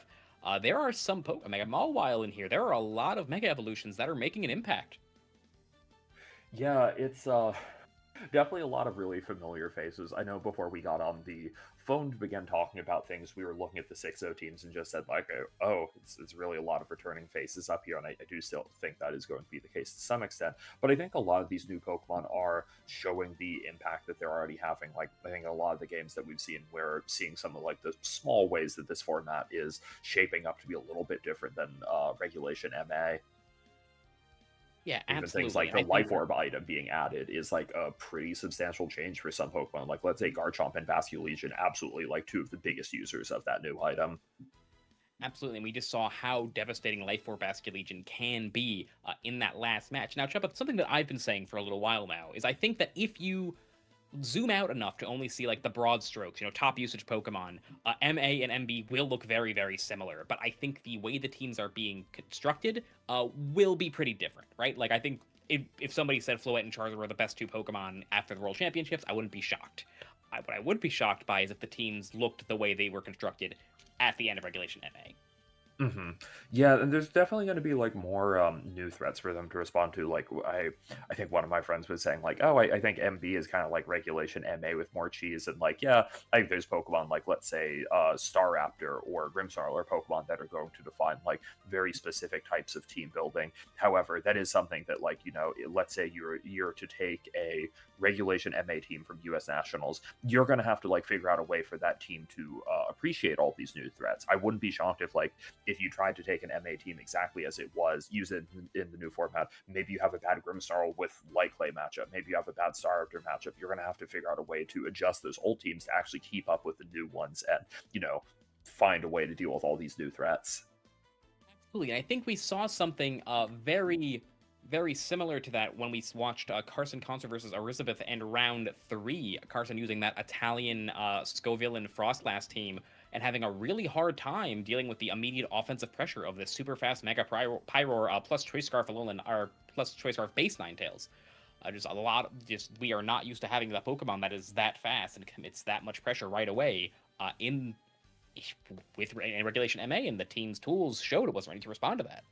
Mm-hmm. Yep, Pyroar definitely a new face that I think a little bit like Golden Go when when we saw that ability. I think some of us were kind of groaning about it, but it's like kind of unique that it's just like an unconditional 50% boost on those fire moves, and then you can choose to amplify that with Sun. I think probably amplifying it with Sun is like the whole reason you would use Pyroar, essentially to like double dip on those fire type boosts. But ultimately a pretty interesting Pokemon. I think it's doing something that, I don't know, only Houndoom was doing before. And Houndoom is probably not quite as strong as Pyroar is. Absolutely not. And again, it's this the speed tier is changing, right? Like Mega Pyroar at 124 base speed. It's a Pokemon that is, a lot of Pokemon in this format are sort of stuck in that like 100, 102 range. The Whimsicots, the Charizards, the Garchomps, and now we're seeing Pokemon like Mega Metagross and Mega Pyroar who are starting to jump above what we're considering like the fastest speed tiers in this format, and it's immediately making an impact. Mm-hmm. Yeah, absolutely. The speed seems like it might continue creeping up. I think that's something that was also kind of going on at the end of Regulation MA. Like, if you look at a lot of like the top players that used variations of the Japan Nats team at US Nationals, you're seeing tons of like Jolly and Timid Nature on different Pokemon. I wonder if that trend is kind of just going to continue forward, or if everyone's like, oh, if my competition is using Jolly Garchomp, maybe I'm just going to do an Adamant Slow Garchomp and, save my EVs, put them into bulk, and not even play into that speed race. Or if we're kind of just going to continue to see people EVing those Pokemon to be the absolute fastest they can, and just opt into all those speed ties. Absolutely. I mean, right away, I saw people saying, oh, now that Life Orb's around, you have to run Jolly Max Speed Garchomp because Dragonclaw will pick up. But, not even a week later, we're seeing people go for these super bulky Garchomps that actually live these Jolly Life Orb Dragonclaws. So it's the knee-jerk reaction is often not what the end result is going to be, and I think we're starting to see that with a lot of these players showing up with Pokemon that we all initially sort of said were not very good anymore, like those Golden Goes, like those Mega Pyroars. Now, something that I'm noticing, and I want to take a look at here, is, let me make sure I'm not saying something that isn't true, is I do not think Annihilate did very well. Annihilate, one of those Pokemon that was nerfed a little bit going into Regulation MB, but people said, oh, it didn't get hit as badly as, say, Grimmsnarl losing Thunder Wave, or as Golden goes, Make It Rain becoming so much weaker and less accurate. But it looks like it has one day two finish and a less than 42% win rate going into the end of day. One day two finish. Annihilate is on Fraud Watch. Oh I see God. 1, 6, and 2. I mean, there's still some matches ongoing, but it did not do very well. That is rough. Yeah, Annihilate is I mean, let's see. So the changes to Annihilate were they took Final Gambit away, which makes that Choice Scarf set a lot less appealing, and they made it so that the Rage Fist boosts, you'd lose them when you swap out now. You can still go up to 350 power, but you're not keeping it if you decide to swap out. I think on top of those, something, people are saying like, oh, Golden Go is a Terra Merchant. That's true to an extent. I think Annihilate is also a huge Terra Merchant. Not being able to activate things like Terra Fire or Terra Water to do things like resist the Charizard Heat Wave are just going to make it a lot harder for Annihilate to hang in there against Pokemon that traditionally, when you're using Annihilate last generation, if it was like, the bulky Rage Fist set paired with Pokemon like Mousehold, you were going to activate that Terra a lot of the time to get better defensive typing. Annihilate doesn't have that option anymore. There's a ton of strong special attackers in this format that are just going to be able to absolutely beat up on that Annihilate. And if you're not able to like knock out something like a Charizard or a Floette with a boosted Rage Fist before they can do something about it, you are not going to be able to hang out with those Pokemon for a very long time at all. See, I think it's very interesting because it's true there are several very strong special attackers, but it's, with the exception of Golden Go, it's remained mostly true that all those special attackers are your Mega Evolutions. I think that big three core of Sneasler, Kingambit, and Basculegion are still the sort of the heart of the format. And you would think on paper, Mousehold Annihilate looks pretty good into those three Pokemon. Annihilate doesn't get hit by a Sneasler very hard. It can one-shot Kingambit, combined with Mousehold, it's pretty strong into Basculegion, and it just isn't turning out that way. Mm-hmm. Yeah, maybe it's one of those Pokemon that's just going to take a little more time in the oven for people to figure out like exactly the best ways to build it. But yeah, I think it's something that if you were to try to go like all in on supporting an Annihilate right now, you might be having a little bit of a rough time just because, like you mentioned, even though there are some of the big three non-megas that Annihilate does well against, a lot of teams are just going to have like one of those special megas that Annihilate has a very, very rough matchup against. It is interesting, Shepard. You mentioned that the Annihilate losing Final Gambit is a big part is a big issue with its utility, specifically its Choice Scarf set.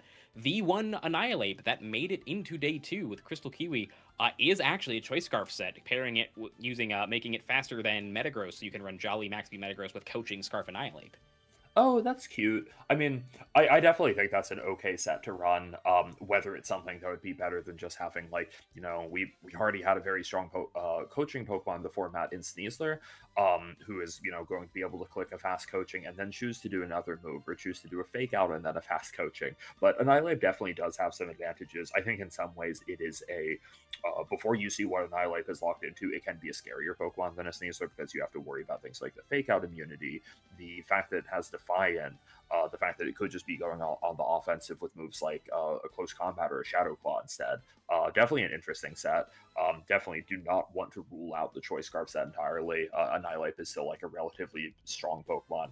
I'm not sure if many people are trying it, but there's also like kind of the classic like Sash coaching set that was very popular in Regulation H in the past is something that frankly is kind of going to exist in this format more or less unchanged from how it was being used in Regulation H.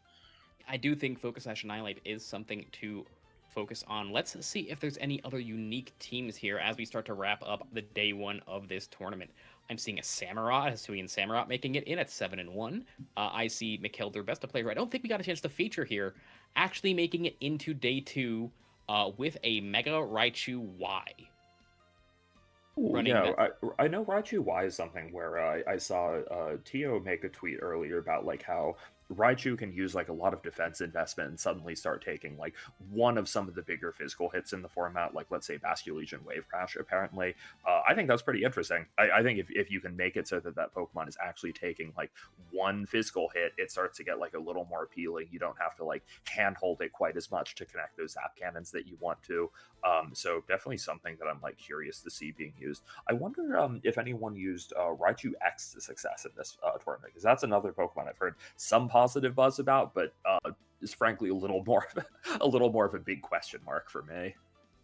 Yeah, let's take a look-see here. It looks like Raichu actually had a better win rate than Annihilate, at 80, just around 47%. Though that remains to see how many of them are Mega Raichu X. I'm taking a look here, seeing the first 3 are Mega Raichu Y, another Mega Raichu Y, modest Mega Raichu Y. That's interesting. But I'm not. There may be a better way to do this than I am just manually going through here. But I am not seeing in the first few I'm looking at. I'm not seeing a Mega Raichu Y anywhere.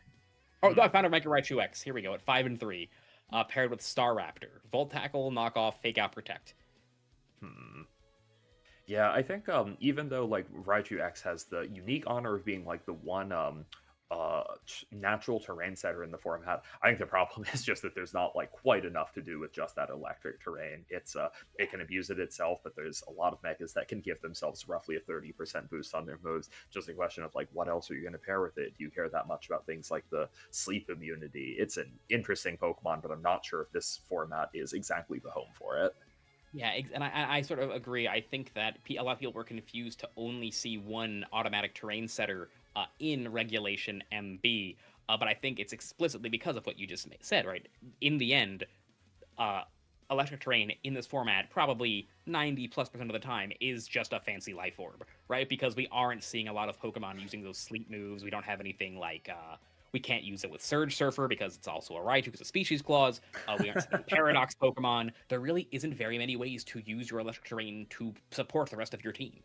Wait, that's such a cruel irony. There's one Pokemon that has an ability that responds like specifically to electric terrain, and you can't use it because of Terrain Clause right now. That's so unfortunate. That's another thing. I feel like you pointing out like, oh yeah, we don't have other terrain setters when people might have expected them. If this Pokemon is mediocre when it's the only terrain setter, I can't imagine how things are going to look when like Rillaboom or Indeedee exist in the game again. Yeah, this Pokemon might be flipping burgers.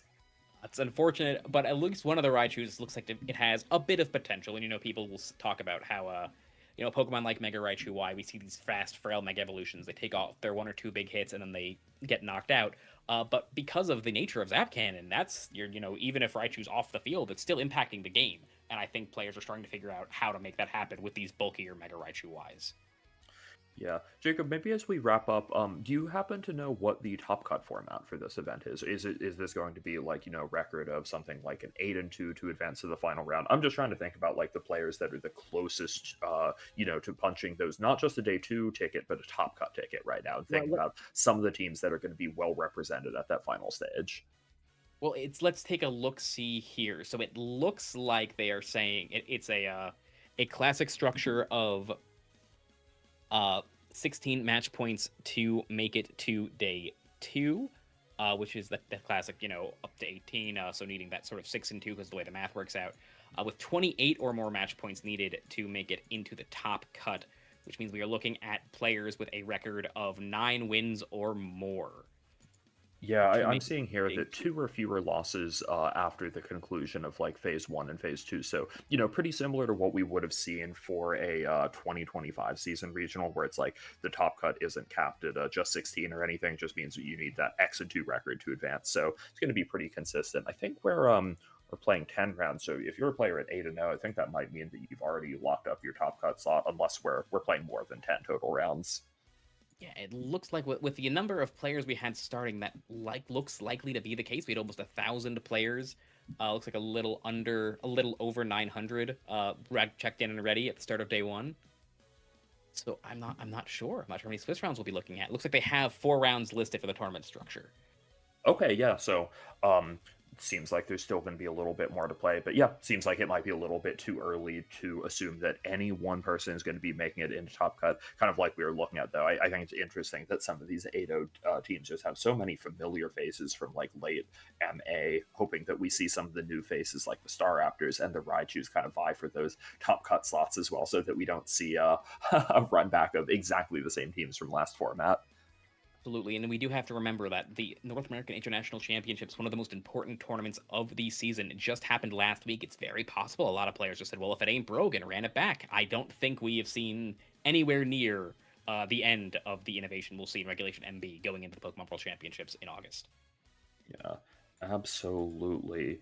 Jacob, I think we are probably just about out of time here. Is there anything else that you want to say about the tournament tomorrow before we begin to wrap things up? I don't think so. I just think, I won't be appearing tomorrow, so thanks so much to Smogon for letting me be part of this wonderful tournament, and good luck to everybody who made it to day 2.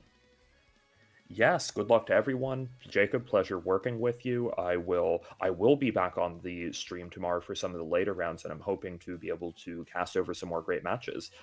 Yeah, everyone, hope you come back soon and keep playing in the tournament.